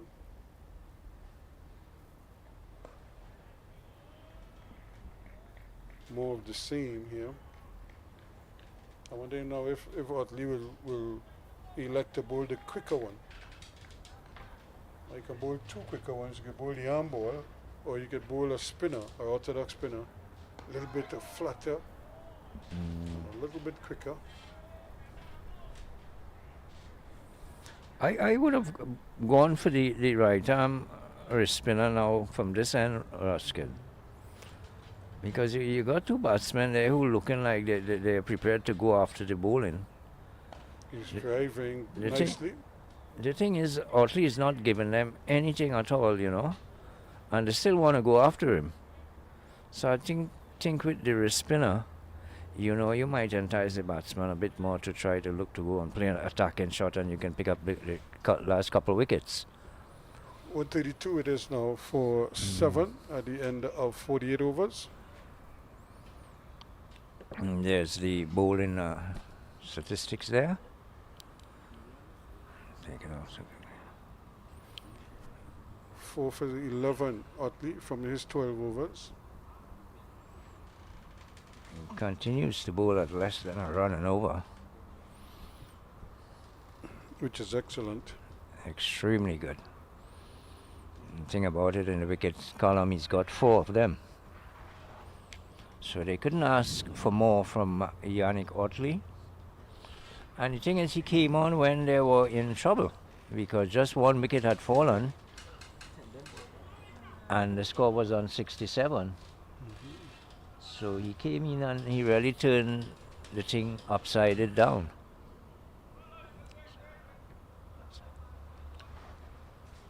So Blades trying to see if he can add more misery to this West Indies Academy batting lineup. The card doesn't read a good picture. 132 for 7 it is.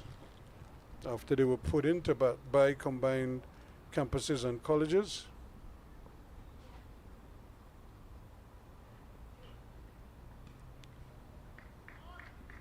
Just letting him off the hook here a little bit. He doesn't have to play too much.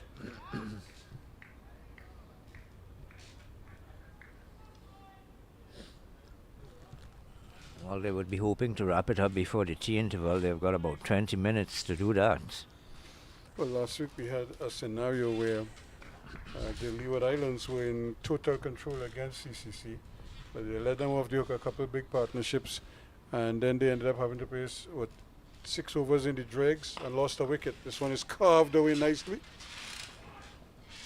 We'll get a couple. Yeah, so they end up having to face maybe 8 or 9 overs. I think it was in the dark. Well, it wasn't in the dark, but it was late in the day. And they lost a wicket. And then they came back the next day. And I've always said that's the best scenario for a fast bowler. You get a new ball, you bowl your 4 or 5 overs, depending on how many overs are available. And then you get a good night's rest. And then you come back the next day to try and do it all over again.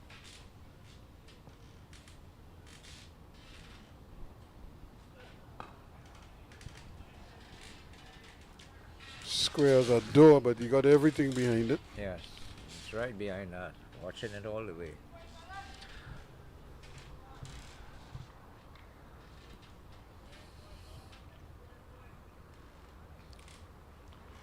So again, a bit of a quiet period here, but a very interesting period, no doubt. Very crucial to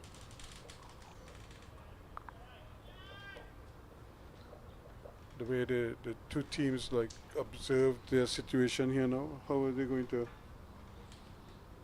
push on?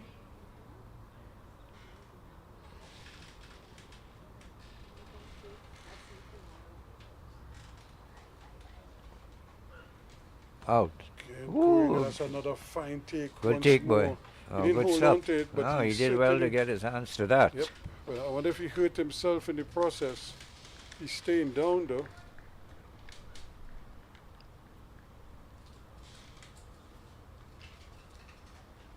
Cramping up because you could see that leg up in the air, so he's probably just getting a little bit Yeah. of cramp.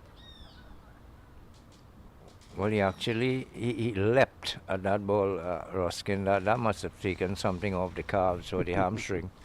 It's leaping away to his left. And he must be saying, boy, oh boy, in the last game he was a concussion. He was substituted because of a concussion. Ah, And here he is now making a tumbling stop and coming up with some cramp. yeah, he probably looks like cramp to me. Yeah, it looks like cramp. I don't think it's a Yeah, muscle that injury. happens when you try to leap the calf muscle is the one that really is brought in into play there.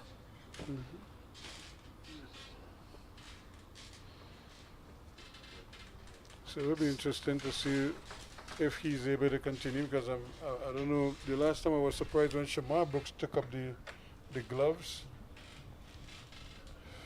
Because I was thinking more along the lines of maybe Puran. He's clutching his hamstring there.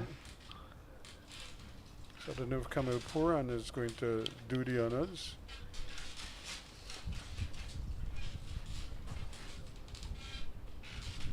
I don't know if Shamar Brooks wants to go back behind the stumps. It was not happy hunting ground for him. The wicket was a tough wicket to keep wicket on.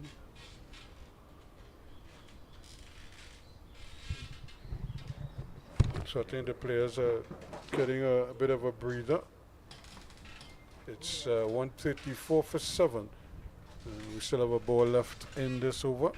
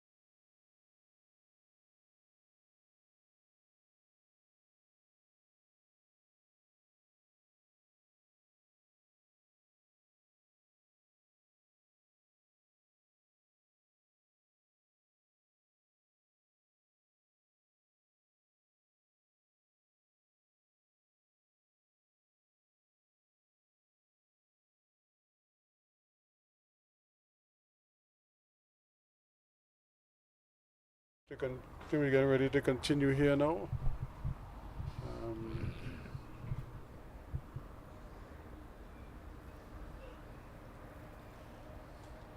Johnson seems to be, Richards rather, seems to be okay. But might still be a little bit ginger on that hamstring. Got cramp in his muscle, his leg muscle, but he seems to be okay. He's just trying to run it out. The over comes to an end. 134 for 7, 49 overs completed already.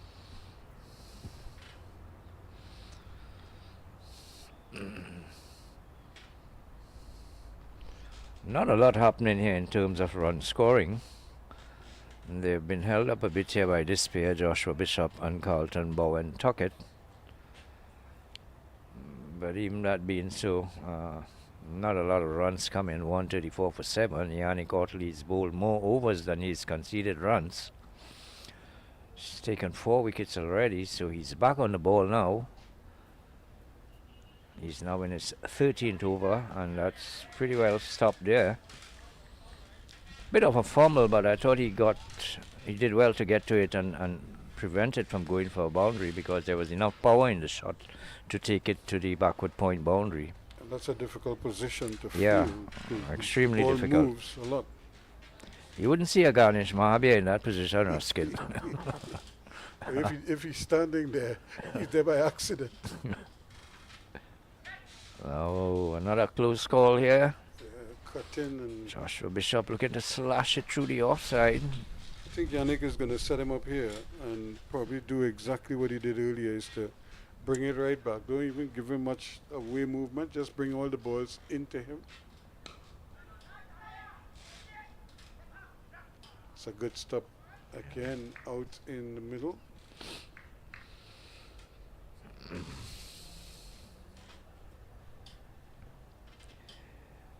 Sadiq Henry, who batted well.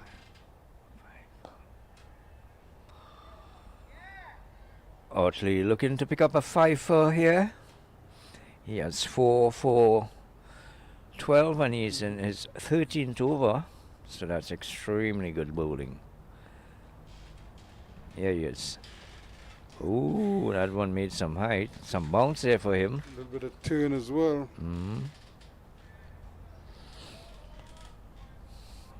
So I think now he's probably going to try and line up the arm ball here now. I don't know if it'll be a quicker one. Well, I'm seeing Murata swinging his arms, Roskin.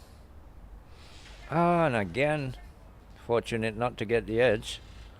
I don't know if that's an indication that he's going to be coming on, but I thought he should have been on a couple overs before. Yep. And he could, although I suppose he likes to bowl from the bottom end, but he's going to bowl from the top end on this occasion. So young Maratha gets his chance now.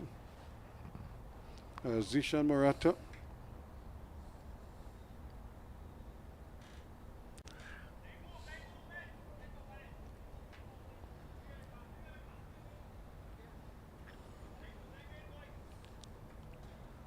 So you get a chance to take a look at the young man. We're in the number 4. On his back. Well, actually, I haven't seen him bowl previously. I don't know what he has up his sleeve, but I'd like to see how he pitches. You're always excited when you see a wrist spinner come on the ball, Ruskin. I'm not sure if I'm bowling from the southern end, but I Yeah. don't think they could remove Utley from that No, end. you can't move because he's Utley from bowling so there. well. So he's going to have to settle for this end. Well, if he bowls the googly as well, it can be a little more useful for him coming from this end, the top end. He's bowling with the wind.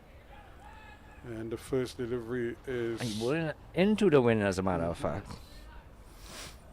That's not a bad first delivery.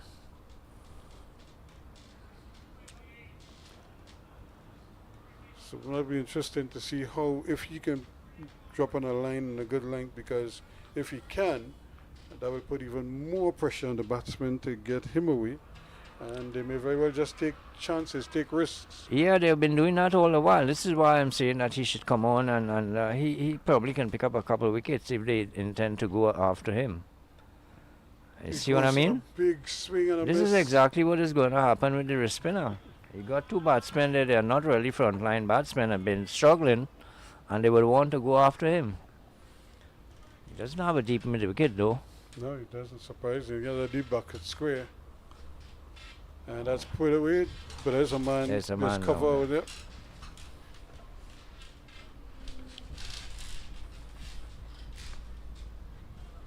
Once he can bowl a steady line and a pretty good length, I think that he's going to be in business here.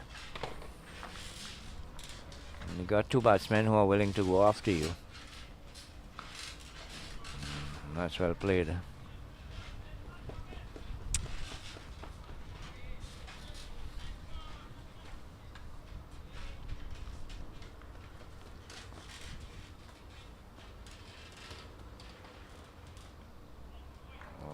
A bit of bounce and turn there, but Too wide.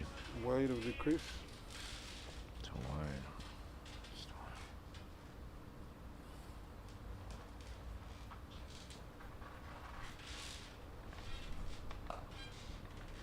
It's also easy for them. So that first over comes to an end, and 2 runs from it. 137 now for 7. So we have seen the first over of wrist spin from Motara. Didn't see the ball turn quite a lot there, but it's just his first over, looking just to get on a length and line. Probably would exploit whether he wants to impart more spin on it and bowl his other variations, but you expect that his first over he would just try to keep it tight and not go for too many runs. But here's the main destroyer, Yannick Otley. Which is sensible, which is a sensible approach. Yeah, of course.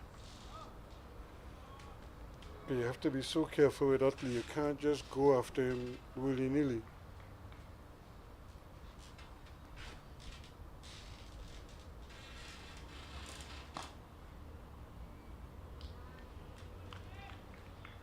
Bowling well, feeling well to his own bowling.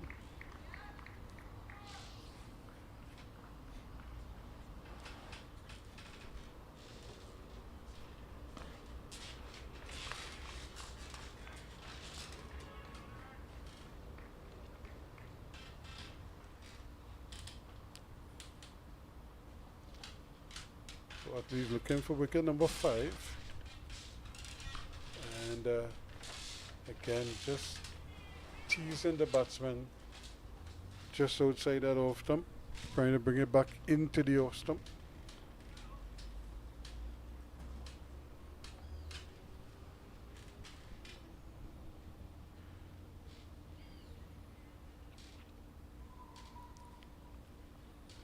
Still the opportunity now. So they brought in the man at short extra cover now.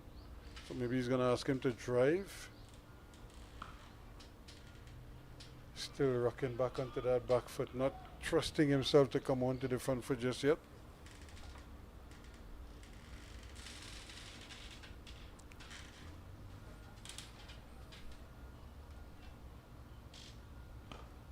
Right up he goes to him.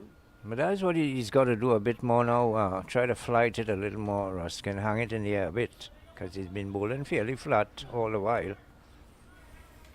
4 for 13 from 14. Blades 1 for 34. Amari Goodridge 1 for 21. Joshua 36-27. It was to Worrell.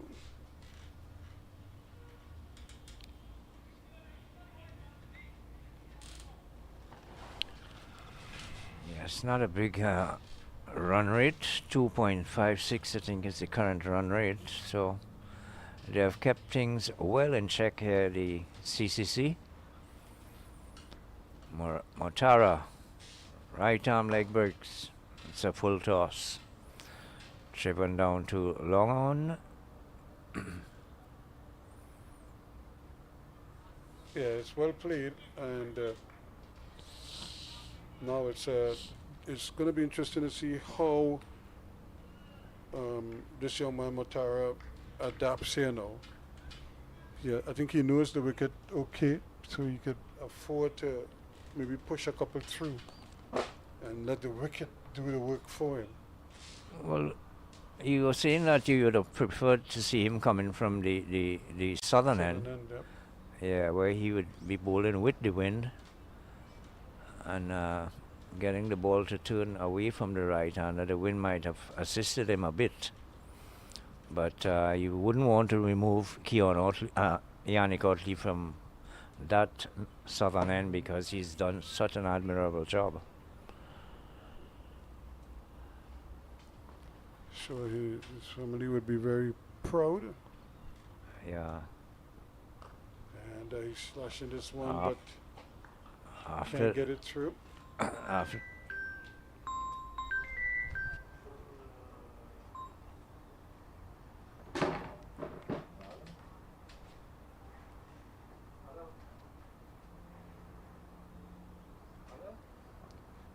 Another delivery that is touching down just outside that off stump. That's in that teasing zone there.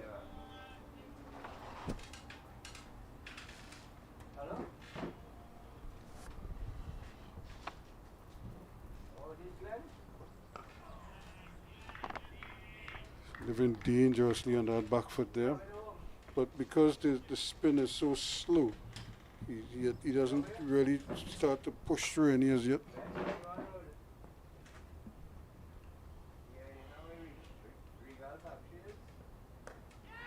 And this one is just over the head of the man at cover, down to the boundary for 4 runs.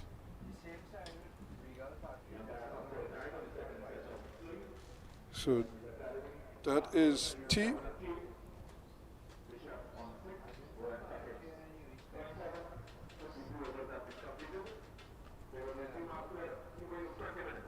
So 144 for 7 at T with Tuckett on 27. Tuckett rather is at 24 and Bishop is on 10.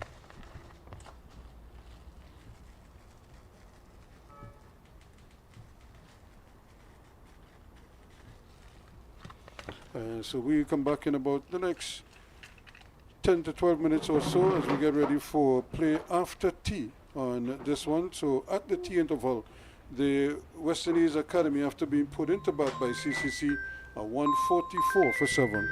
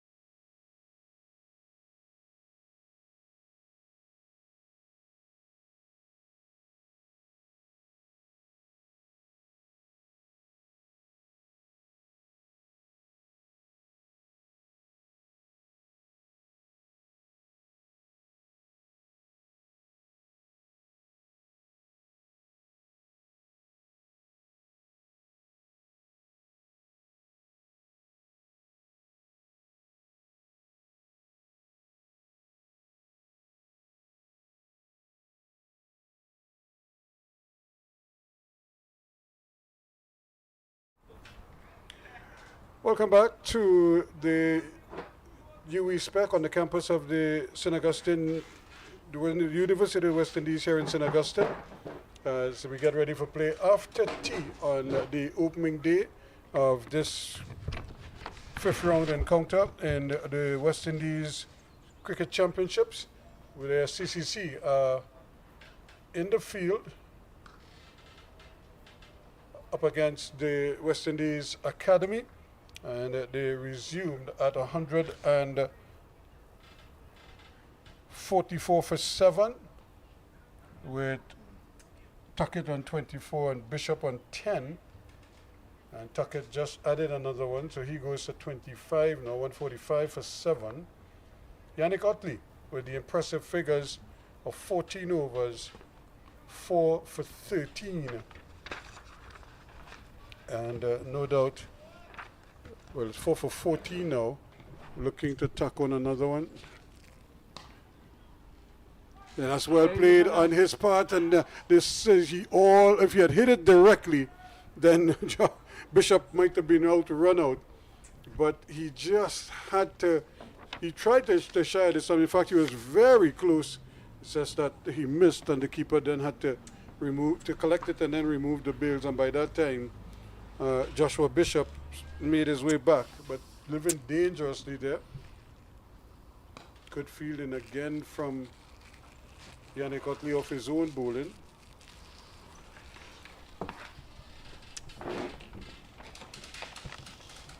So another single. They haven't really been able to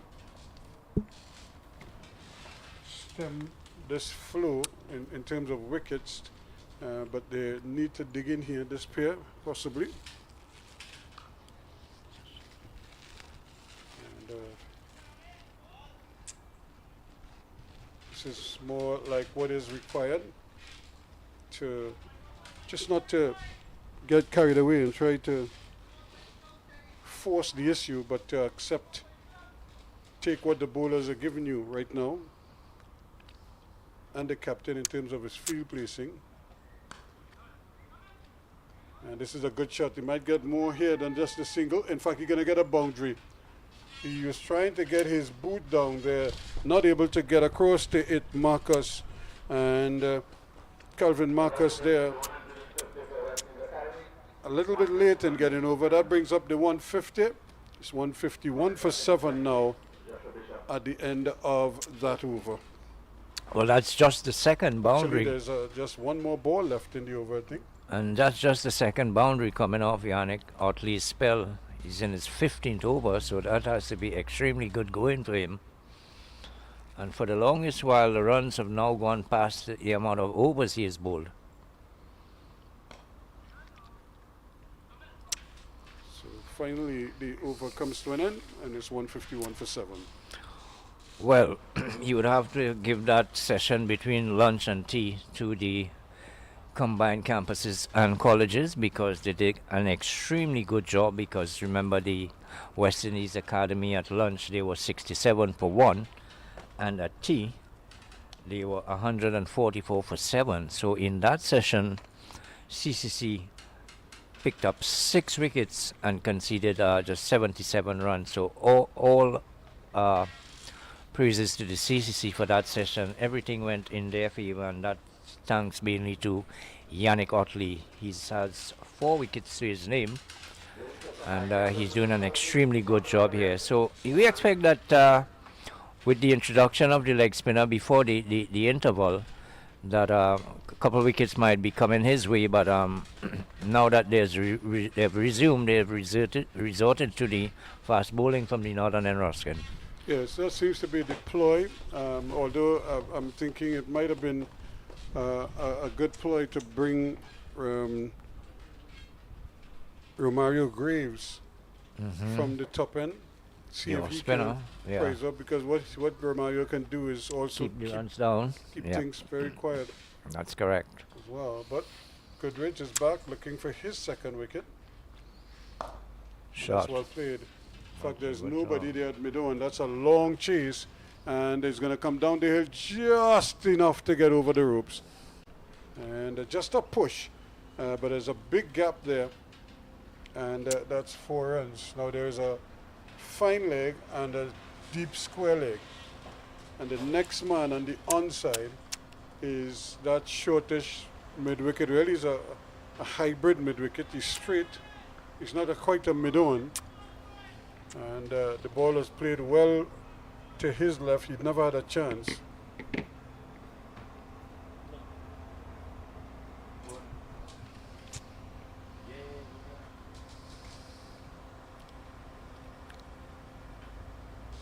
And here he is again trying that hook shot, but he's really not in position to execute that shot.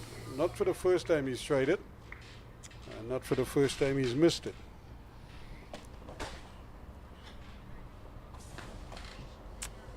I'm a little surprised that they took off the leg spinner. I mean, they also had the other option as well, Roskin. You were thinking that the leg spinner should have come from the southern end and bowl with the wind. I have no problem with that, but if you had a bowler like Yannick, who's bowling as well as he has been bowling, you could have brought him from the top end as well.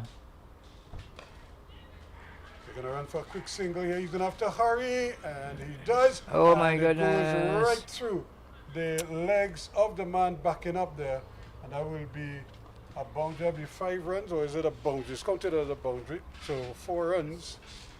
They were attempting that quick single there, and not much that Blades could have done. He tried to get behind it. He was really hustling, trying to get over, and tumbled over in the process. Yeah, he looked Actually, very it cumbersome would be 5 there. runs because they would have completed one. Yeah, it's plus 5. the overthrow boundary. But Blades made a meal of that, really. He never got down into the. Well, he was. Never got the barricade down. Yeah, I thought he was a bit cumbersome in getting around there. That should have been a normal long barrier bit of field in there, Ruskin. Yeah, I was mentioning that even you didn't want to take Yannick off the attack from the southern end. You could have brought him at the northern end and let the leg spinner bowl from the other end. But as it is, he has only bowled 2 overs, Murata. Yep. 2 overs he bowled. I would have liked to see him bowl a little more to these right-handers. They're not really frontline batsmen. And they went after him a couple deliveries, missed, and he's been taken off. I think they probably missed a thing there.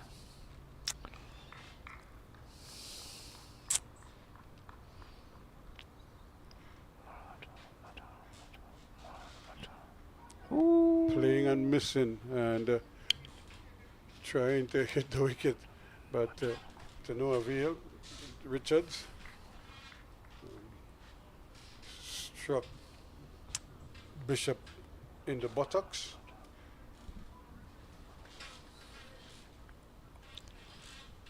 So what a day we've had so far, with again the academy being asked to bat first, and they lost the wicket of Alain for 5, LBW to Blades 25 for 1. They went to lunch at 67 for 1, and since that time things have really turned dramatically in CCC's favor, and again another attempt at a big cut shot, and Bishop have nothing to show for it, and it goes through to the keeper. 160 for 7 after 55. Yeah, the CCC have got to be careful here, because the score has now gone up to 160, and if this pair should stay around for a while, it can take them close to 200, and anything over 200 can be challenging for the CCC team, because they have not had the best of seasons with the bat. As a matter of fact, they're lying at the bottom of the table in the standings, so they would really want to make use of this position they have been in since after the luncheon interval. But they have now been held up here by this pair, and they would need to get a wicket or 2 here to really close it off. But here is Yannick Otley again. He's been the pick of the bowlers so far. 4 for 20 of his 15 overs. And I think the batsmen are more inclined to want to play him off the back foot. So if I was him, I'd really bowl that quicker delivery a little more frequently, just to see if I can't get them rocking back on that back foot Yeah. a little bit more because they seem more inclined to do that. Well, to be fair to him, he's tried it quite a lot, and they did that. They were making room to play that cut shot, and they missed on quite a few occasions. So they had a bit of luck going with them as well. It's because it's, I mean, you know, Bishop is going to play the big shot. He's not afraid. I mean, this is not really a small ground. This is probably the average size cricket ground, and if they are going after the leg spinner, there's always the possibility of them miscuing or holding out to the men in the deep. Out, no? Powerful shot on the bounce. Good fielding again to his own bowling by Utley. It's been really impressive here. He's in his 16th over now, 4 for 20 so far. Like I was saying, I would have taken him off the ball now, Ruskin, bring the leg spinner at his end, and if needs be, you can bring him back at the northern end. It makes sense. I'm just wondering what the thinking is. Yeah. Because, I think they're more inclined to want to use the seam bowlers from the top end and ask the spinners to tie up the bottom end for a while. And if that is the case, well, then you could. Because I think he wants to give Yannick every opportunity to get a fifer. But you want to also keep your eye on the scoring. Although Yannick isn't leaking runs. Yeah. Well, he got his 4th wicket a while ago, you know, Ruskin. That's been quite a while now. Like I said, I would have gone for the leg spinner coming on the southern end, and if you want, you can always bring back Otley at the top end. And as you said, you have the off spinner as well, Greaves.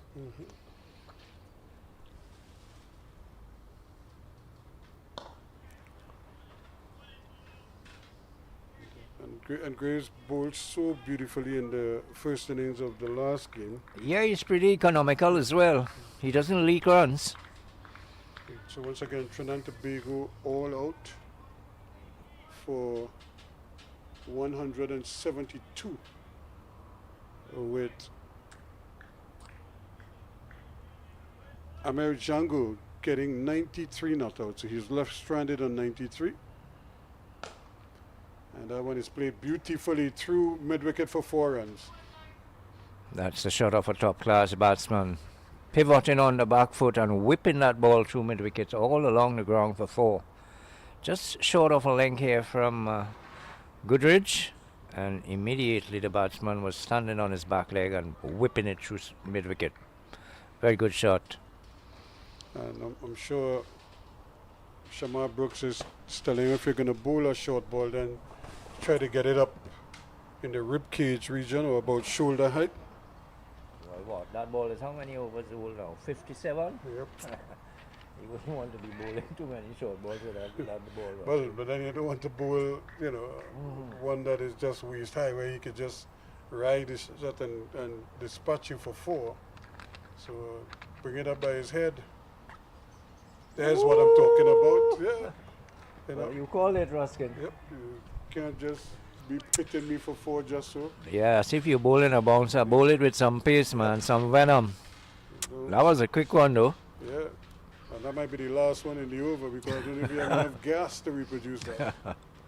So try to bowl one right up in the block. He's a big, strong lad, man. He should be bowling 3 or 4 short pitch deliveries and over. Hey, listen, short pitch bowling takes a lot out of you. You know. Yeah. Takes an awful lot, and it's been hot, and he's been going for a while. So I'd really be, takes a lot. I'd be surprised if they would continue with Yannick, to be honest. I mean, I give him credit for how well he's bowled so far. But you need to do something different there now. Yeah, but you have to try to, you know, get the wickets. That's what you want. You want to get these 3 wickets as early and as quickly as possible, because you don't want to end up in a situation where, like we saw last week on more than one occasion, where the other team has to face under 10 overs late in the day.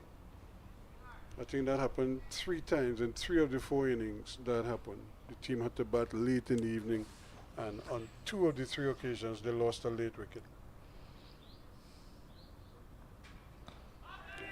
But seemed to be some bat on that. We'd have to wait. We'd have to wait on the umpire. Yeah, it runs.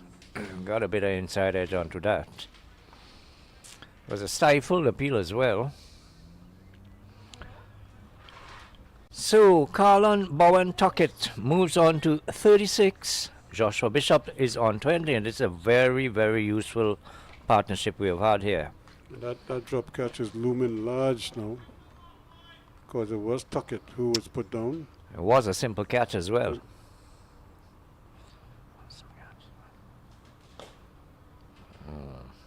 A little bit of a false shot there. They lost the bottom hand. He finished the shot with one hand on the bat. Yeah, he lost his shape there. But he survives. 166 for 7 now. 57 overs gone. So you have heard it there from Ruskin Mark, the news at the Queen's Park Oval between Red Force and Barbados Pride. Red Force had been shut out for how many, Ruskin? 173. 173. Amir Django coming to the 172 rescue. 172 actually. Amir Django wasn't on the squad, but he came in for the injured Jid Gully. He was left stranded on 93. So that would have been a good knock, really. And he really has pulled Trinidad and Tobago out of some really embarrassing situation. The second top score was Anderson Phillips with 35.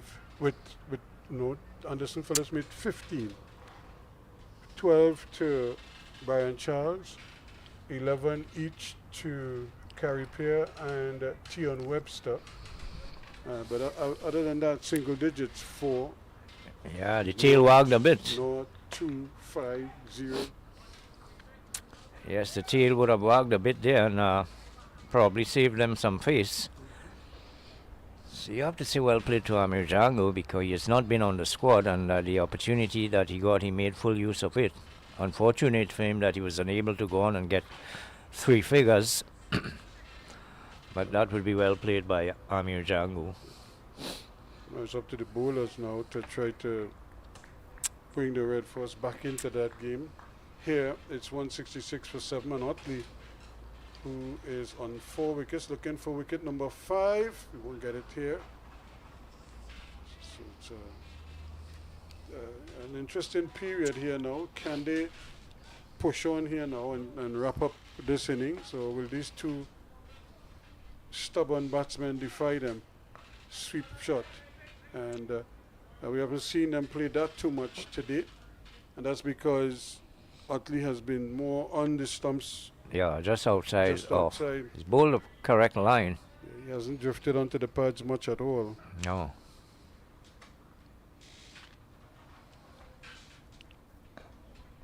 The thing about it is that these two batsmen have gotten accustomed to him a bit, Ruskin, so he's not giving him all that amount of trouble.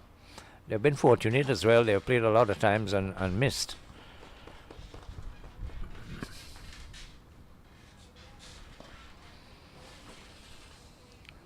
Treating him with respect, not trying to invent runs at the moment. You want to just keep your wickets intact, especially Tuckett. Probably should have done better with that. Had a chance to really hit that through the onside as just demanded at mid-on, and he hit it straight to him. That completes the over. 166 for 7 now. 58 overs completed.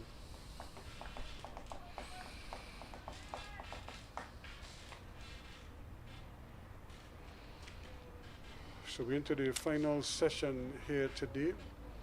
So Shamar Brooks has a decision to make now, whether he's going to persist with Otley at that bottom end and just have him plug a gap. But he's not getting wickets at the other end.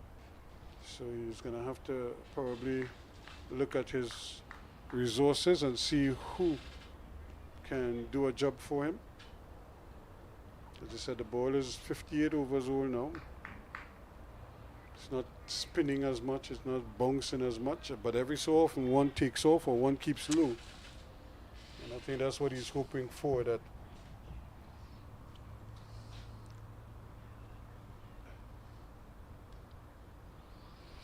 Oh, it's poorly lined delivery again here from Goodrich. 1 for 36 off 13.1 overs. He hasn't been consistent with his line. He bowled a lot better just before tea, as opposed to when he had the new ball first up this morning. Didn't really pressure the batsman as much. No, In fact, his line was a little bit better than Blades', because Blades was kind of all over the place until he settled down. Here's another lifter, and once again, Joshua Bishop not in a position to play that shot. It was a real get-out shot, because he was in line with the leg stump, and that ball was wide outside the off stump, and he was just flashing the blade at it. Well, they have a bit of luck on their side as well, because on numerous occasions they have played and missed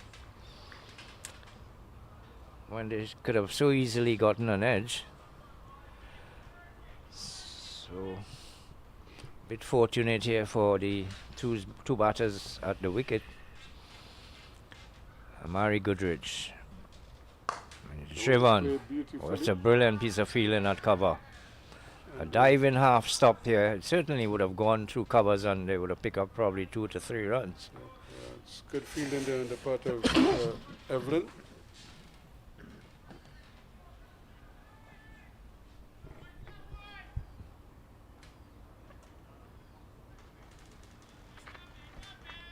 Continues to impress in the field.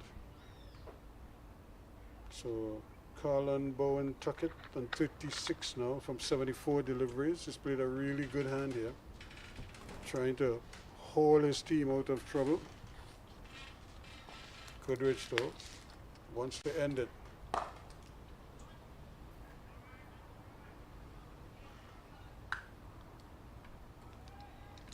But the good thing about these youngsters, you could see they all have good technique. They drive the ball well. And so almost every one of them who come to the wicket have shown that ability to stroke the ball. And some of them hit it really hard.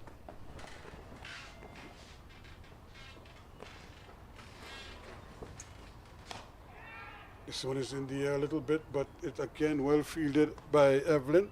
Just tumbling over to his left. Domel Evelyn doing very well. That was in the air for a while. Just dropping short of the man Evelyn there at cover.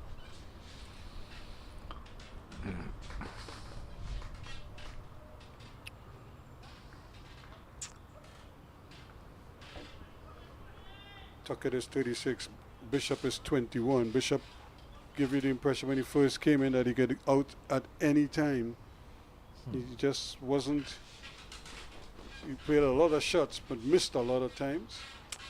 But he's still there, which is the most important thing. And at the end of that over, it's now 167 for 7. So nothing really happening here in terms of wickets. Not a lot of runs as well being scored. So it's a bit of ding-dong battle here now, because while the CCC may have had the better of the second session between lunch and tea, we've seen a fight back here from the West Indies Academy. A solid partnership here has developed between Carlton, Bowen, Tuckett and Joshua Bishop. Bowen Tuckett is on 36, Bishop is on 21. So a good fight back, 167 for 7. The last wicket fell at what score? 129. 129, so that's almost 38 runs. Well, that should be more. It's been a while in the general scheme of things. But they're going to continue with Otley.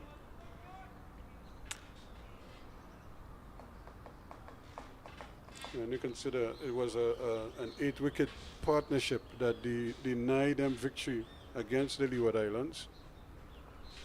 And they said, well, it's going right through, and what did that hit?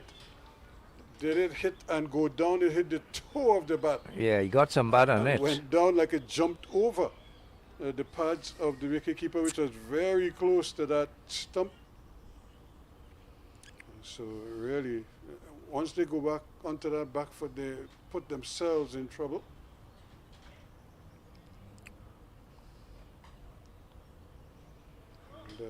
And I think Utley recognizes that, so he's trying to push the ball up a little bit more. If they choose to go back, he will probably have a much better chance of trapping him LBW or even bowled. This time he's going aerial. That's a great shot. That's gone a long way. And in fact, it's gone all the way for an almighty 6. And that's good contact there. He's a big, strong man, and he had all his levers going towards the ball, and he connected beautifully. Bishop, he climbs to 27 now. Actually, it's 173 now for 7. Well, that's the first maximum we have had for the day, Ruskin. Yep. Well, I thought that these batsmen have gotten accustomed to Yannick Utley. I tell you, I would have been surprised if they had continued with him. Even though he has 4 wickets to his name, I mean, the idea is not really for a bowler to get 5 wickets, but to try to win the game. I would have switched him around, switch ends with him, but you needed to bring the right arm wrist spinner back into the attack. And that was the proper end for the right arm wrist spinner to have come on. Or even bring back Yes, Graves. Graves, the off spinner. Yep.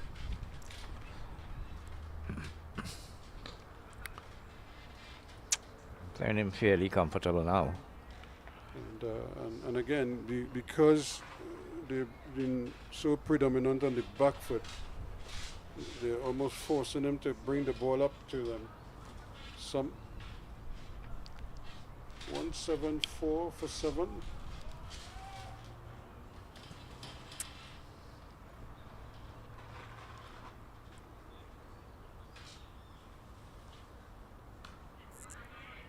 And that's another good stop, but they're going to get the single eventually. He just sort of parried it towards Motara?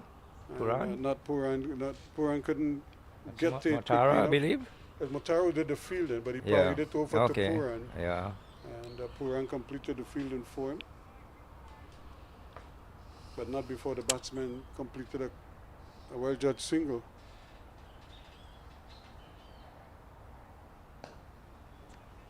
And this time, Bishop is watchful, not going for the big hee-ho again.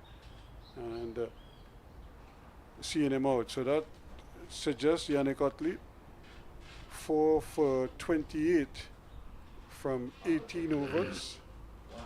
So 175 for 7 now after 60.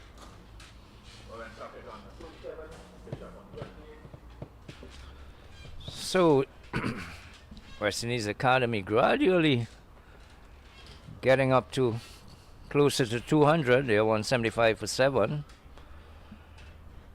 A partnership of more than 30. Joshua Bishop is on 28, while Carlton Bowen Tuckett is on 37. Again, Blades is coming back for a third spell. 1 for 34 off 12 overs.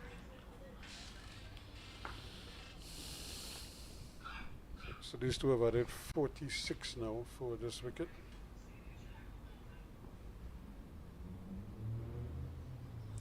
And add some more, but not really timed. He just kind of dropped the bat on it. Didn't really try to hit it hard.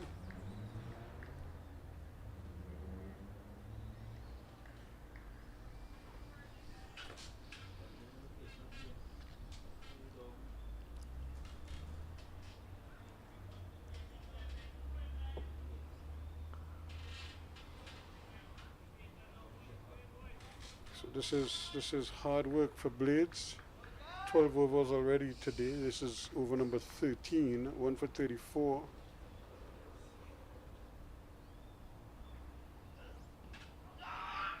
And stifled appeal there from the bowler alone.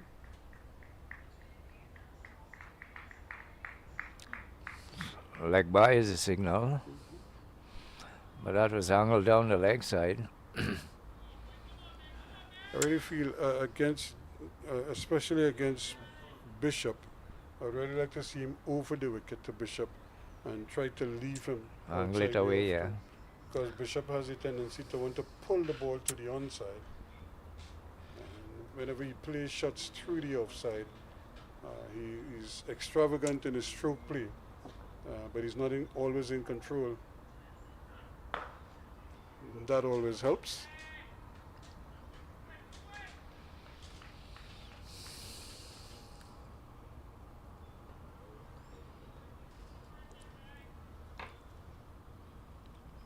So again, I just want to encourage folks to cricket. You never know when that light will go off in their minds.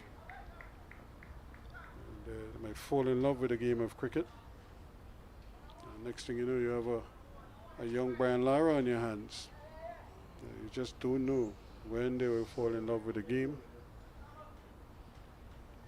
And it's not just the boys, it's the girls too, because there's so many opportunities now for women and girls in sport. And cricket is now a viable option for some of them.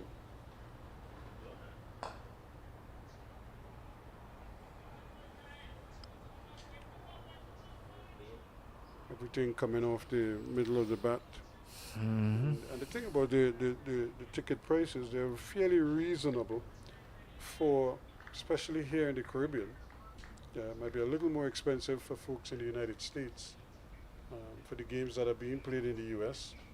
If you notice, teams like India and they are playing their games in the US, so that market will be a heavy Asian population. And he's on target again, Blades. Well, having said that, I've seen that the Barbadian Prime Minister, Mia Motley, she has given the ICC an ultimatum in that if they don't make tickets available for people in her country, they might as well take the World Cup and carry it somewhere else. She's not making any joke. She says her people has to see the cricket. Don't know how they're going to deal with that. Well, I think they'll just have to put, and I think they do have some additional tickets that have been put on. He's edging, and again it's gone down, and I think it's hit the helmet. Yes, the square leg is getting involved here. Yes, I think it hit the helmet as well, so that's 5 runs. He's signaling 5 penalty runs, that would be. And they got a hand it, but the hand parried it to the helmet. And so it's 5 runs. This is the second time we've seen it because it happened to them last week as well. Yeah. And so it's a bit unfortunate. Did it go for 4? No, it just stayed right there. But that's why they just signaled the 5 penalty runs. And that was all she wrote there. So that completes the over. I would think it's 170, should be 181. That'll be the 50th partnership between these two. I think they allowed things to probably slip a bit here. Yep. You know. So yeah, and this is where Shamar Brooks has to be a little more proactive here and try to really will his team to try to finish the job here. So a bit of a rarity there where the ball struck the helmet that was placed behind the wicket keeper. That's 5 penalty runs would be added to the batting team. When that happens, I haven't seen it in a while, Ruskin. Now we saw it last week, same thing, same end also. Oh yeah? Yep. It hit the helmet again. Now it should be, I think the score should be 181 now for 7. But I stand corrected on that.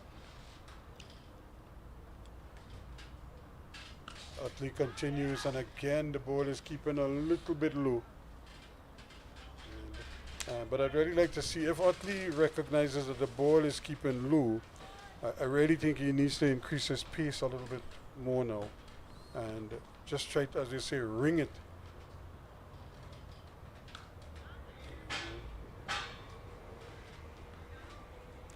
They're playing him fairly comfortably as well, Ruskin. They've gotten accustomed to him. They've got the pace of the pitch, the bounce as well, and they're probably picking the straighter one as well.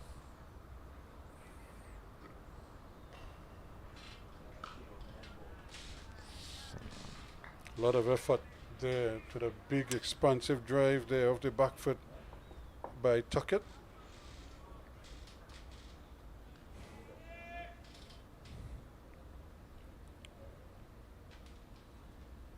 So the partnership is now with 52 runs from 92 deliveries.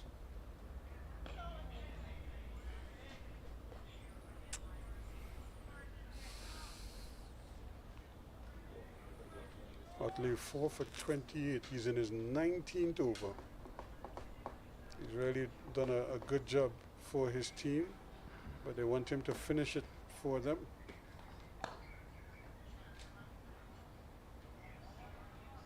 Again, moving smartly to keep things honest, limit the scoring. He's really done a good job. Apart from taking the wickets, I think generally he has been miserly. And he's kept things very, very tight indeed. And that ends another over, another Otley over. And at the end of it, he remains on 4 for 28 from his 19 overs, 181 for 7 now.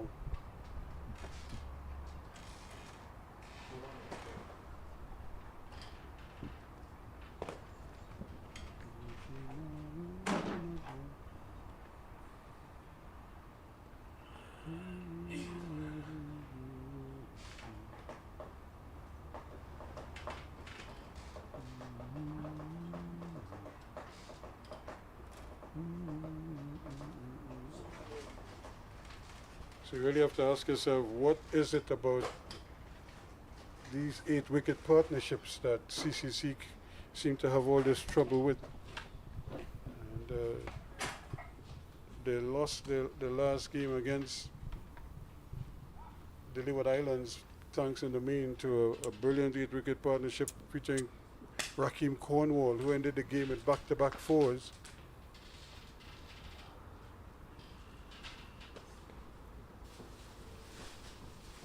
And these two again for the 8-wicket here, frustrating them. He is again cracking this one down behind point for 4 runs.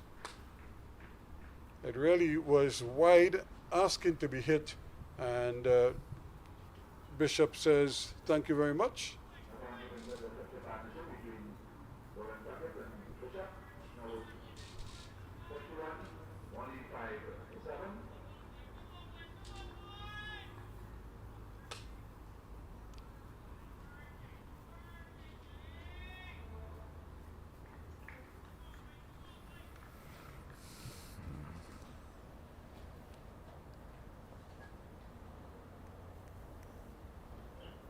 He's stuck on the pad, low down, he's out. From the moment it kept low, it's really been the MO of Blades and Company. So Bishop goes to 32, so the partnership finally broken.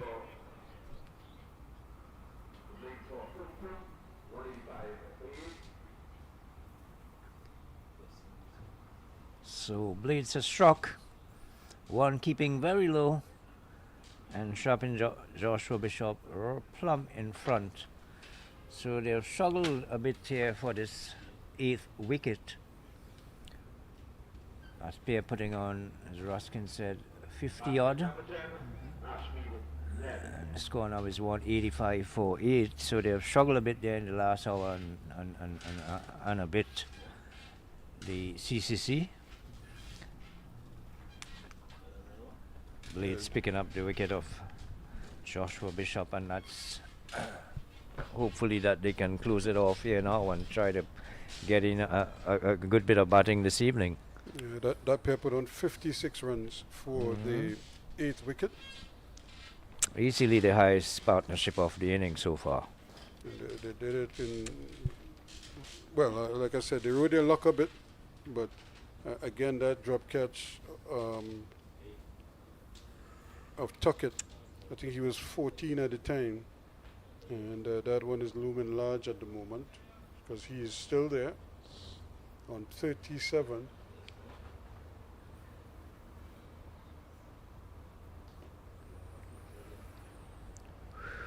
He was edging to slip, and Marcus had it in his hands, and it just came out.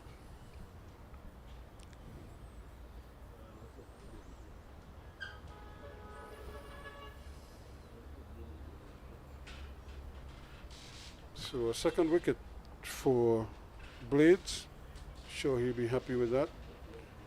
The question is now, can he really try to put the finishing touch? Ashmead Ned.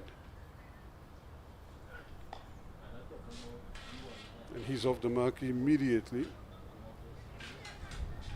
Coming back for a second run, and we'll get it too.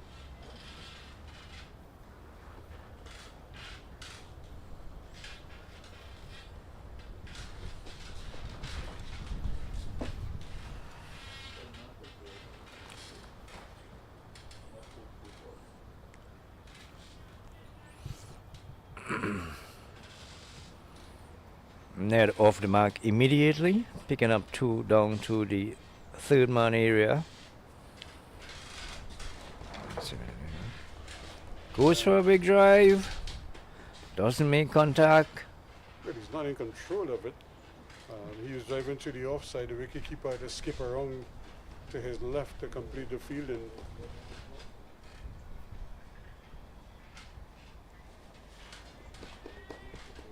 Has to be careful here. If you're the West Indies Academy, you want to frustrate them for as long as possible and maybe try and see if you could get over 200. I think that might be the next target for them. There's a peach. I went right through him. How that missed the off stump, I don't think anybody knew. It just did.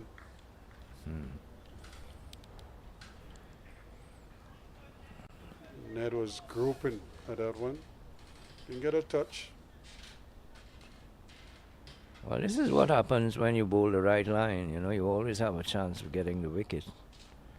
I was very close, both to the edge of the bat and the stump as well.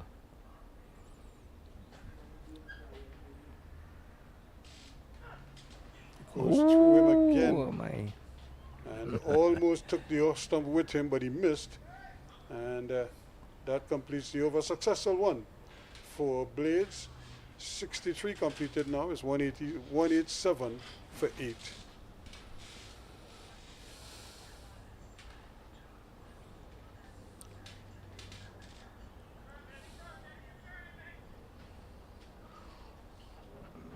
That's a couple wickets away for the CCC to close off the innings of the West Indies Academy.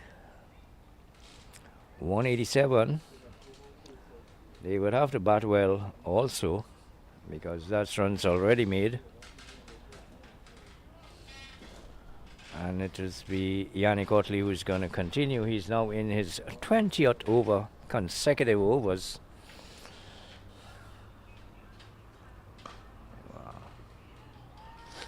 And they Looking go for for a two here. second run. They'll be in trouble if they do, because while he was out in the deep, and I think they thought they had a chance at a second run, but it wasn't to be.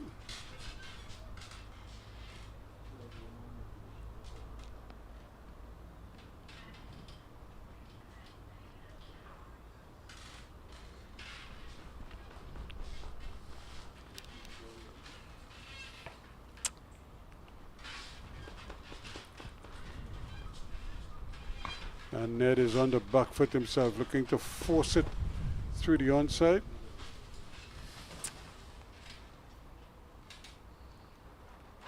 But again, finding Graves in the way there at mid-on. Ned could get himself in trouble looking to play across the line to those shortish deliveries. He's looking to go right across it. Again, I think the gap is there. It's an inviting gap from mid-on to square leg. Yeah, just the 2 men on the leg side looking to save runs. There's a mid-on fairly deep, and there's a man at short fine leg. There's also a forward short leg.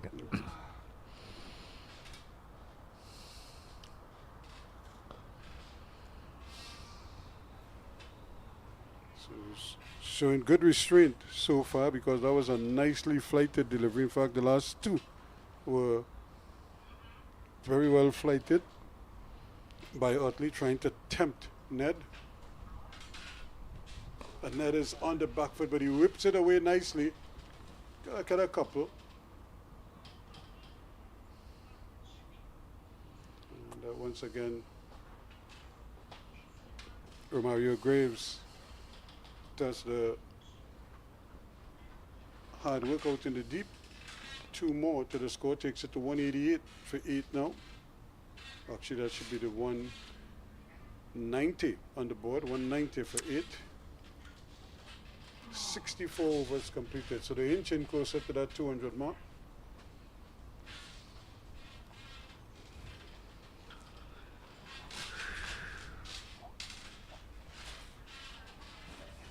I think they're going to rely on Bowen Tuckett to see them over that hurdle. Just a psychological thing to get to 200 runs as opposed to 195.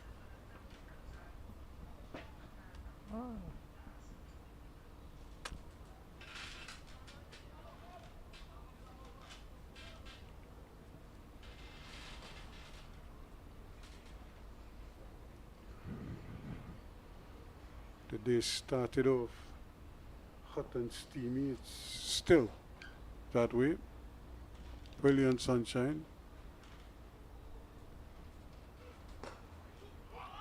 And they're going to get the single. They want a second run, but it's not on. That's a pretty good bit of fielding there. Picking up on the chase and whipping it in immediately. It prevented the batsman from going back for a second run there. That's Marcus who put him down at slip. Yeah. And it was quite fleet-footed there, really.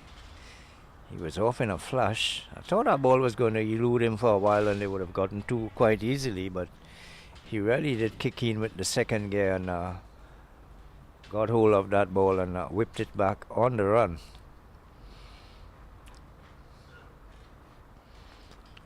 And just strain a little bit. Yeah.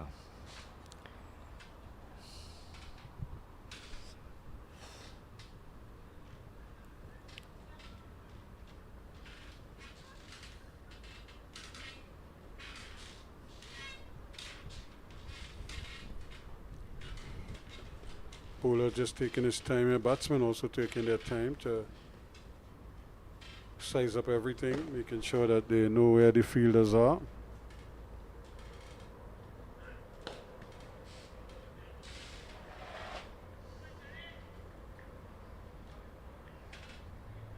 So just to keep things going, earlier we had Warren making 27, Ali in 5, 36 to Dawn, who played very well. Bishop 13, seemed like a man in a hurry. Jordan Johnson also played well for his 15.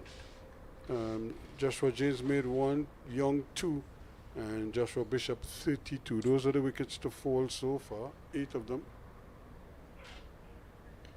And that's another loose delivery. Well, they're giving the wicket keeper a hell of a time down there, Ruskin. Give them a good workout. Yeah, he has to go a very long way to those balls, pitching leg stump and going further down leg. Taking 3 to 4 steps to his right quickly and still has to get in the dive to prevent. But he's done a good job. Yeah, he's been quite active in the back actually. Oh, that's a glorious shot. That's going to run away for 4 runs. Not a man move. And what a shot you'll have to call that, because Ned was on one knee and just stroked that in the gap and picked up 4 runs. He goes to 8, doubling his score.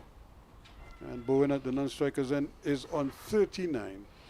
Crashing cover drive here from Ned. 195 for 8 now. No chance whatsoever for the man at cover. I was hit with a lot of power.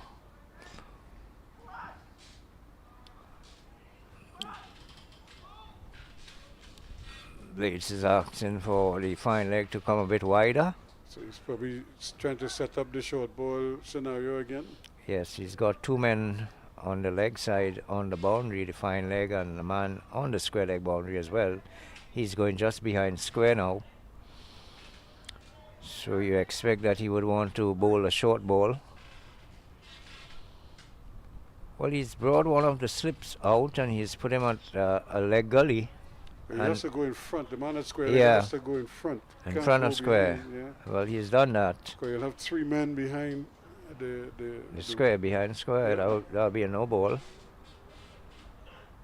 And down the wicket comes the batsman and then gets clunked in the process. But he was through the shot so early. It hit him in the back. And he was left to say, Yeah. all of this planning, I will just swing for the fences. But they're going to get a water break. He survives. It's 195 for 8 now, 65 overs completed.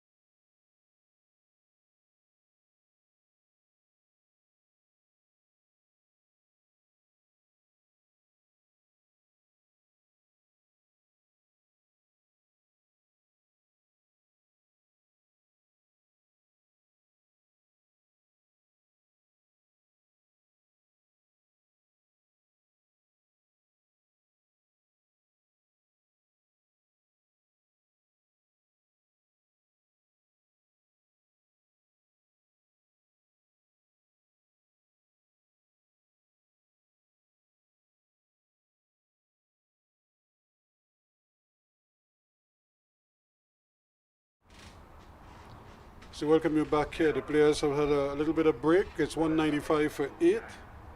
And it's going to be Motara who is going to pick up the attack now from that southern end.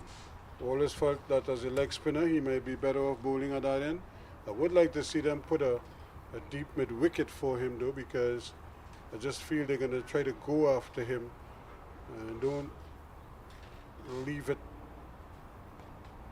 until they start connecting, and then by that time the horses has already bolted. Let them find other ways to score rather than that get out of jail slug sweep over cow corner.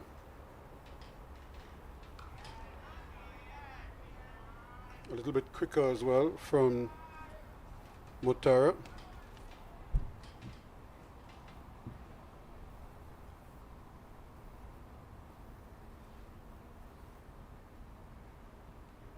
And look at bounce in that one. That one gripped and it just bounced and turned.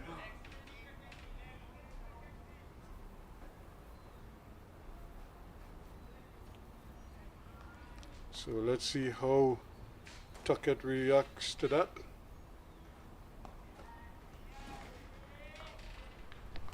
And he's a fairly tall man. He's slim.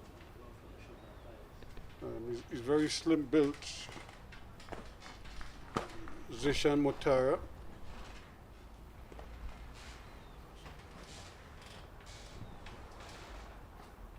And pulled away now through square leg. Got a couple there.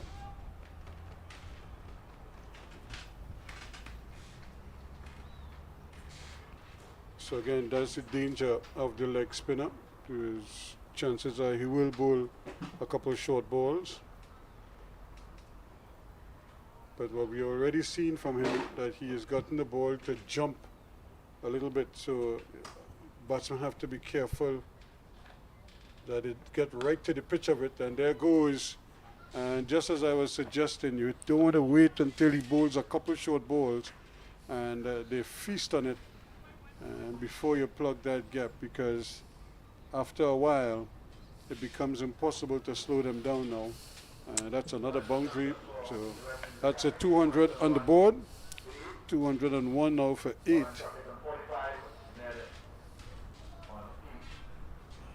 Well, I was calling for him to be on the attack on the ball a while now, Ruskin. Well, he has come on from the end that we wanted him to come on from as well, in that Yannick Otley had been bowling in that and from that end for the longest while. But he has come on there and he's not really dropped on spot. But you're right that I thought that he should have started with a deep mid wicket. You know that the spinner might bowl a short ball or two. The wicket as slow as it is now, you needed a deep mid wicket. Give him a bit more confidence as well. Yeah, you give him the protection so that he's not afraid that if he bowls a short one, even if it gets hit, it'll probably just be a single. Yeah. That boundary would shake his confidence a bit. Hope that he doesn't get taken off.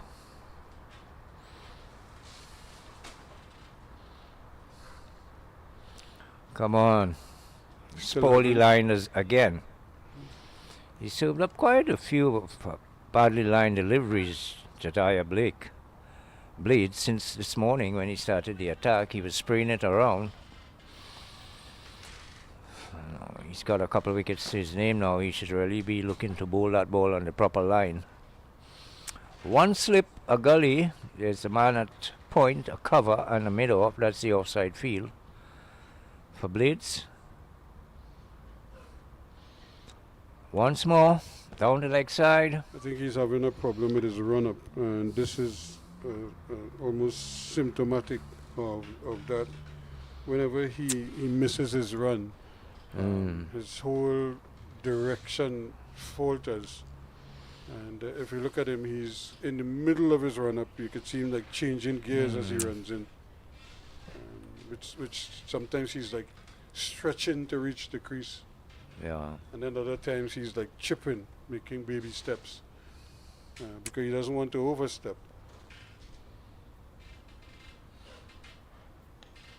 And good pace, but bad line.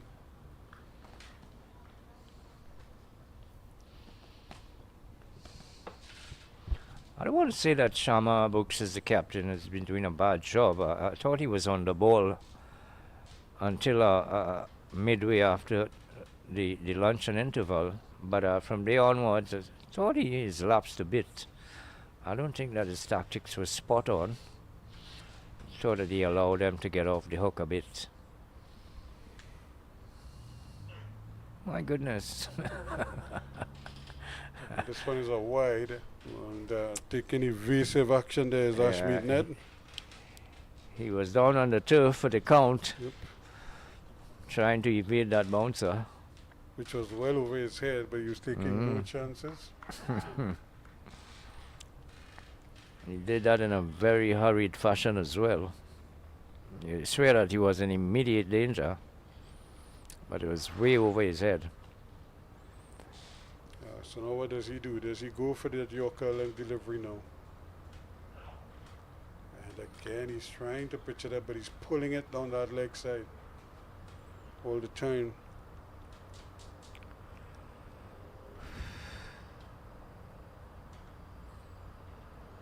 So 202 for 8.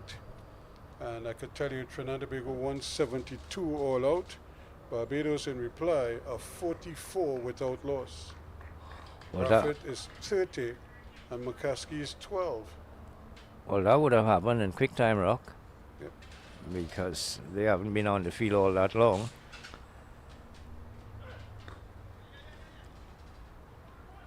That turned away. They might come back for a second. They will get it too. That's excellent running.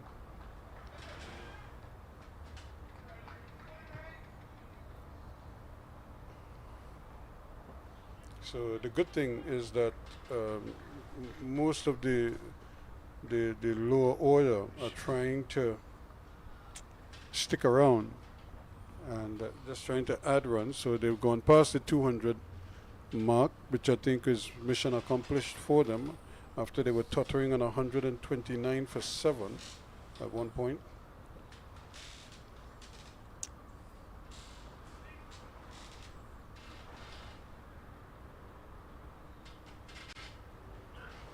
And this one is Bowled going him. right through and bowled him. Yep. Right through right under the bat again. And you could see him striving for that, but he kept pushing the ball down the leg side. Yeah, his line has not been consistent. And every time he bowls the ball on the right line, he always had a chance of getting a wicket. And that's his third wicket. All those wickets came from deliveries that were pitched in line with the stump or just outside off stump. So he has come back pretty good here, Blades. Even though he has been inconsistent with his line, he's conceded 48 runs off his 16 overs. But he's picked up 3 important wickets, and the score now is 204 for 9. So we expect that the academy would not rally too long after this, and the CCC would have a fairly good time to bat out there. They would have to bat at least 15 to 20 overs. That score that I was telling you there, 44 without loss Barbados. Craig Bradford is leading the charge. He's on 30 from 37 balls with 6 fours. The other batsman, McCaskey, is on 12 from 32 balls with 2 boundaries. So they're complementing each other very well, except Brathwaite is the man who is doing the bulk of the scoring, which is unusual because he's normally the anchor that the rest of the team bats around.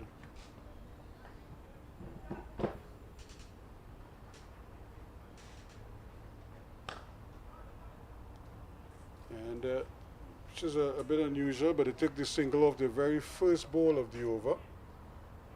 And so Bowen Tuckett goes to 46, and it's 205 for 9 now.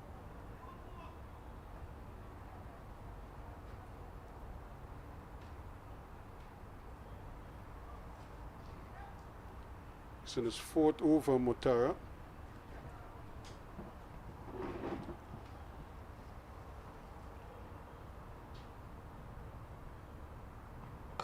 And that's when it's stroked away nicely.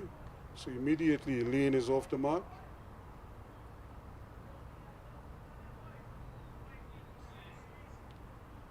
So there is a mid on, there's a long off rather, and a long on. So I think the anticipation is that they will go for the big ones here. And cut away nicely, but that's brilliant stop. Another brilliant piece of work in the field there, and that's Otley.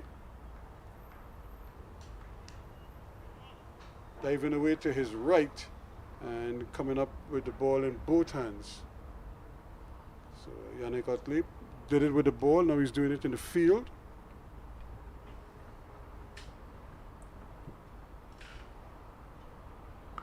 And that's pulled away nicely, that's 4 more. This one is hit down behind square. And so that's 50 for Bowen Tuckett.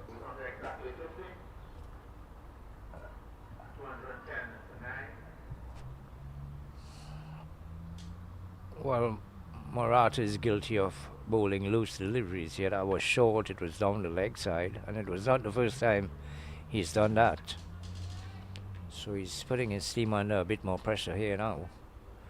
Just got the man in the deep down there, the deep mid wicket. So not a lot of cover behind square. Looks to whip this off the pad, straight to the man at short with mid wicket.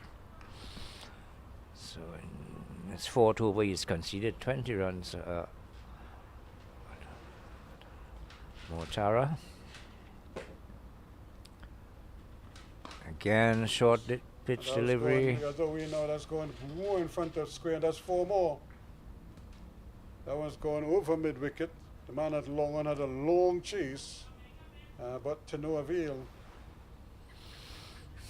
Well, I think he probably has the most expensive economy rate, Mortara, conceding 24 runs in its 4 overs.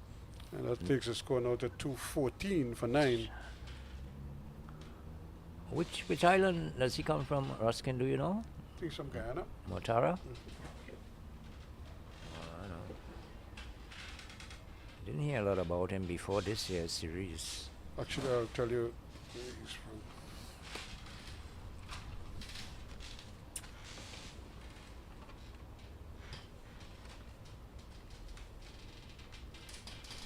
She's from Barbados. Young Buntar is also from Barbados, yes. So 214 for 9, and for a team that hasn't been making big scores consistently, they'll want to limit this as much as possible. Don't allow it to go maybe beyond the 220 mark, because it might prove to be a bit of a difficult ask given the state of the wicket and the quality of the opponent's bowling. And just a general form of the CCC batsmen, including that of skipper Shamar Brooks. They really need him to come good soon.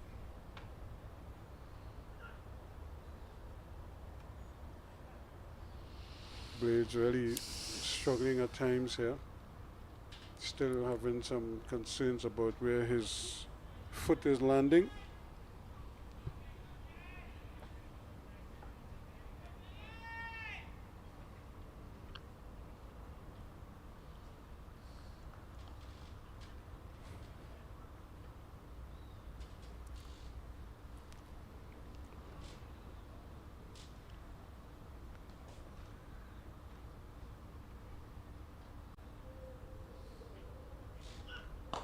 And that one is struck. That's hit beautifully. And that too is going to run away. And that has gone for a nice 4. Straight as a pin, as they say. And down the ground it goes. Over long off a nice boundary. Oh, they've quickly gone up to 218 now, Ruskin. Yep. And this is what I'm saying. They can ill afford to allow this to blossom here to any extent. And the big fella Lane not afraid to put bat to ball.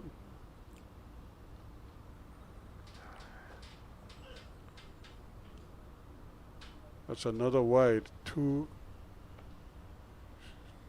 far over the batsman's head. But you can see what he's trying to do. He's trying to get the ball up chest height or above. And it's just that he's digging it in really short.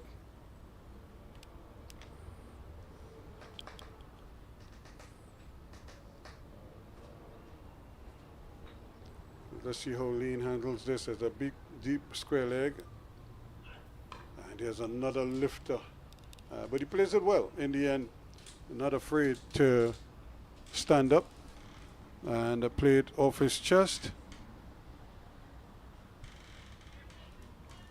Takes another single to bring it up to the 220 mark. So he goes to 6 now.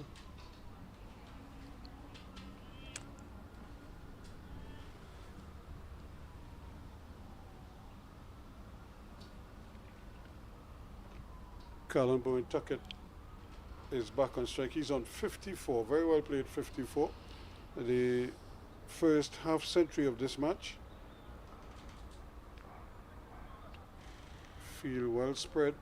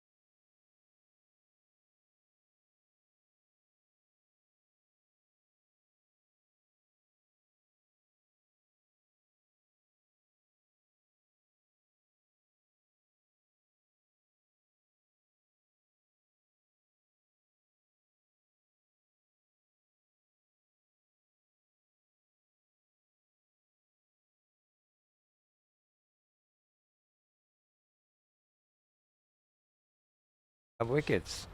He did it on 3 occasions. So he needs to get a bit more control with his bowling.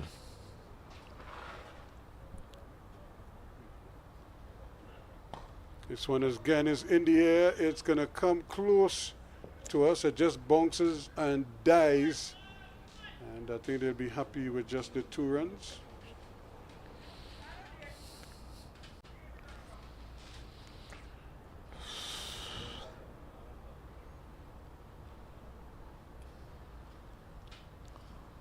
Yeah.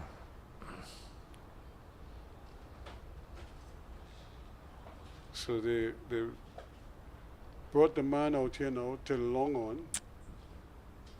So because Lane is just throwing the bat at it, once it's anywhere in his half, he's just having a go. And let's see if he will go across the line as opposed to hitting it straight like he's done before. But now that they have the long on in position,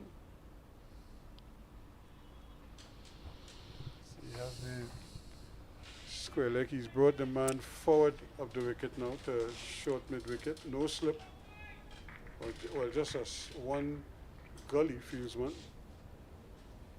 And a third man as well is now installed, fairly wide.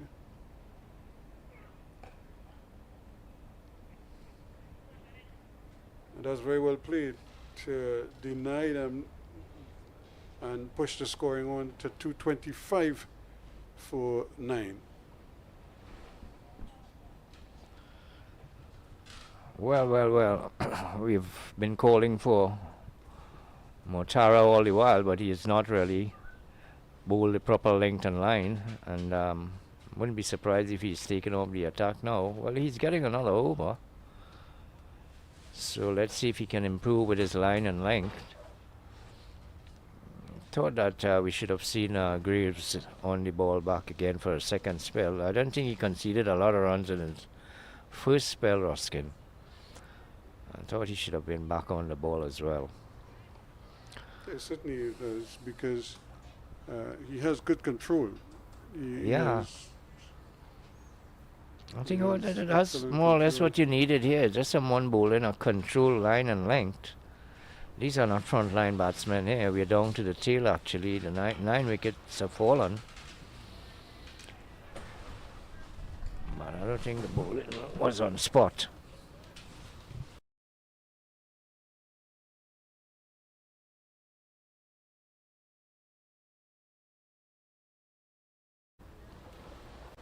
And that Oh one my went goodness. right across it. How did that miss?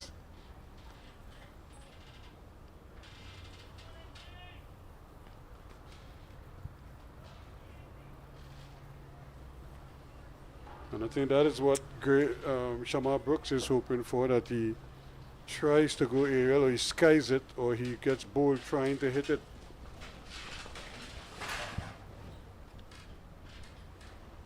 But the little cat and mouse game continues as he steals a single.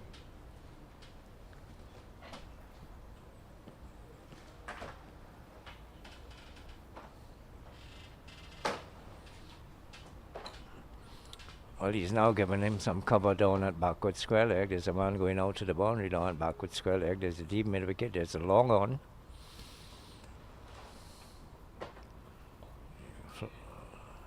And he doesn't want the single this time. Decided that he's probably going to farm the bowling a bit.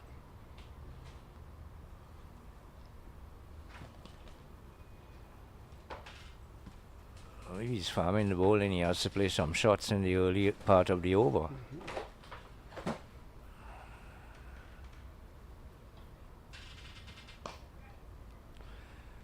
He's looking for two here.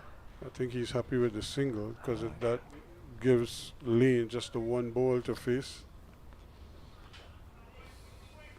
226 now for 9. Bowen goes to 56. This is a very good hand on his part. Remember, he got dropped early and has really made them pay.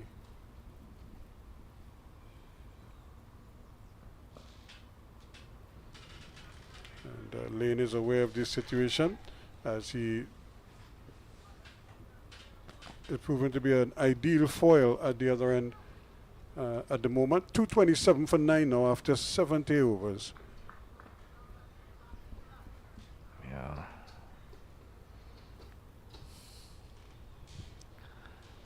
So let's see what Shamar Brooks, the CCC captain, is going to do now. Is this Graves? No, it's not. It's. I think it's Marcus. Marcus is. Marcus is the one who dropped him, so maybe he's saying to Marcus, well, partner, you dropped him, so you come and get him out now.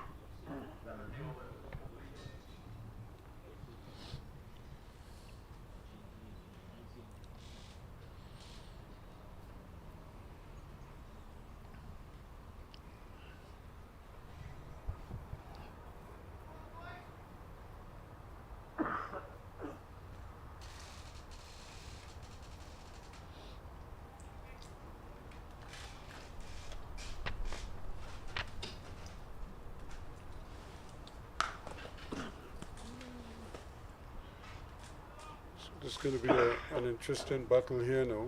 Can Marcus really crank it up here and prize out this wicket? Or will Bowen Tucker get the better of him while scoring some runs as well? It's up to 227 now. This total is becoming more and more respectable. Remember, these are two of the lower teams on the table.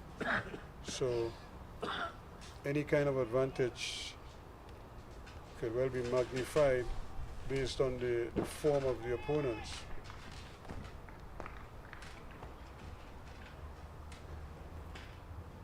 So they may very well play each other close.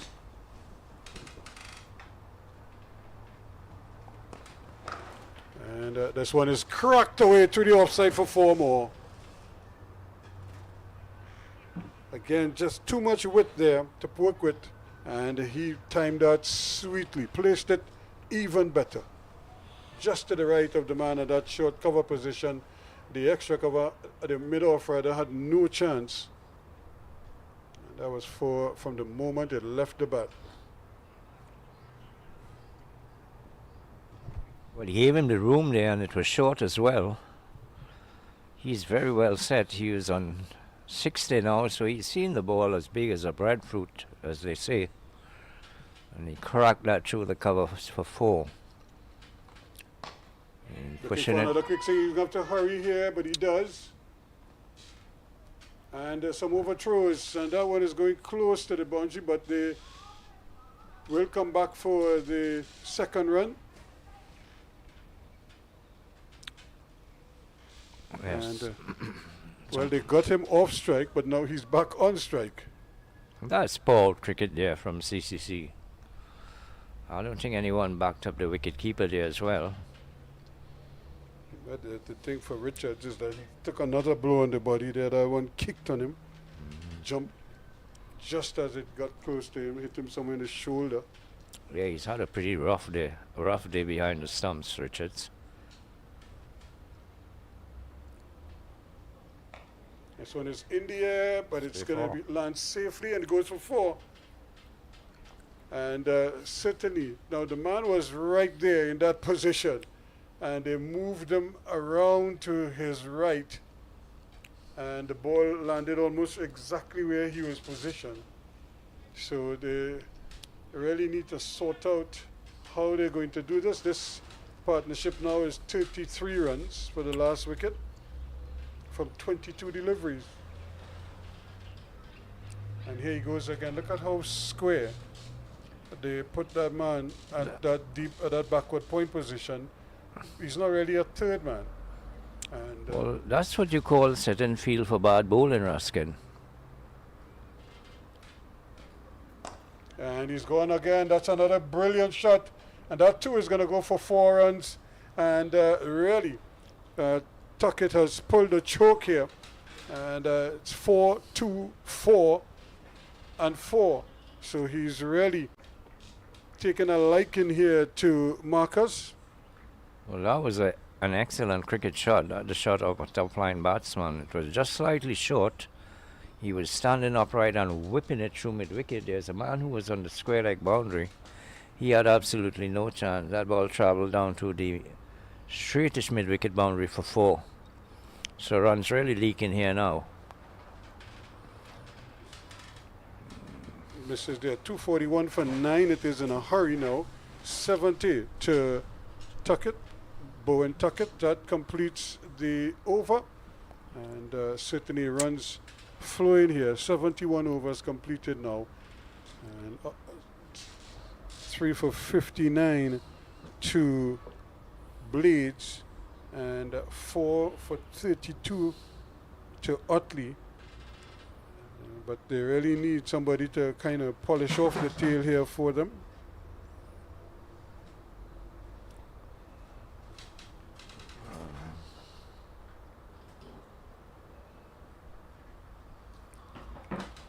Well, the tail for the CCC, for the academy, has been wagging for a while now.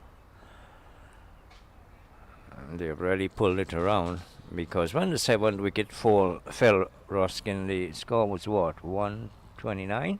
129 for 7. 129 for 7. It's now 241 for 9. So that would have been an excellent regard action from 100 runs for 2 wickets. Yeah, excellent regard action here from the West Indies Academy.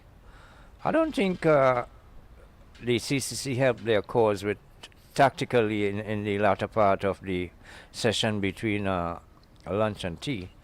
After that 7th wicket fell, even though Utley was bowling all that well, I thought he bowled just a bit too much from that end. He could have switched him around and we haven't seen Graves come back with a second spell, and he looked pretty decent.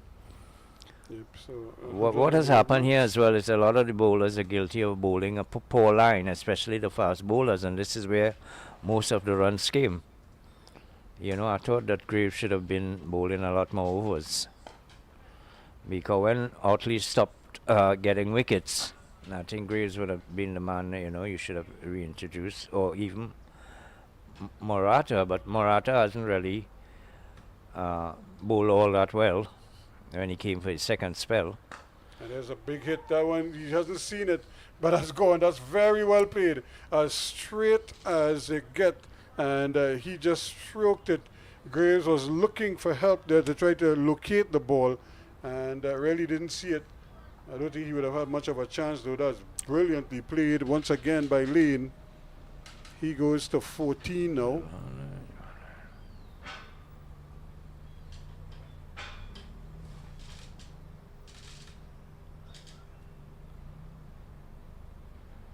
And here's another one that's played into the gap, but it's going to be cut off quite comfortably. 1 for 59 Barbados against Trinidad and Tobago. Trinidad and Tobago made 172 all out. Jason Holder getting 4 wickets. Cam Holder got 3. Combatch 3.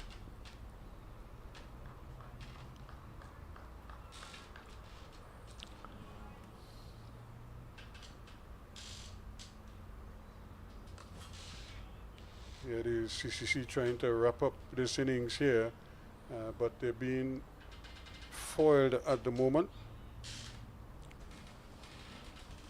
42 runs added for this last wicket. And, make that 43.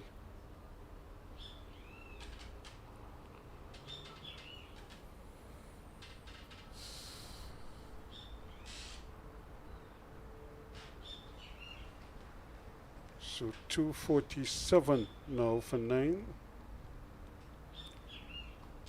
And really they need somebody to just wrap this all up here. It's almost like they're waiting for Something to happen. yeah, for the batsman to drown in honey or something.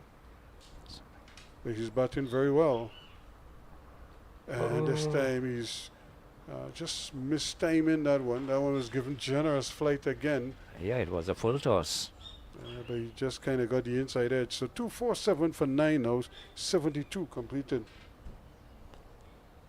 Yeah, Romario Graves, 3 overs cost him 15 runs, but that's when the frontline batsmen were batting. I thought he looked pretty decent. He deserved a second spell.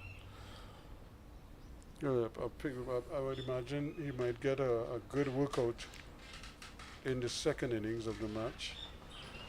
But they may need him to come here now and try to wrap it all up. He did bowl a pretty long spells against the Leeward Islands.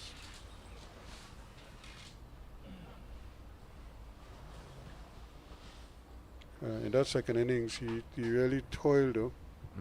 He had 24 overs, 2 maidens, not for 93. Compare that to the first innings, 19 overs, 1 maiden, 5 for 63. And they're going to get another easy single. So Tuckett inching along.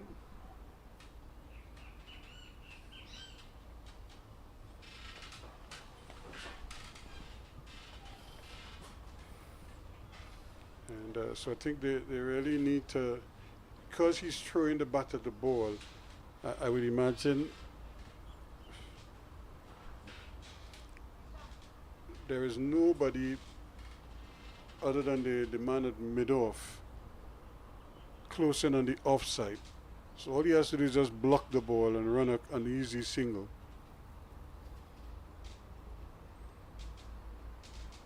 Well, now they're bringing in the extra cover.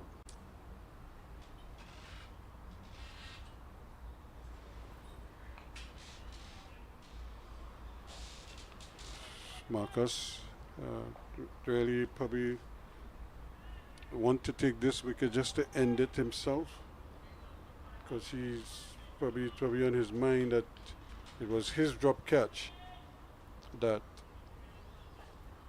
spared Callan Bow and Tuckett's blushes.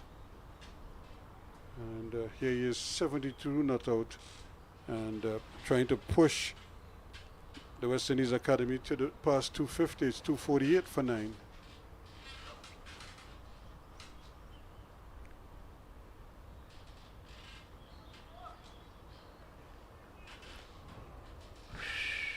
So this has been an amazing fight back here by the academy, the West Indies Academy. The youngsters have shown true grit here. They struggled at times, especially in that middle session, but they've fought back quite nicely. But 32 to Joshua Bishop. They had a 50-run partnership, 10 to Ned. In fact, they put on 56. And here's another brilliant shot again. And so they're just taking turns here now, punishing the CCC bowling. That's another boundary to Lane. And that takes them past the 250 mark. 252 for 9 now. Yeah, a little disappointed, Ruskin. As you said, Graves got a 5 in the last game, didn't he? Yeah, I mean, he should have come back for a second spell, man. I was impressed with those 3 overs that he bowled earlier on. It's gonna be 2 here. That's gonna be 2. I thought that should have been 2. But probably Tucker wants to get the strike. But he had just one ball to work with. Maybe to try to get back on strike to start the next over. 253 for 9.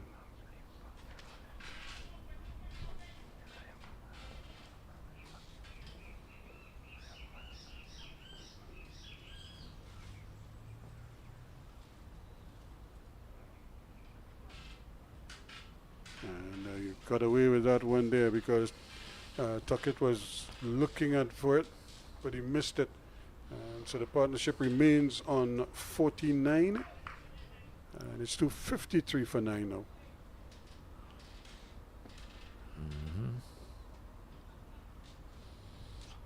So what is Sharma Books going to do now?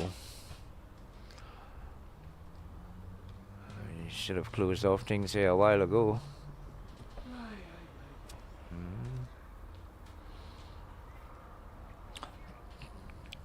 253 for 9. And the tail continues to wag here at the UWI spec, where it's the first day of the 5th round of matches in the CWI Regional 4-day tournament. Combined campuses and colleges up against the West Indies Academy, 2 developmental teams. And they are really going at each other's throat here. Motara, driven back past him. It's going to be 1. Thinking of 2, but they've decided against it.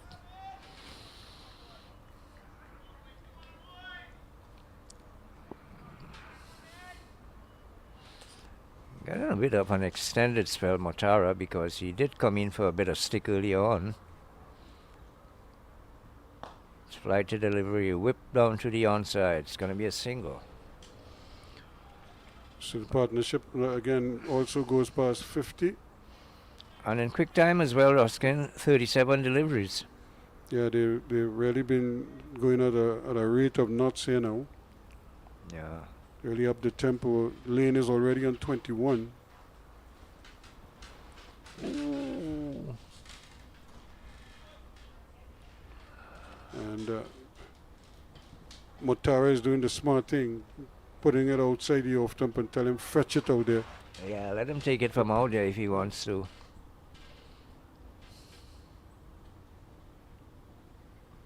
So when he goes there, he goes into That's trouble. big. That's Yep, big. that's gone for 6. That's Once he very goes on big. the legs, he's asking for trouble. And Lane is a tall man. He has good levers, and that pushes the score quickly now on to 261 for 9. And Lane is up to 27 from 21 balls. Well, that was a fairly good hit, Ruskin, because it wasn't really down the leg side. He took it from about middle and off, and he hit it right across it. He got it in just in front of square. There's a man at the backward square leg boundary, but he had absolutely no chance. It cleared the boundary by a very long way.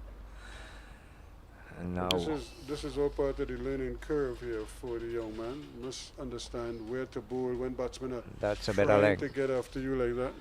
He's been unlucky as well because they have missed quite a lot going after him. But that was a better length delivery and a line as well. He's now conceded 40 runs and he's in his 7th over, so pretty expensive there for Motara. Flat, quicker delivery, looks like the wrong one. Whipped off the pad through the onside. The man comes off the deep mid-wicket boundary, keeps it to a single. They look a tired bunch out there as well, Ruskin. You can't blame them because I think they're disappointed more than anything else. It's the end of the over. 262 for 9 after 74. Yeah, I don't think they're looking as though... They're not even looking as though they're going to get a wicket. Yeah, they're just hoping that one of the batsmen miscues one or something, as opposed to really putting the pressure on them and trying to get them to do it. Now, Utley is coming back into the attack, so still no Graves. Well, I think this should have happened almost an hour ago when Utley was beginning to flag and they had gotten accustomed to him. He should have taken him off the attack. He could have always brought him back on this end, which he's doing now, but seems a bit too late. The score has gone to 262. From 129 for 7, 262 for 9. So that's a great recovery here by the academy. Let's see what Utley would do from the top end. Short. Pulled. 4 runs. That's going to beat me long on. Whoa, that was a lot of power, Ruskin. Yep, Because you're to just beat the giving bowler. swinging room. Beating the bowler and beating the man down at long on as well. There's a long off also. And none of them had a chance of getting close to that. Yeah, so now they're thinking 300. First they were thinking how to get to 200. 200. Now this next half-century partnership is cooking again. So they're up to 266 now for 9. Lane, who is 32 from 24. Wow. It's coming so easily now. Yeah, far too easily. They really need to. Well, I suppose this has been their downfall or their Achilles heel. They really don't have bowlers who can Finish it off. yeah, who you feel you could throw the ball to and you're almost guaranteed you're going to get Wow. 3 or 4 wickets every time. And even Utley now is struggling a little bit with his line and his length because he's been hit for 4 the very first ball and that kind of threw him off. Here he goes again. That's another long one, and that's another deep one, and that's another 6. So he's just feasting right now. Anything in his half, he's going with it.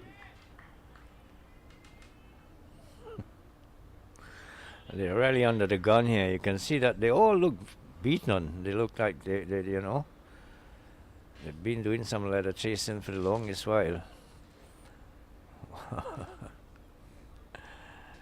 And comedy of errors out there. Oddly throwing the ball and it striking he was doing the legal thing, which is to pass the ball to the umpire. The umpire wasn't looking. Yep, the umpire took his eyes off of him.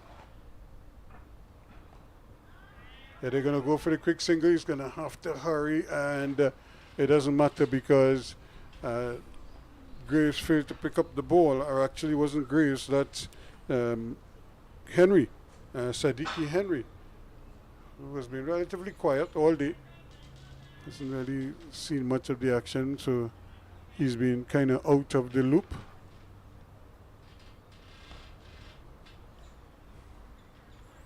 So another over, another profitable over. 13 runs coming from that one, pushing the score now to 275 for 9. They're 25 away from the 300 mark.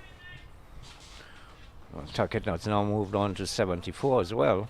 So no doubt he probably is telling himself that he can get to 100. Couple Especially boundaries there and he could reach easily up in the 80s, 90s. because they just got 13 runs from that last over. So a few more like that, and they're in business. And now 75 overs.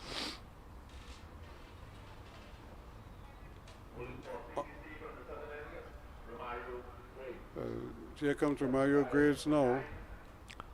Well, Ruskin, I keep wondering what input does the coach have in terms of assisting the Strategy. captain out in terms of strategy? Yeah, exactly. Well, all it will take is a message, you know. Yeah. So many times players run on the field Yeah. with a glove or whatever it is. You can always send somebody on the field with a, and you don't have to demand that he does it. Yeah, but yeah, you can just send out the a message advice. and, Yeah. suggest something to him. You know, and we saw this in the game against the Leeward Islands as well, because some of the field placings and the decision making, obviously, it was symptomatic of somebody who really hasn't captained the team for a while. And so he was a little bit late. He was 3, 4, 5 overs late in spotting, you know, some of the tricks in the game. And by that time, Horse bolted.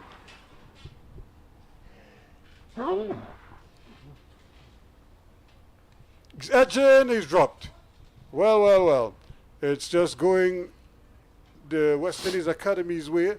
And here again was Lane, who's on 40, having a big swing at Graves. A good effort from Shamar Brooks at slip, but he couldn't hold on.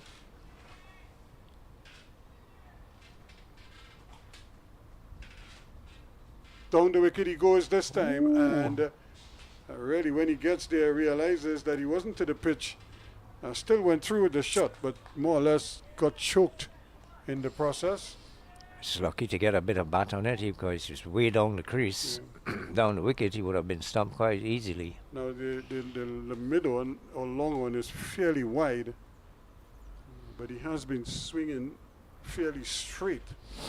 So it will be interesting to see whether they could bring the long off a little bit straighter to try to get close to that straight hit if you're going to leave the mid one, the long one that wide. Well, in the 3 deliveries he's bowled, he had an opportunity twice to get the batsman out. He was dropped at slip and he almost got stumped the previous delivery. He almost ran past one. Yeah, so I was surprised that he didn't bring back Graves much earlier. He goes again, and that one jumped this time over the stump. That's the 3rd time he could have gotten out in this over. You see, head in the air. Might want to say that I'm knocking Captain Brooks, but I'm disappointed really.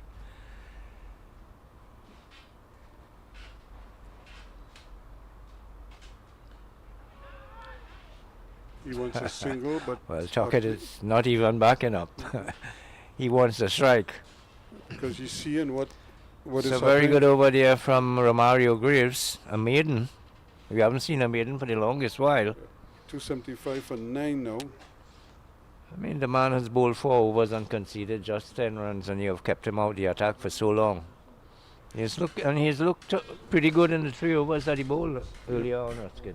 Yeah, it is. So Tuckett remains on 74, 40 to Lane, and the players are going to get a little refreshment.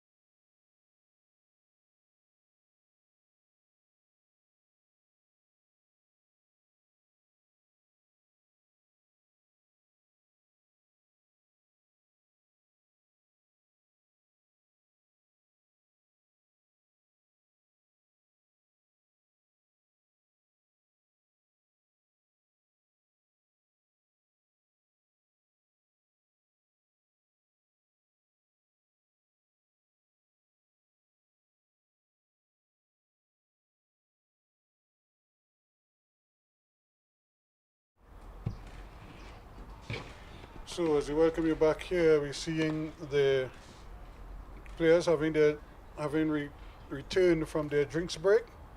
Now that they refresh, question is, who will get this final wicket for CCC? They're not going to get it there.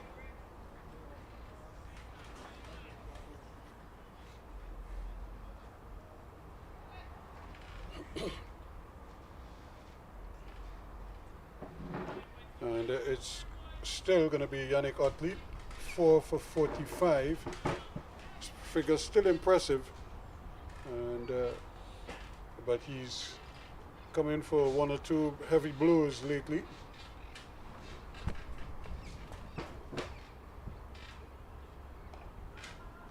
And they want the single, they don't want it, now they want it, and they're not too, a little bit of confusion in the field because no one was sure who was going for the ball, and then the batsman Tuckett wanted the single, then he stopped, and then Lane wanted the single, then he was sent back. So at the end of it all, no run.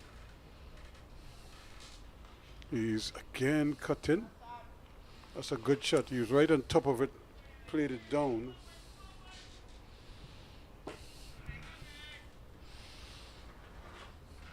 Very tall lad, Johan Lane. Yeah, they're going to have to hurry here. This is going to be close. He misses. And he hit, the ball went in the ground and basically just died. Although it jumped over the wicket. Didn't really skid through. But Lane got down there fairly quickly as well. Just a couple strides and he would reach down. Ruskin, he's very, very tall. He's got some long legs.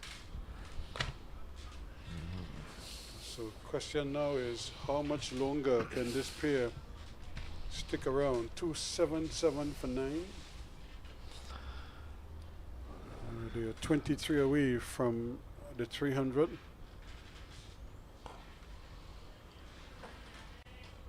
And they don't look like they're tired of scoring runs just yet. That ends the over. 277 for 9. 77 overs completed.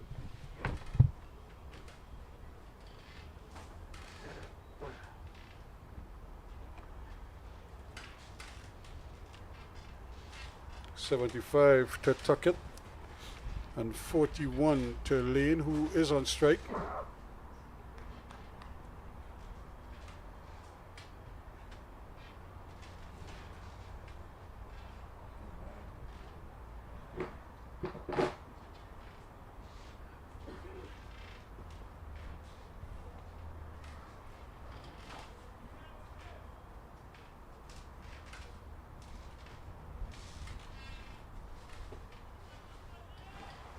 Okay, so they'll have to start over again. He's bowled well, but they need him to get that wicket. There is a long on, a deep mid wicket, and a deep square leg. And he's gone with him straight down, but it's over his head and almost into the players' pavilion there for another 6. So he was straight over the head of Goodrich, never had a chance. Well, that was a very good hit. That was straight, and he timed it excellently. Never tried to go across the line. He held his form and hit it straight over long off for 6. That was a huge hit. He goes to 47 now. And he's again putting this one fine, and that's going to bring up his 50. That is going to bring it to 51 now for Johan Lane. Well, the number 11 batsman coming in and getting a 50. So this is excellent batting here from Johan Lane together with Tuckett. They have really brought their team around after they were struggling badly at 129 for 7 between the lunch and tea interval. Now they have progressed to 287 for 9 and looking very ominous at this point in time. They're not even looking as though they're going to get out, Ruskin. That's the thing. And Johan Lane, 50 from 38 balls with 5 4s and 3 6s. She's really come to the party here and really defied everything that CCC is throwing at them. And might have had a single there, but they opted against it. Yeah, I thought that was an easy single. It was between both fielders, the man at backward point and the man at cover. Lane wanted the single, but he was sent back by Tuckett. Down the wicket he comes, and that's another almighty hit that's gone out of the ground. That's 6 more. He just got himself into position, and then with one nice sweet swing of the bat, it just started sailing out of the ground, and another almighty hit for another 6. That's his 4th of the innings now, and the score pushes on into the 90s. It's 293 now for 9. The 300 is certainly on the cards, very much so. In fact, he could get it at the end of this over if he continues to swing like that. Well, that was a really big one. That went all the way onto the soccer field, way down to the south end of the Sir Frank Worrell ground here. And if there was a crowd here, it would have had him cheering, hey, hiding the ball. He's got some very long levers. Have a look at him. He's a very tall guy, Johan Lane. And he's really wheeling that willow with a lot of power. Goes Yeah, again, he and pulls. that's another almighty swing. This time over the head of the man at long on once more. 6 more. Probably not as high as the other one, but it's over the fence once again. And that's a big way to end the over. That pushes the score to 299 now for 9. Well, that was an amazing shot because he was on the back foot and playing a pull shot wide of the man on the long on boundary. And to hit that ball for 6 and that part of the field off the back foot took a lot of power and timing as well. Some skill also, Ruskin. That's a very good hit. Well, he's catching up with Carlon Bowen Tuckett. He's on 63 or 42 deliveries. Tuckett is on 75 of 118. Just one away around from the 300 mark, Ruskin. You kept calling it ever since they were on 129. You were wondering whether they would get up to 200. You're just one run away from 300. Yep. And the way these two are going, they might go past 300 on a canter and just keep going. And at the end, they thought about it there. So, but Henry closing in quickly. Well, you could have to agree as well that the wicket has absolutely nothing in it at this point in time. It's gotten very, very easy pace. And that's going to bring up the 300 for the West Indies Academy. 300 on the board, 76 now to Tuckett. And Lane, who is on 63, is back on strike. Well, let's see if Lane is going to go after Otley as well. Otley has been the standout bowler for the CCC. Although in his latter part of his 2 spells, he's come in for a bit of stick. It's down the wicket and he goes after him. He's going to be out. He's dropped. Yes, I think he did. He took it. Yes, he took it. He's out. That's a very good catch down on the long off boundary. That's the man who dropped Tuckett earlier. Yeah. And finally, the innings comes to a close, and that is Marcus probably breathing a huge sigh of relief. Yeah, that one was almost close to 6 as well. He was on the boundary line actually. Took a couple steps to his left, and he pulled off a very good catch in the end. So that's the end of the innings for the West Indies Academy. And you would be surprised because if you were here early on when they were batting 129 for 7, you thought, well, they were going to be shut out quite easily for under 150. But here it is, they are out for exactly 300, so that would have been a remarkable comeback indeed.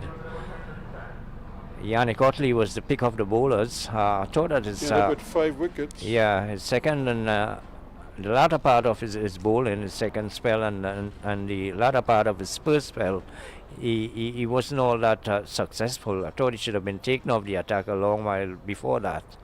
But he did have a very impressive first spell. He was the man who really broke the back of the West Indies Academy batting lineup. And he at one time he had 4 wickets for less than 25 runs. So they have rallied well enough here at the academy, and they have reached 300. And they've done that in 78.3 overs. So it's left now to see how the response, or what the response is going to be like from the academy. I don't think they're going to have a lot of overs to bat, but the light is extremely good. It's still brilliant sunshine here at the UWI spec, so I think we're going to get in the full quota of overs in the day's play. Of course, they would have to minus 3 overs for the change of innings. We had 78 overs. So even if it took out Plus 3, three. that will bring you back to 81. Yeah, so they might And, have so they have 8 or 9 overs. 9 overs possibly they would have to bat. Yep. When they should have been batting a long while ago, Ruskin, but you'd have to give credit to Tuckett, and in the end here, Lane. That was excellent batting indeed. Well, they certainly pushed the score up to the 300 mark with some big hitting, 4 sixes. Lane clobbered in that magnificent innings of 63 before he was caught by Marcus of the bowling of Utley. Utley really bowled well, and as a general note, more particularly just after the luncheon interval when he really sliced through the academy's batting, but some low order heroics has seen them go. So Worrell made 27, Allen made 5, 36 to Dawn, 13 to Bishop, 15 to Johnson. Bowen Tuckett not out, 76, 10 fours from 120 balls. James made just the 1. Young made 2, 32 to Joshua Bishop, and Ned made 10, but they all contributed at critical times. And then of course it was Lane was the man at the death, the last man out for 63 from 43 balls, 5 fours and 5 sixes in his innings. So a fine effort on his part, and that certainly put the cat among the pigeons, really. In fact, they had the CCC flat on their backs, looking a little, not just jaded, but bewildered with the onslaught that was coming their way, and they couldn't stop it at all. They were hemorrhaging runs at both ends, and it didn't look like it was going to end anytime soon. But in the end, Yannick Utley, who made that brilliant 99 in the second innings for CCC against the Leeward Islands, came back not with the bat this time but with the ball, and he was the pick of the bowlers. 22.3 overs, 8 maidens, 47 runs, 5 wickets, 5 for 47 for Utley. Also the other wicket takers, Blades, 17 overs, 1 maiden, 59 runs, 3 wickets, 3 for 59 from 17 for Blades. Goodrich, 14 overs, 5 maidens, 37 runs and 1 wicket, 1 for 37 from his 14. Marcus, 13 overs, no maidens, 75 runs and 1 wicket, 1 for 75. Graves, 5 overs, 2 maidens, 32 runs, no wickets. Utley again, of course, 22.38, 47.5, and Motara, 7 overs, no maidens, 41 runs. So that is the story there. An amazing fight back from the lower order, and it's now up to the CCC batsmen to see out this evening, and then come back tomorrow and see if they could chase down this target and maybe even try and get a lead in all of this. But what a fine effort from Keon Utley for his 22 overs and 3 deliveries with 8 maidens inside of there. And he conceded just 47 runs, but he had 5 wickets. Those would go down as one of his best. That would go down as one of his best bowling performances. And it could have been better if it wasn't for this last pair and the way that tail was wagging. Well, not just the last pair, but even the 8-wicket partnership between James And Tuckett. and between Tuckett and Bishop, Joshua Bishop. That was a 56-run partnership that really set the tone for the recovery, and then they push it all the way to 300.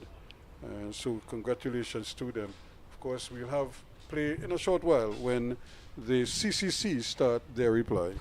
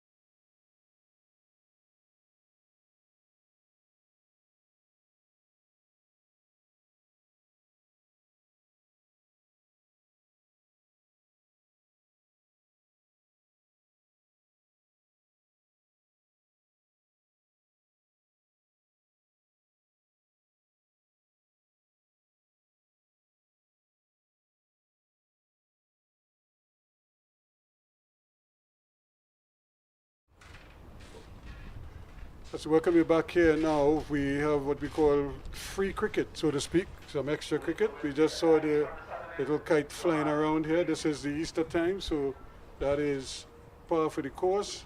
But right now we have the CCC in their first innings. starting their reply.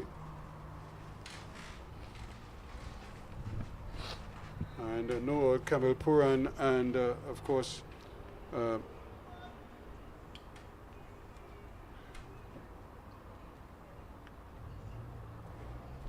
Domel Evelyn, and they immediately get off the mark quickly.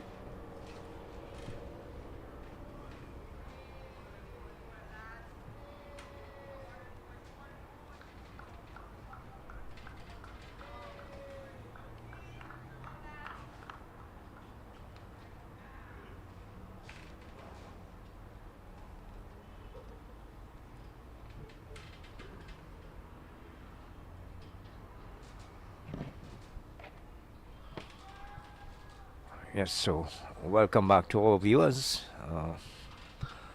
Good afternoon again to you, those of you who are now joining the commentary. We are here at the UWI Spec in St. Augustine as we are looking at Johan Lane. There's a loud shout from LBW and he's going to be out. That's out. The very first delivery Kamil Puran receives here from Johan Lane. He was getting in line, struck on the front pad, and adjudged LBW by umpire Braithwaite. So an early strike here just in the very first over, the second delivery as a matter of fact. Kamil Puran shuffling across the stump, struck on the front pad, and he is out, LBW. So the first wicket going on very, very early here. 1 for 1 in just the second delivery.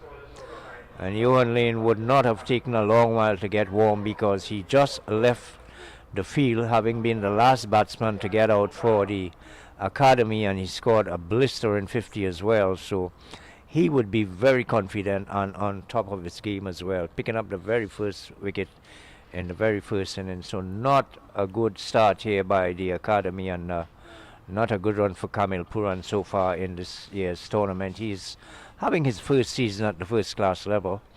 Played in the last game for the CCC. Didn't have much of a good hit in the 2 innings that he has faced so far, and now today, the very first delivery that he has received, he's been adjudged LBW. Tough luck for the youngster. But he didn't. I think he didn't last 2 balls, or he lasted 2 balls in the second innings of the Leeward Islands game last week. And again, LBW on that occasion.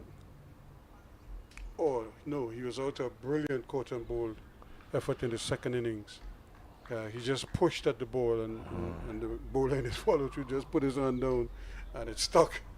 Well, he was neither forward nor was he on the back foot for this dismissal here. He was just shuffling across the stump. I can't understand how he allowed that ball to strike him on the front pad in front of the stump. Probably moved in a little bit, a bit of in swing here from Johan Lane. Didn't really get a second look at it, and we are just aside from the stump. We're not exactly behind the line of the wicket, so it's difficult really to judge the LBWs from where we are. But it's tough luck for the youngster Kamil Puran. He scores very heavily in the local club cricket, and to have come here after fielding all that while out there to get out in the very first delivery, that can be shattering for any young cricketer. But this is the way the game goes. You have to come again and make amends for that. So Johan Lane seems to be the man of the moment, Ruskin, coming in at number 11, scoring a 50 and picking up a wicket in his second delivery. Here he is, and this is well pitched up on about middle stump. A Yorker length delivery. They're sending night watchman in young Motara. Yeah. To try to keep him out the rest of the way. It's a bit early to send in night watchman, but they may feel that this might be the best option at this stage, trying to protect some of the batsmen, the other batsmen in there. Shamar Brooks, of course, Richards himself, even Otley. The hands go up in the slip cordon. Well, Motara's confidence level would not be all that high because he didn't really do all that well with the ball. As a matter of fact, he was struck around for quite a few boundaries and was unable to pick up any wickets as well. So let's hope he can shake off that disappointment with his bowling and really come good here and try to keep his team in this game by not losing his wicket this afternoon. He's got a fairly long while to bat out there this evening. At least 9 overs remain in the day's play. The sun is extremely bright still. At this time of the year, it usually happens that with Ruskin, it doesn't get dark until it gets very late. So even at 6 o'clock, 6:15, you still find that the lights would be good for cricket. But I don't think they're going to go that late. They probably go until 5:30, so you may not get in all 9 overs. Yeah. I guess if the light's good, the umpires would want to probably play on until they get in the full quarter of overs. 3 slips on a gully Surrey, a forward short leg. Lane. Wow. The Mutara prevents that one or defends it well, barely doing so. So Bowen Tuckett 76, Lane 63, and Joshua Dawn 36. And of course Yannick Utley with his 5 for 47, the pick of the bowlers. So it's 1 for 1 at the end of the first over.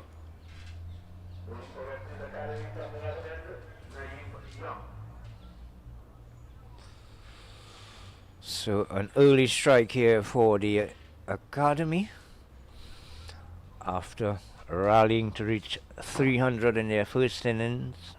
They were struggling at one stage at 129 for 7, and an excellent rearguard action saw them reaching 300, and now in the very first over, just the second delivery, they've picked up a wicket, that of Kamil Puran, without scoring.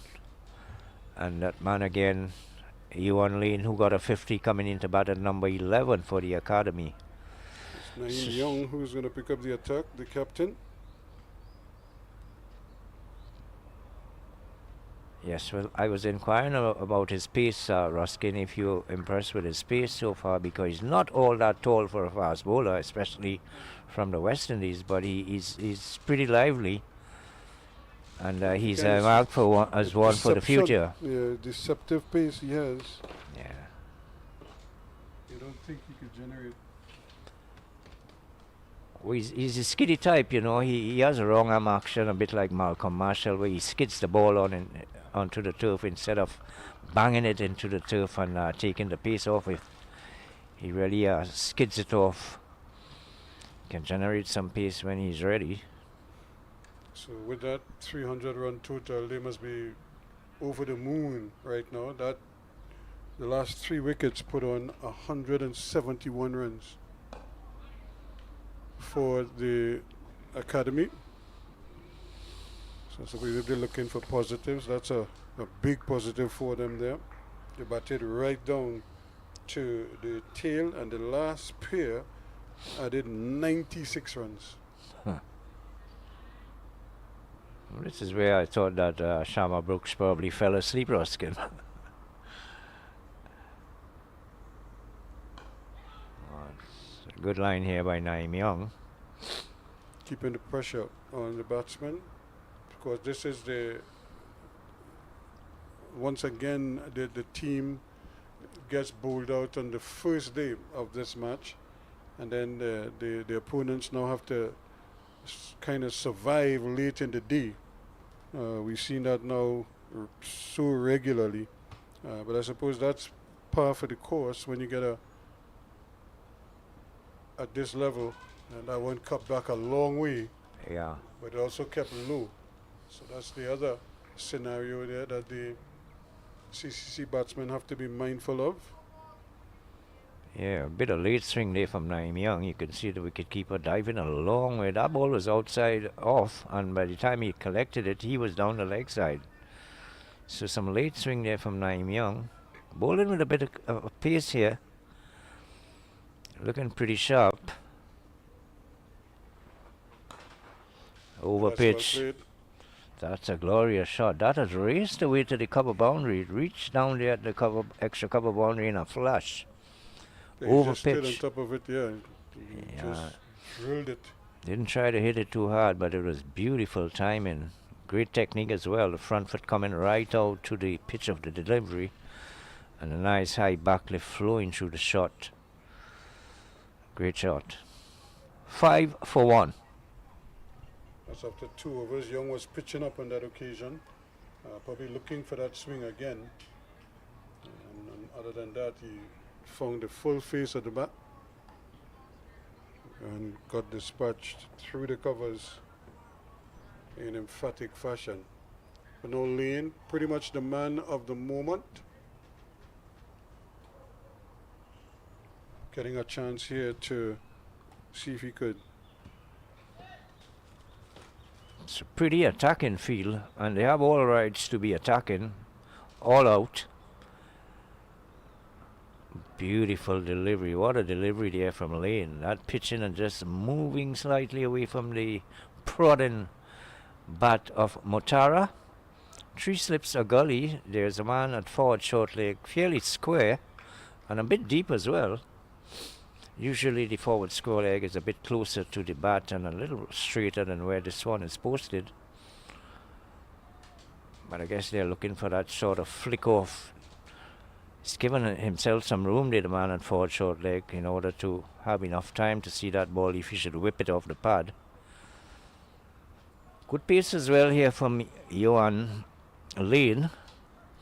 Of course, it's a new ball, and you would expect that the ball would be travelling fairly quickly, but he's bowling with a bit of pace as well. So too is Naim Young.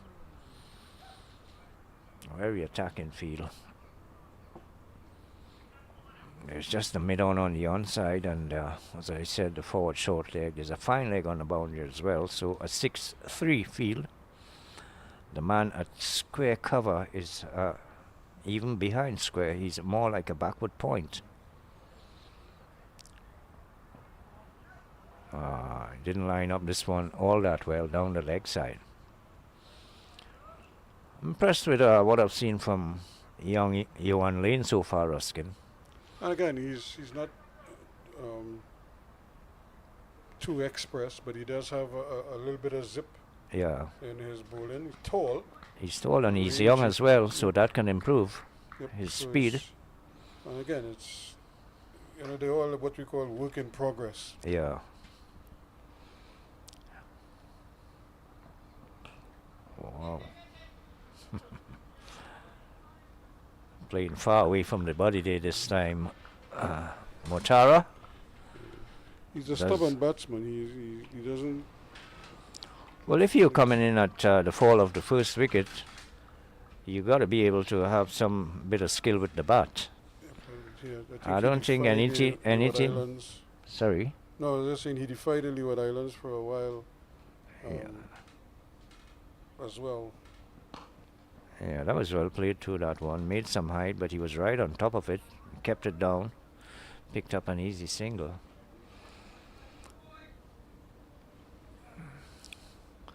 Well, he can't consider himself a night watchman anymore, because the matter of the fact is that he is batting at number 3.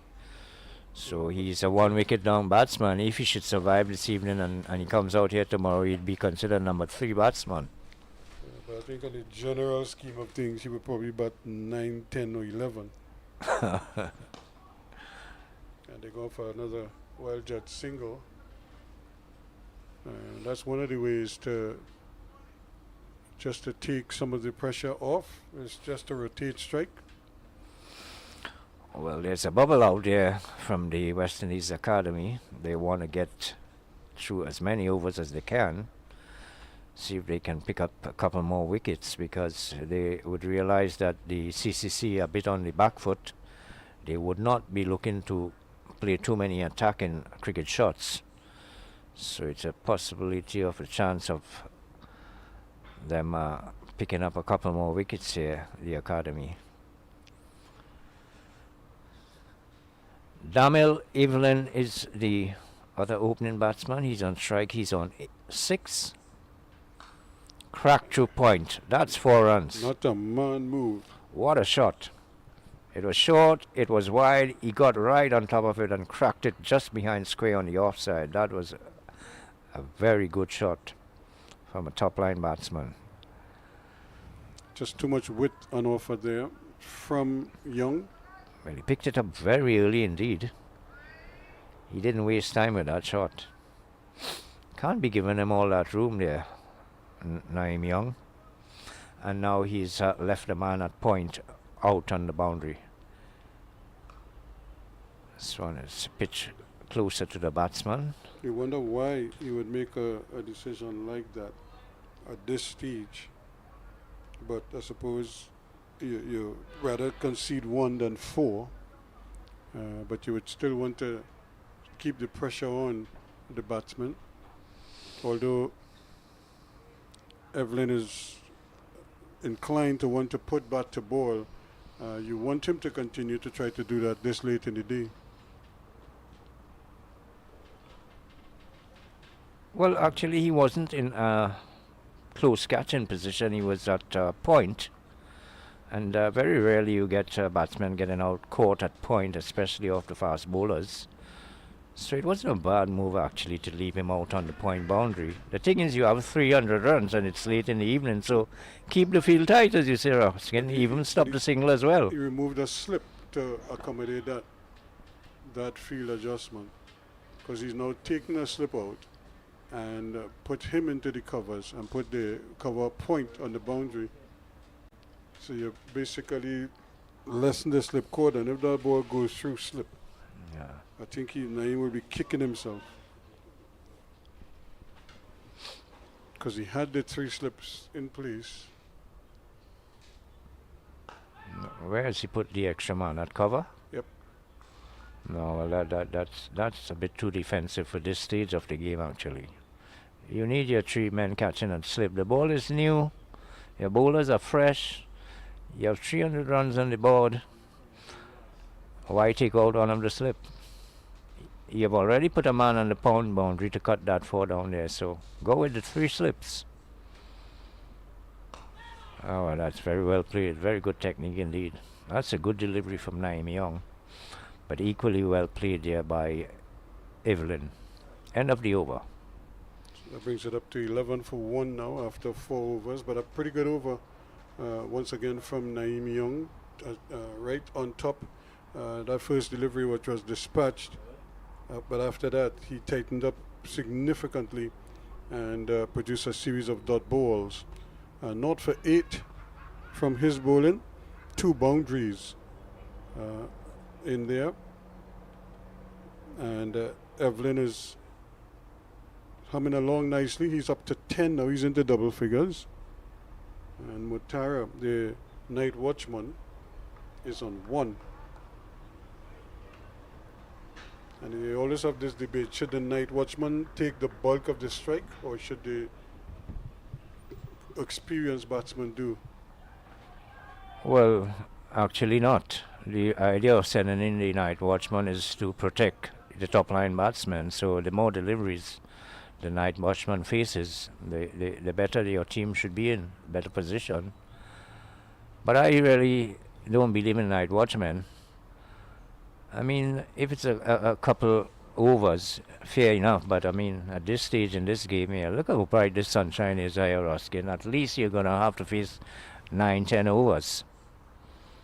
So you should be sending in your top order batsman. He's been there fairly early. He was there after the second ball of the innings.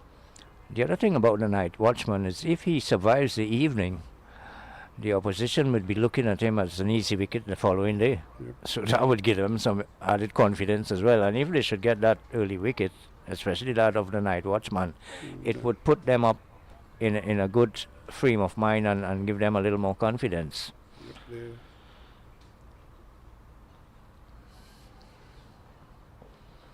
Oh, that was well left. Again in position now. That was a good leave there by Morata. A bit late though. I haven't seen him bat. He does have a fair idea what he wants to do. I don't think he has all the skill as a front-line batsman, but he has the determination, and he has enough talent to stick around, which is exactly what I think they want him to do here, is to bat through till the close. Just don't like the way the front arm, the non-bowling arm of Lane is coming down just a bit too quickly. Appears as though he's pulling that front arm down just a bit too quick. Needs to keep it up just a split second longer, a little higher. That front arm helps in the rotation of the bowling arm. I hope his coach is taking notice of that and pulling down the front hand just a bit too quickly. But he seems to have a pretty good otherwise approach and a good action as well.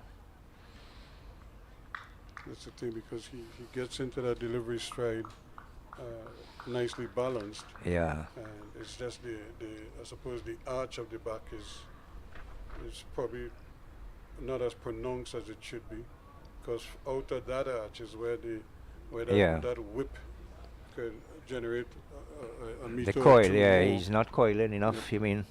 Yep. So it's almost like the same. He's upright. Yeah, a bit when too he upright. runs. Yeah, he needs to coil. Yeah, you're right, Oscar. So at the end of the day, it's like he's bowling off his arm more than his body.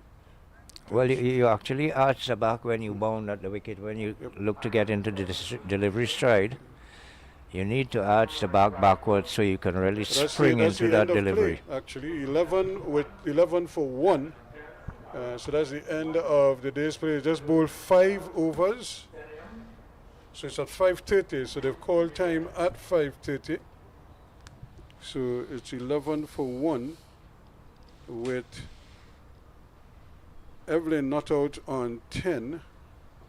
And the night watchman, who's done his job beautifully, Mutara, who is on 1 lane, the wicket taker. And it certainly sets up a nice second day. They still trail by 289 runs. And you get the impression that this could be a grind tomorrow to get those runs. Yeah, it certainly would be, because what we've seen so far from the opening pair of fast bowlers for the academy is that they look a little more organized than the CCC fast bowlers, and they bowl a pretty good line. They've got extra pace as well, so it's not, as you said, it's not going to be an easy task. 300 runs are runs already on the board, and I thought that the CCC would have lapsed a bit after they were fully on top in the early part of the day's play. That was between lunch and tea, when they had reduced the academy to 129 for 7. They didn't really put the pressure on and try to dismiss them for a much cheaper score than the 300. So they're going to be up against it, and we expect tomorrow we'd have a pretty good day's play. So that's the situation here. A further 289 runs required to get to that 300 total scored by the West Indies Academy after they were put into bat by the CCC this morning, and they owe their strong position to a gutsy unbeaten 76 from Bowen Tuckett, who was dropped on 14. Lane, the fast bowler, Johan Lane, getting to 63. Together they added an invaluable 96 for the last wicket. And of course, Kean Otley was the pick of the bowlers with 5 for 47 for the combined campuses and colleges. So the game is set up quite nicely. Again, the Academy 300, and in reply, CCC 11 for 1. That's where we will resume in the morning. We hope you can join us then. And on behalf of the entire team, I'm Ruskin Mark, and we look forward to your company again come tomorrow morning.